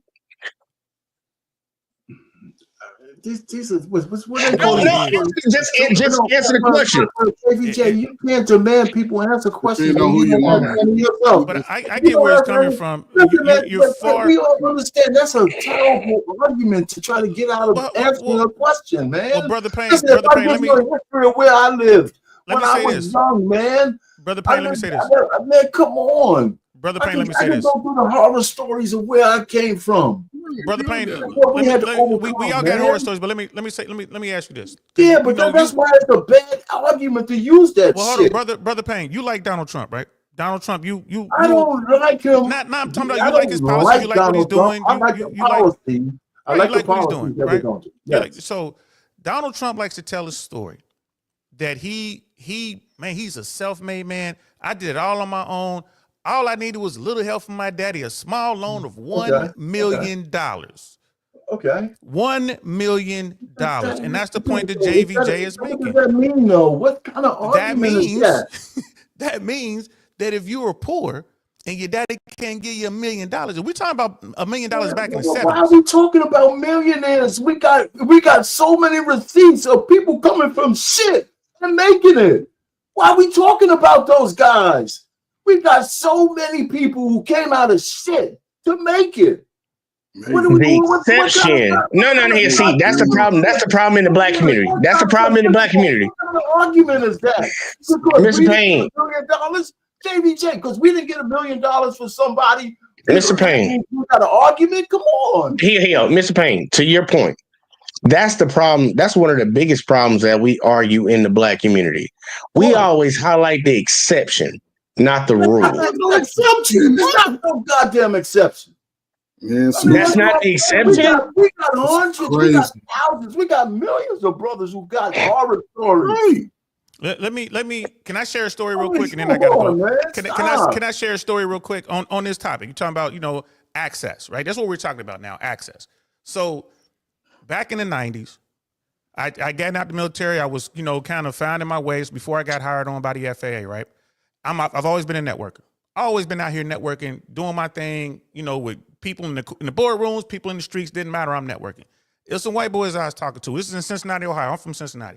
Some white boys talking to me, man, and they they out there, they skateboarders, they doing tricks on bikes and all that. And they was like, hey, man, we got this little festival coming through. It's gonna come through Cincinnati, and we like you, man. It's an opportunity, bro. You can buy in. I think it was $20,000. Like if it's $20,000, we'll let you buy in. We'll put you at membership level, like almost partner level, just to get this thing going.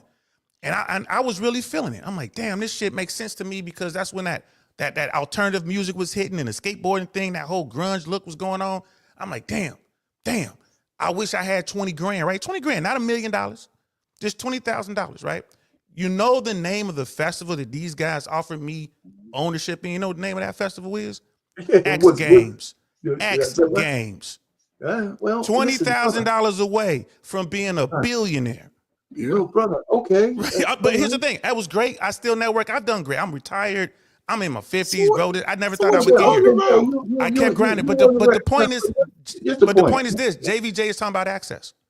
Now, if my daughter gets the same opportunity, and she comes to me like, Pop, I need $20,000 so I can buy into this thing or whatever. Guess what? Yeah. So we get there. That's the way it's supposed to work. We don't have exactly. Everybody thinks that we're woefully behind the generational gap, but the way it works is that you succeed and you open the doors for the people who come after you, and then it goes on from there. It doesn't matter if it's But you're disregarding the hindrance that are put in place for you to goddamn. No, hold on. But I'm not disregarding anything. Right. Listen, all I can say is this. We could use, when we start using examples of people who had advantages to try to prop up the fact that everybody doesn't have an advantage. That's a bad argument. I mean, my father-in-law was talking to me when I asked him for my wife's hand in marriage. We had a conversation on his step. He said, look at this block. He said, the whole block we were on. He said, a Jewish man came to me and said, if you give me $15,000 to come in, we can own all the buildings on this block. Here's a man who's getting ready. He had the money, but his situation his wife and all the kind of stuff, the way men work, she was thinking about, should I risk this nest egg on this whim? And he didn't take it. So here he is as an old man talking to me, and he says, listen, if you have an opportunity and you can spell it out and you can see it and flush it out, don't be afraid. Because every day I come out my door, I think of what if could have been. He said, I had the money. Yes. He had the money, but he would have been betting the nest egg. That's different than having been sitting on a couple million. But that's what before you go. He would have lost that money. He wouldn't have been destroyed. Yeah. Before you go. He wouldn't have got destroyed. He would have just lost the investment.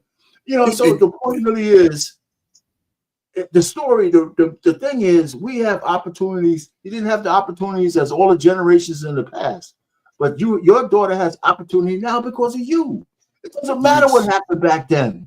Yes, it matters for knowledge, but it doesn't matter. No, it doesn't. It matters for knowledge, but it doesn't matter. And it's not going to stop her from being wealthy. It's the right thing because she didn't have to. It does matter, and I don't know how y'all can overlook that. But brother Diaz, it's not a crime. It's an albatross. I can relate to both of y'all's story, right? Because I was, again, when you're doing things the right way, you get connected to right people. When you on the bullshit, you get what you get. So if you're doing things the right way, and you were doing things the right way, our parents' family was doing things the right way, then you can network. So the network comes to you. I was in a position like that about 12 years ago. Somebody came to me with an opportunity, and I was a little timid and like, hold up, man, this is my little money, because we think our little 15,000, 20,000 is the all we got, which in some cases it is, right? You work for it. But then somebody said, man, do this. It's a guarantee. I'm like, man, listen, man, I'll give you a little bit of something. He said, man, do it. And it changed my life. It changed my life. I'm telling you, 54, wife said, retire, you got it. You can do, man, I've been chilling. Yeah. Think about what you're talking about. Think about what you're talking about. Hold up. We all, the point I'm making is we all had opportunity. We all had access, right? Exactly. Hold up. But they all are saying it. At some point in a man's life, if he's doing the right thing, you're going to have access. you're going to get the resources. A lot of us move in fear, and that's what hurts the black man. We cannot move in fear because today, they got access right at the fingertips. They ain't got to go read about it. They can Google it. They can look it up in 15 seconds to see if it's a good opportunity. But we so afraid about what could happen instead of thinking about if I'm doing things the right way, people are going to connect to me because people that do shit right way, they want, just like birds of a feather flock together. But if you make a decision to be on bullshit, you can't then commit all the crimes and then come back and say, see, the system held me down. No, you sell drugs to the little girls and the mothers, you need to go to jail. You delete somebody, you need to serve your time. Now, when you come back out, rehabilitate yourself. Do things the right way, because I've seen it done. People with 3 or 4 felonies and an escape charge, they did the right thing, and now their whole life is turned around. Yeah, but that's a minority. That's a minority. Because most people choose not to do it. That's No. That's a minority. Ain't got You're nothing saying to do with an 18-year-old, 19-year-old. No. You saying it? You saying that people out here selling drugs and doing that? That's a minority. I'm not focused on them. Most people choose not to take advantage of opportunity. Most people don't get it opportunity. Why? If you graduate high school, that's an opportunity. What are we talking about? Hold on. Opportunity. If you graduate high school, that's an opportunity to do what? To join the military, go to college, take a sport, whichever route. A lot of people choose to not do it. Then they spend the best time of their life bullshitting. Then when they're 35, all of a sudden they woke up and they expect my brother D.L. Saint to move out of the way. He's he ain't moving out the way. Moving out the way. Ferg, you just blanket statement that I would never tell young, when I was the 15, 20 years I work with young people, I would never tell them make an excuse why they can't do something. Okay, here, take this. Just because you graduate high school.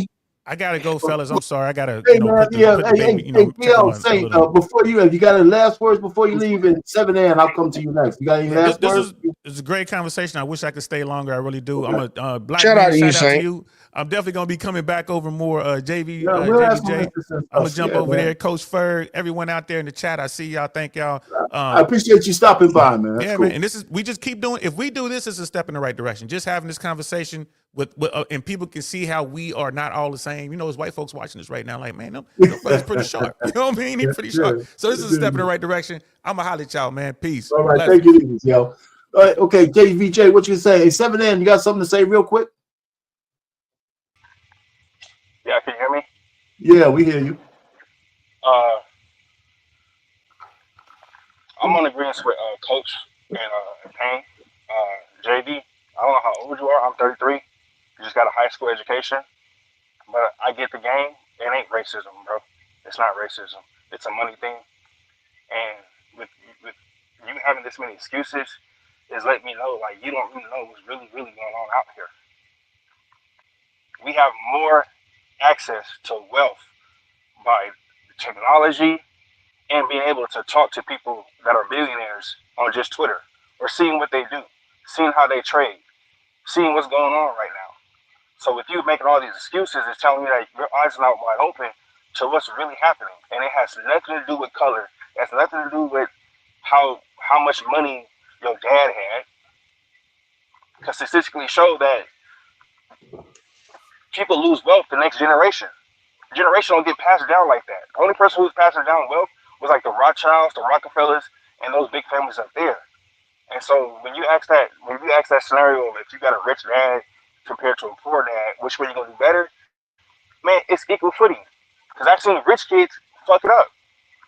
I've seen kids come from poor, make it big, because they wanted to. So I just hear a whole bunch of excuses, bro. I'm 33. I don't know how old you are. You seem like you're around my age. Bro, it seems like a whole bunch of excuses coming from you. A whole bunch of excuses. What's the last book you read? I'm going to call you a man card. What's the last book you read? The Bible. You said what? The Bible. Okay, you got the Quran right next to me. Hold on, man. Okay. No, show me, hold on, brother. Show me where in the Quran it say give up. You talking about me? Yeah. All right, here. Can I respond without being interrupted? I was just being facetious, JVJ. Don't answer that right now. I'm about to Show me go where it ahead say and give up. Show me where it give up. Let him go. Go ahead, JB. I'm about to go ahead and get off. First off, I didn't give any excuses, so I don't know where that came from. I'm stating fact. You keep saying that. Let him go. Let him finish, Seven. Let him finish. Go ahead. Who runs this country? That's a question. Like the five families. The big five No, families. no. What race of people runs this country? The Federal Reserve run our country. It ain't white like you think it is. I'm asking. It ain't I'm just asking. You know what I happened? just Hold need. on. It ain't white. I need one word answers. One word answers, because I'm gonna put the point out there. I'm just asking the question. It's not white folks. It's not white folks. It's not white folks. Who then? What race? It's five families. I just told you. It's five families. What race are they? What race are they? What's the majority? Hey man, land your point, bro. Land your point. Go ahead. Go land your point. I'm just put it like this, and this is the reason that the United States has been doing what it's been doing right now, because a lot of people don't understand how this country was built. This country was built off of one thing, and it's been obtaining that exact same thing. We can talk about you had the opportunity to go do this and do that. That's fine and dandy. I agree. Everybody has an opportunity, but the sad part is if you put somebody in an environment, they will be a product of it, and they infect our environments for a reason. We do not control anything that happens in this country. So every time you hear about a problem about immigration, you hear a problem about the economics, you hear a problem about anything else, crime and all this woo-woo. There's a dominant society that controls all that, but they turn around and blame your black ass for it. People need to truly understand. Yes, the fuck they do. Why they kicking out Mexicans right now? Why are you saying that? They don't? Who commits more crimes? Mexicans are homeborn Americans. So let's stop that nonsense right there. We got too many surface level thinking motherfuckers in this country right now that needs to truly realize what's going on. Wealth is sustained at the top. It's sustained at the top. You can talk about somebody lost their wealth within a generation. That's people that were new to wealth. That's why the Rothschilds, the Walmarts, the Gates are still having their wealth. That money ain't went nowhere. It ain't went nowhere. The families that have built wealth throughout the history of this United States still have it. It's because this country was set up in a certain type of way. But if we want to keep the, I just want to finish it. Okay, you're gonna land it somewhere, but we get your point. We do, but go ahead. If we disregard, I'm not making excuses. I'm pointing out a problem that we need to solve. It's not excuses, because we all got to get up every day. And I said it earlier. We all get up and we go do what we got to do every day. I said that very early in the stream. So I guess Seven didn't see it. Hey, I already got the solution, buddy. Hey, hold on. I already got the solution, bro. Hey, what happened in 1912? What happened in 1912? What happened in 1971? What happened to our money? Right? Everything's a money game, bro. We have no purchasing power right now. The dollar's not backed by gold. So you got to get some hard assets so you're not working and spinning your wheels. Okay? Well, you don't know your history. I do know, bro. So what happened in 1912 then? Okay, here, real quick. The Federal In Reserve was 1912, built, hold on. In 1912, could black people own land? No. You still think about No. color. I want you to understand something, because you don't understand compounding effects. No, you don't. Right now. You don't understand how shit. The same way we get affected with the money. You don't understand how shit. You don't understand how shit works. When you had one group of people, mainly to the people that had money at the top, and then they gave a little bit to the people at the bottom. Dude, they gave away free land to the West in the country, and black people were not able to get it. What are you talking about, bro? You still stuck in bro. You still stuck in. You don't understand how. Bro. You don't understand how shit. 2025. I do. Okay, guess what? In 2025, you don't understand how things compound over time. Hold on. You have a chance to purchase. Dude, I'm not. First off, I want you to say something. Okay, listen. I want you to understand something. When it comes down to it, look. You say crying. You cry. Okay. Go get some Bitcoin. Okay, here, check this. Go learn about how much money we owe this year. We owe $6 trillion right now. That's why Trump is fighting pound. We owe trillions of dollars. Hold on, hey, pal, hold on. I'm sick of facts. No, he talking. You can't even tell the host to stop, bro. You can't tell the host to stop. Crying, my nigga. You got Okay, here, I'm crying. I'm crying. I'm crying, right? Yes. I'm crying. On some 1960 shit. I'm crying. I guarantee. I guarantee. All right. I make more money than you. No, you I don't. No, you don't. grinded No, you don't. my No, you life don't. out. Let's move the thing, No, hold you on. don't. Come on, listen, man. You guys gotta listen, man. If y'all ain't listening, I'm just bringing y'all down.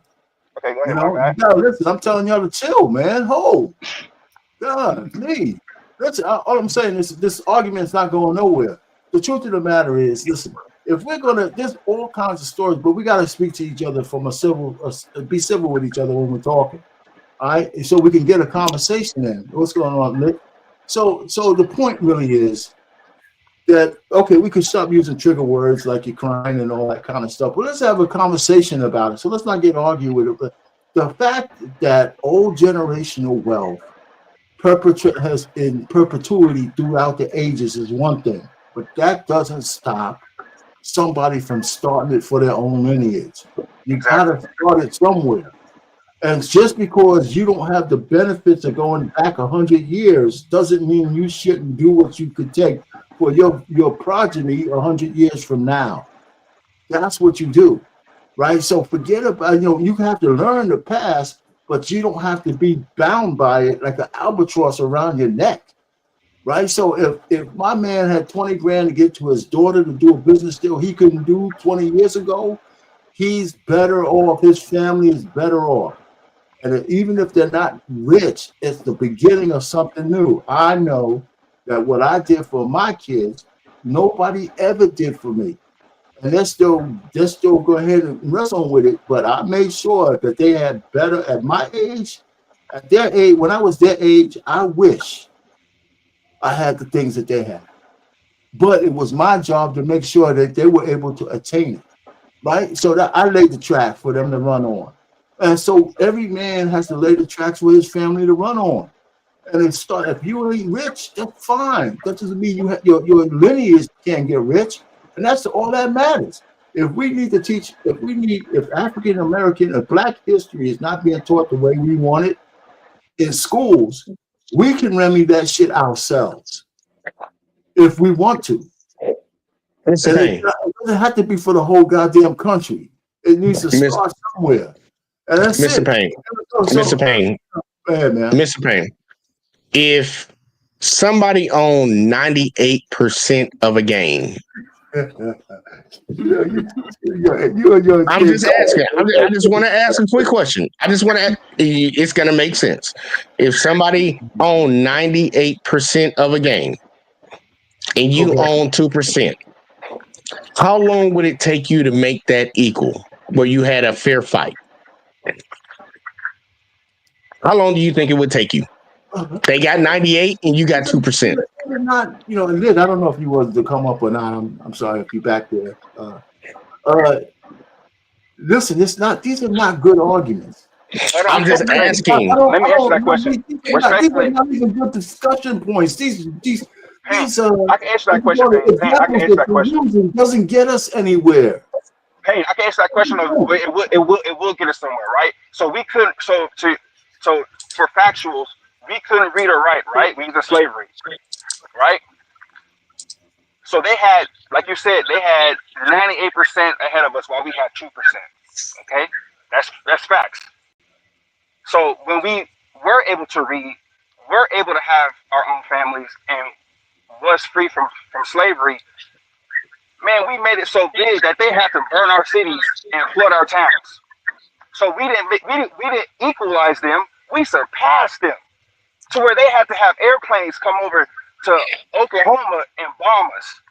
And they never let it So happen I don't want to again. be equal. Hold on. I don't want to be equal to white folks, man.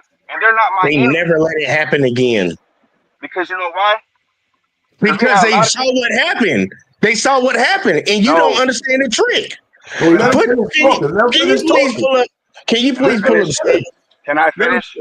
Can I finish? Go ahead. We never had it again because we had a dude named MLK that wanted to come together and speak some Marxist shit to our people instead of have our own stuff. Because we had black busing. Go read the book Black Fortune. We had our own black bus system. And I never met. I was born in '91, right? So I grew up hearing that white folks don't know how to season chicken, they don't know how to cook, they don't know how to do none of our foods.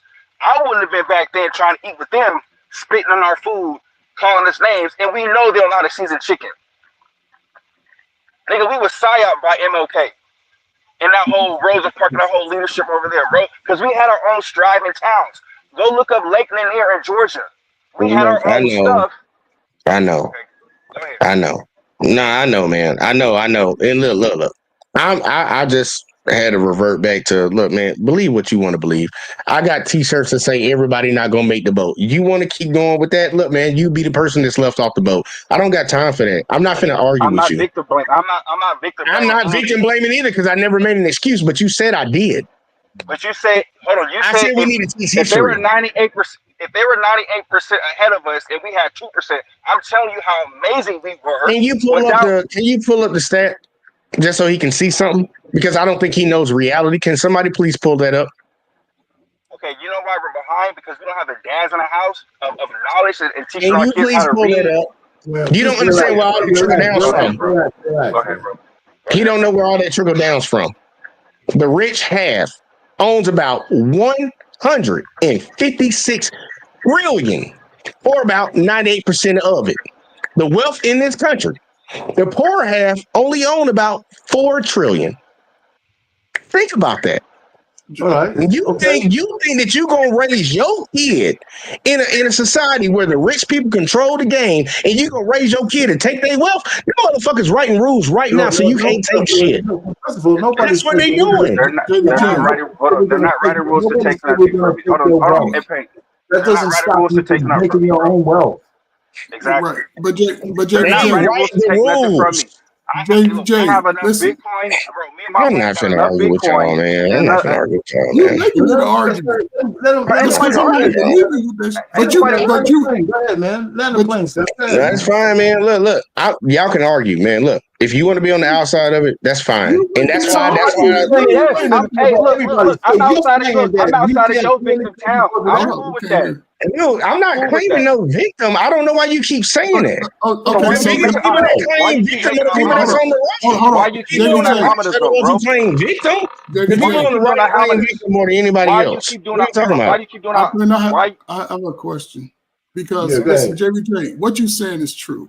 I'm gonna say this, then I'm gonna ask a question. What you saying is true, JVJ. It's been in existence like that all of our lives and all of our parents' lives, right? Right. That 1% of wealth. We know that. That's in the history books. That's in the, I don't know. Listen, little brother, I don't know if you ever read a 1987 sociology book. Go read a sociology book. It'll let you know America, how it's operating. All of that's true fact. That's true fact. But despite that, right? And let's just say they had 300-400 years a head start. But today's modern man has way more access to the inside than before. Because what black men rarely do is work together when they get their bag. They don't go to other brothers and work together to build up, buy the neighborhood block that's turned down. They don't work together. It ain't got nothing to do with another race saying don't do it. No, everybody knows this there. You just have to be willing to do it. That's the problem. Listen, Quick question. What do you? Oh, listen. We know that Quick we're question. not going to equal $400 trillion as those that's white people. We know that. But how come black people just can't go ahead and get 50,000 in the bank, 60,000 in the bank, working together? That everybody, and who's saying that ain't wealth? Who's saying that ain't wealth? If I can leave 100,000 to my children, 50,000, they all go to college or do whatever trades they do and create their own generational wealth. We have it where we make it. Everybody ain't built for college. Well, he gonna sit around and lay on you. Everybody don't do this. But it comes to every man's point in life to make a decision on being better wherever he started from. Because half these modern niggas don't know nothing about Jim Crow segregation. They called it struggle love when your aunties and uncles was building $50,000, $30,000 from saving money, not even going to the bank, working together from nothing. So these modern people making excuse. Yeah, the laws have always been the same. But who's going to take it upon themselves to be better? So, Okay, quick question. Quick question. Just quick question.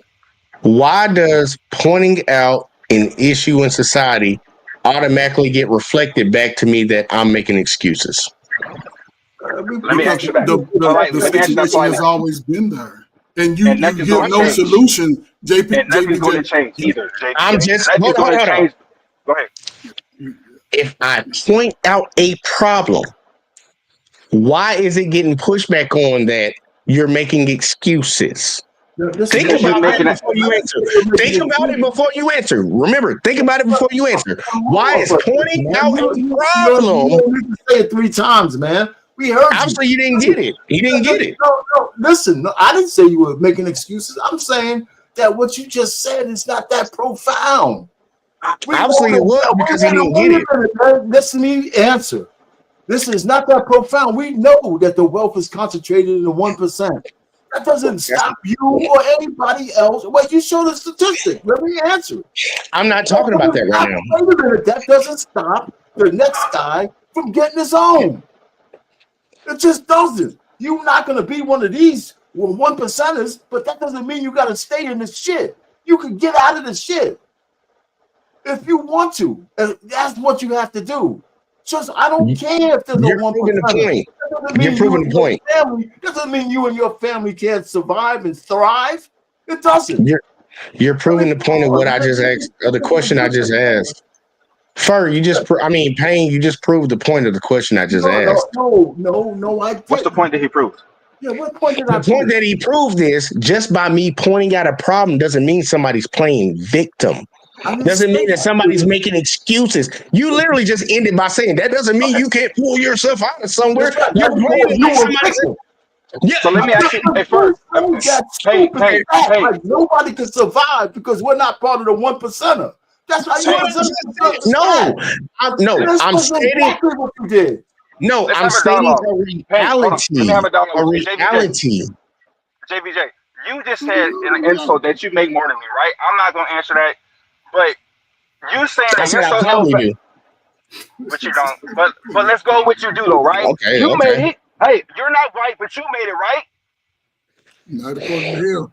You're and not I white, know but that you made it, right? And I hear you. Yes, and I know that I'm not everybody.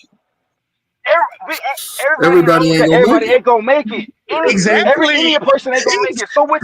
So why are you making that? So why are you making that? So hold on. So why are you making that the hammer to nail that down? Of everybody ain't gonna make it. You trolling, man. Everybody gonna make it. You trolling.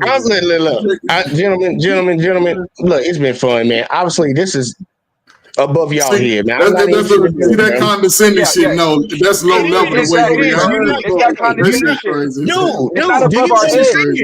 Do you understand that if you was an owner of a business, you might have an issue? Hold on.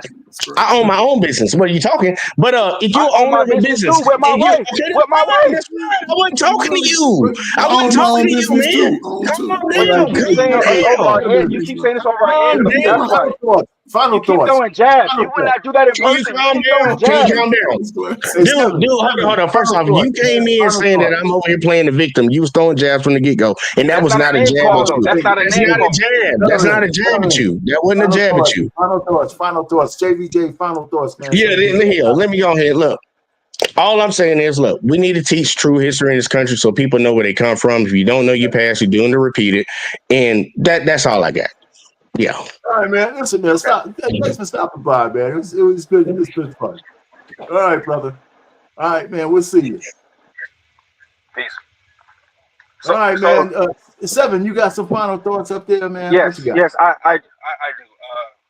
When I have my kids, me and my wife have our kids, I would teach them about the Black Seminoles, the Maroons. I would teach them about the success that Black people had, okay, and still have. I'm not gonna go from what we didn't have. But I'm going to teach them how we overcame stuff and how we've always fought and came up top. Even when we were held down. Like a beach volleyball. You can hold us down for so long. But we came up, though. Way surpassed them. And the whole issue is the money's broken.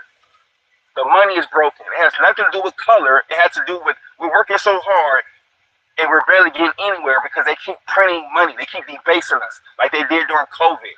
It has nothing to do with color. I've seen poor white people. I've seen poor Mexicans. I've seen poor Blacks. But like Coach Berg said, everybody that's held me back look Black. I hear I you. ain't never had. I lived in Seattle for 12 years, and I lived in Atlanta in the beginning of my life. So I've seen two different type of people. Anybody who's held me back was black, not white. So don't live by this victim or it's them and revisionist history bullshit, bro. You can make it. I only got a high school education, and I know the game because I read my books. I know what happened in 1971 with the Federal Reserve. I know that I'm working hella hard, but I ain't getting nowhere because they keep printing my fucking money. They keep printing the money. They keep debasing me. So it's white, black, Mexican, Indians in America that we all getting screwed over because of the Federal Reserve. That was created in 1912. Yeah. Yep. All right. Yeah. Anything Just by else? Oh, reading that's books, you know what's going on, bro. yeah, absolutely. And you got that powerful thing in your hand called a computer or a phone, man. To get all the information in the Exactly. world. We Right? have access. Coach Yep. Berg didn't have access. Coach Berg made it had an excuse because you had the 3-strike law. You had the 90s. You had those jobs go overseas to China. This is actual facts. So you had Gary, Indiana. You had Detroit. You had Michigan. You had California. Because I was born in '91. When he was a young pup, his jobs were shipped overseas to China and other countries. So it was hard for him to provide. So he was probably gang banging drugs or going to war. Whatever Oh, it man, was. no, brother, don't do none of that. So I was born right after the LA riots, man. So he didn't have an opportunity, but I'm not gonna keep saying that I'm still stuck because we got internet, we got phones, we got knowledge, we got podcasts to understand from all different types of races across the country and the world. How do I get up? You can learn how to code by just watching YouTube and subscribing to somebody and getting their Patreon. Ain't no white man stopping me from opening up a Patreon and making a profile. Right. That's why I say they sound like excuses, and I didn't mean to attack. Sounds like to me excuses, but I'm not playing. Oh man, shoot. All right, man. What happened? What's going on? It's only me? Oh, final words. Yeah, man, brother. Look, man, I had opportunities, man. I joined the service, went to college. I'm paying you back? Yeah, I'm back. Oh, okay. Yeah, I was just doing my final words, man. You know, I was just clarifying to my brother, you know, I had opportunities like everybody else, going to college, joining the military. I took advantage of my opportunities and options when they became available. And, you know, listen, man, we all in America, man. You know, everybody opportunity ain't gonna come at the same time. You know, despite what we have coming out of our homes as teenagers, we're going to be faced with the realities of life. And then at that point, you're going to have to make a decision to better your own life. You know, some choose to bow out early. Some choose to continue to work and put forth the effort. You know, we're not going to come out the gate with success. Well, I ain't going to say success, but for the most part, we ain't going to come out the gate with millions of dollars in the bank and families who created millions of dollars. Most of us are going to start out working a job, going through the education system, which we did, and then becoming adults and making decisions to be better based off our experiences as young people. You know, I'll say this, I wasn't saying, okay, now they're clarifying, it just seems like it's the same things that's being repeated on why we can't do anything. You know, but again, everybody has the same opportunity. You know what I'm saying? Alpayne brought it to my attention a few weeks ago when he's like, despite all these laws and regulations, he still put in the work to become the person that he was. And that pays. Alpayne, you muted. You muted, brother. Ask you a question on that. Why do so many people fight against the fact that, you know, they've overcome obstacles to actually be where they are in order to keep the narrative going that we're helpless, right? We just had you know, GL up here. He had all these credentials. I'm asking, well, you know, how did you make it? With all this oppression out there, you're right here, right? Even in this guy, JVJ, right? I mean, he's talking in this circle of bullshit. But how did you make it?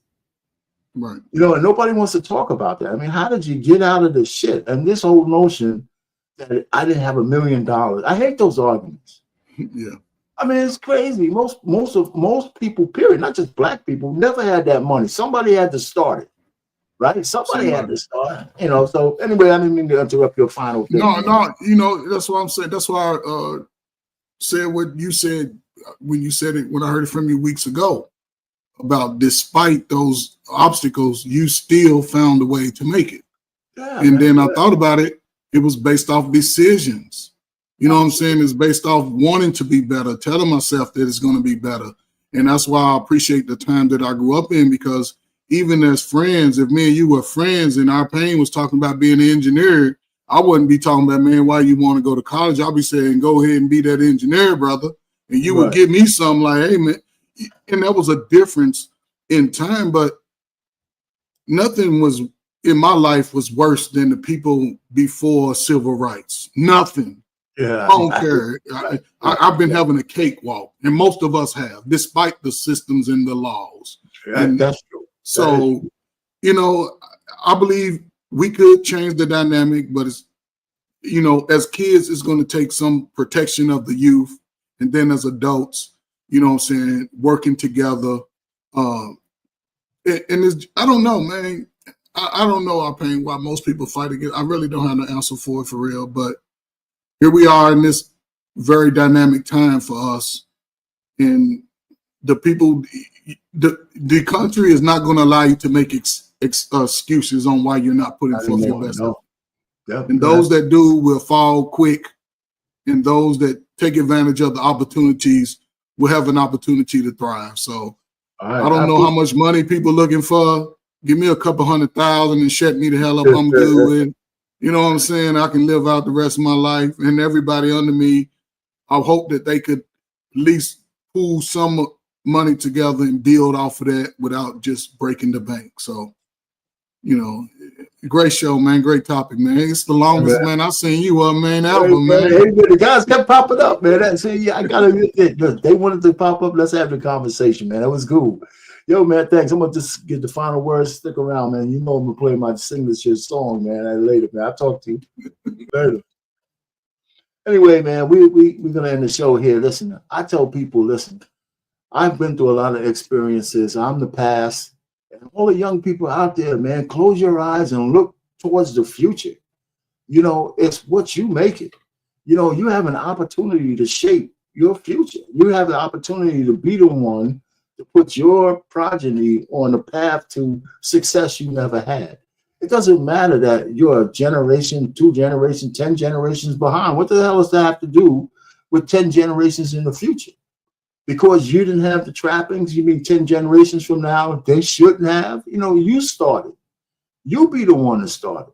You be the one to be able to have the money and have the house or whatever it is to pass down so people could build upon something, right? It doesn't matter that you didn't have a sugar daddy to give you $1 million. I can't stand those goddamn arguments because it's not your reality, right? So live in your own reality. I don't understand why so many American blacks want to still be so beholden to the Democrats with all of their history and what they did to us. You think they really fundamentally changed? You know, and victim mentality is the top number thing they have. We got to get off the mental plantation. It's a different kind of bondage. It is. And black women, you know, you're going to have to come to Jesus on your own. Because it's no way that 92% of black women should be liberals. You know, there's something wrong with that. There's something that says we need to coddle and we need to be able to be protected by some system out there that gives us affirmation and attention, you know, gives us the, you know, our inferiority to the rest of the women out there. Black women, you guys are the most coddled women in the entire world. The American black woman. Believe it or not, you guys have more sway than a lot of women, maybe save white girls, but a lot of them are jealous of y'all. You know, so listen, I'm gonna go get on out of here. Thanks, Coach First, DL, JVJ, everybody else who came up in the chat. You know, Trey came up and all that kind of stuff. I'm gonna leave you with my signature song. And to me, you know, we will rise again. That's my little baby there. So I'm gonna play it for you. Listen to the words, and then we're going to just go ahead and end the stream. I appreciate you coming up. And hey, listen, Lit, thanks for being in the back. And let's rock and roll.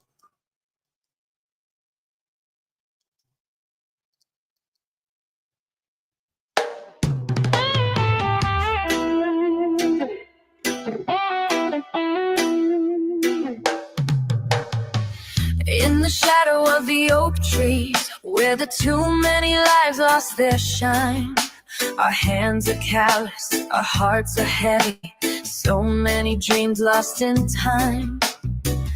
Fields stretch out like a memory, whispers blown in the breeze, yearning for a place where we can finally breathe. We are trapped on the plantation, bound by mental chains that leave us drained. But there's a fire inside of us. We will rise again. With our voices, we'll break the silence. With our hearts, we'll find our way through the shackled darkness of our past to a brighter, free, thinking modern day. Underneath the midnight sky, stars begin to glow. We gather round in secret, sharing tales of hope. New words of freedom echo boldly, energizing our souls. We'll march to the rhythm of a true dream that makes us whole. We are trapped on the plantation, bound by mental chains that leave us strained. But there's a fire inside of us. We will rise again. With our voices, we'll break the silence. With our hearts, we'll find our way through the shackled darkness of our past to a brighter, free, thinking modern day. Every heart that's been broken, every life that's been torn, is a seed of revolution in the fields where we were born. So we'll stand up together, hand in hand we will fight for the dreams of our ancestors. We must claim our birthright. We are trapped on the plantation, bound by mental chains that leave us strained. But there's a fire inside of us. We will rise again. With our voices, we'll break the silence. With our hearts, we'll find our way through the shackled darkness of our past to a brighter, free, thinking modern day. So let the winds of change come, let them hear our song. For we are breaking the mental shackles, and we will rise strong. From the ashes of our history, a new dawn will appear. Trapped no more, we'll find our way off the plantation, for our freedom is here.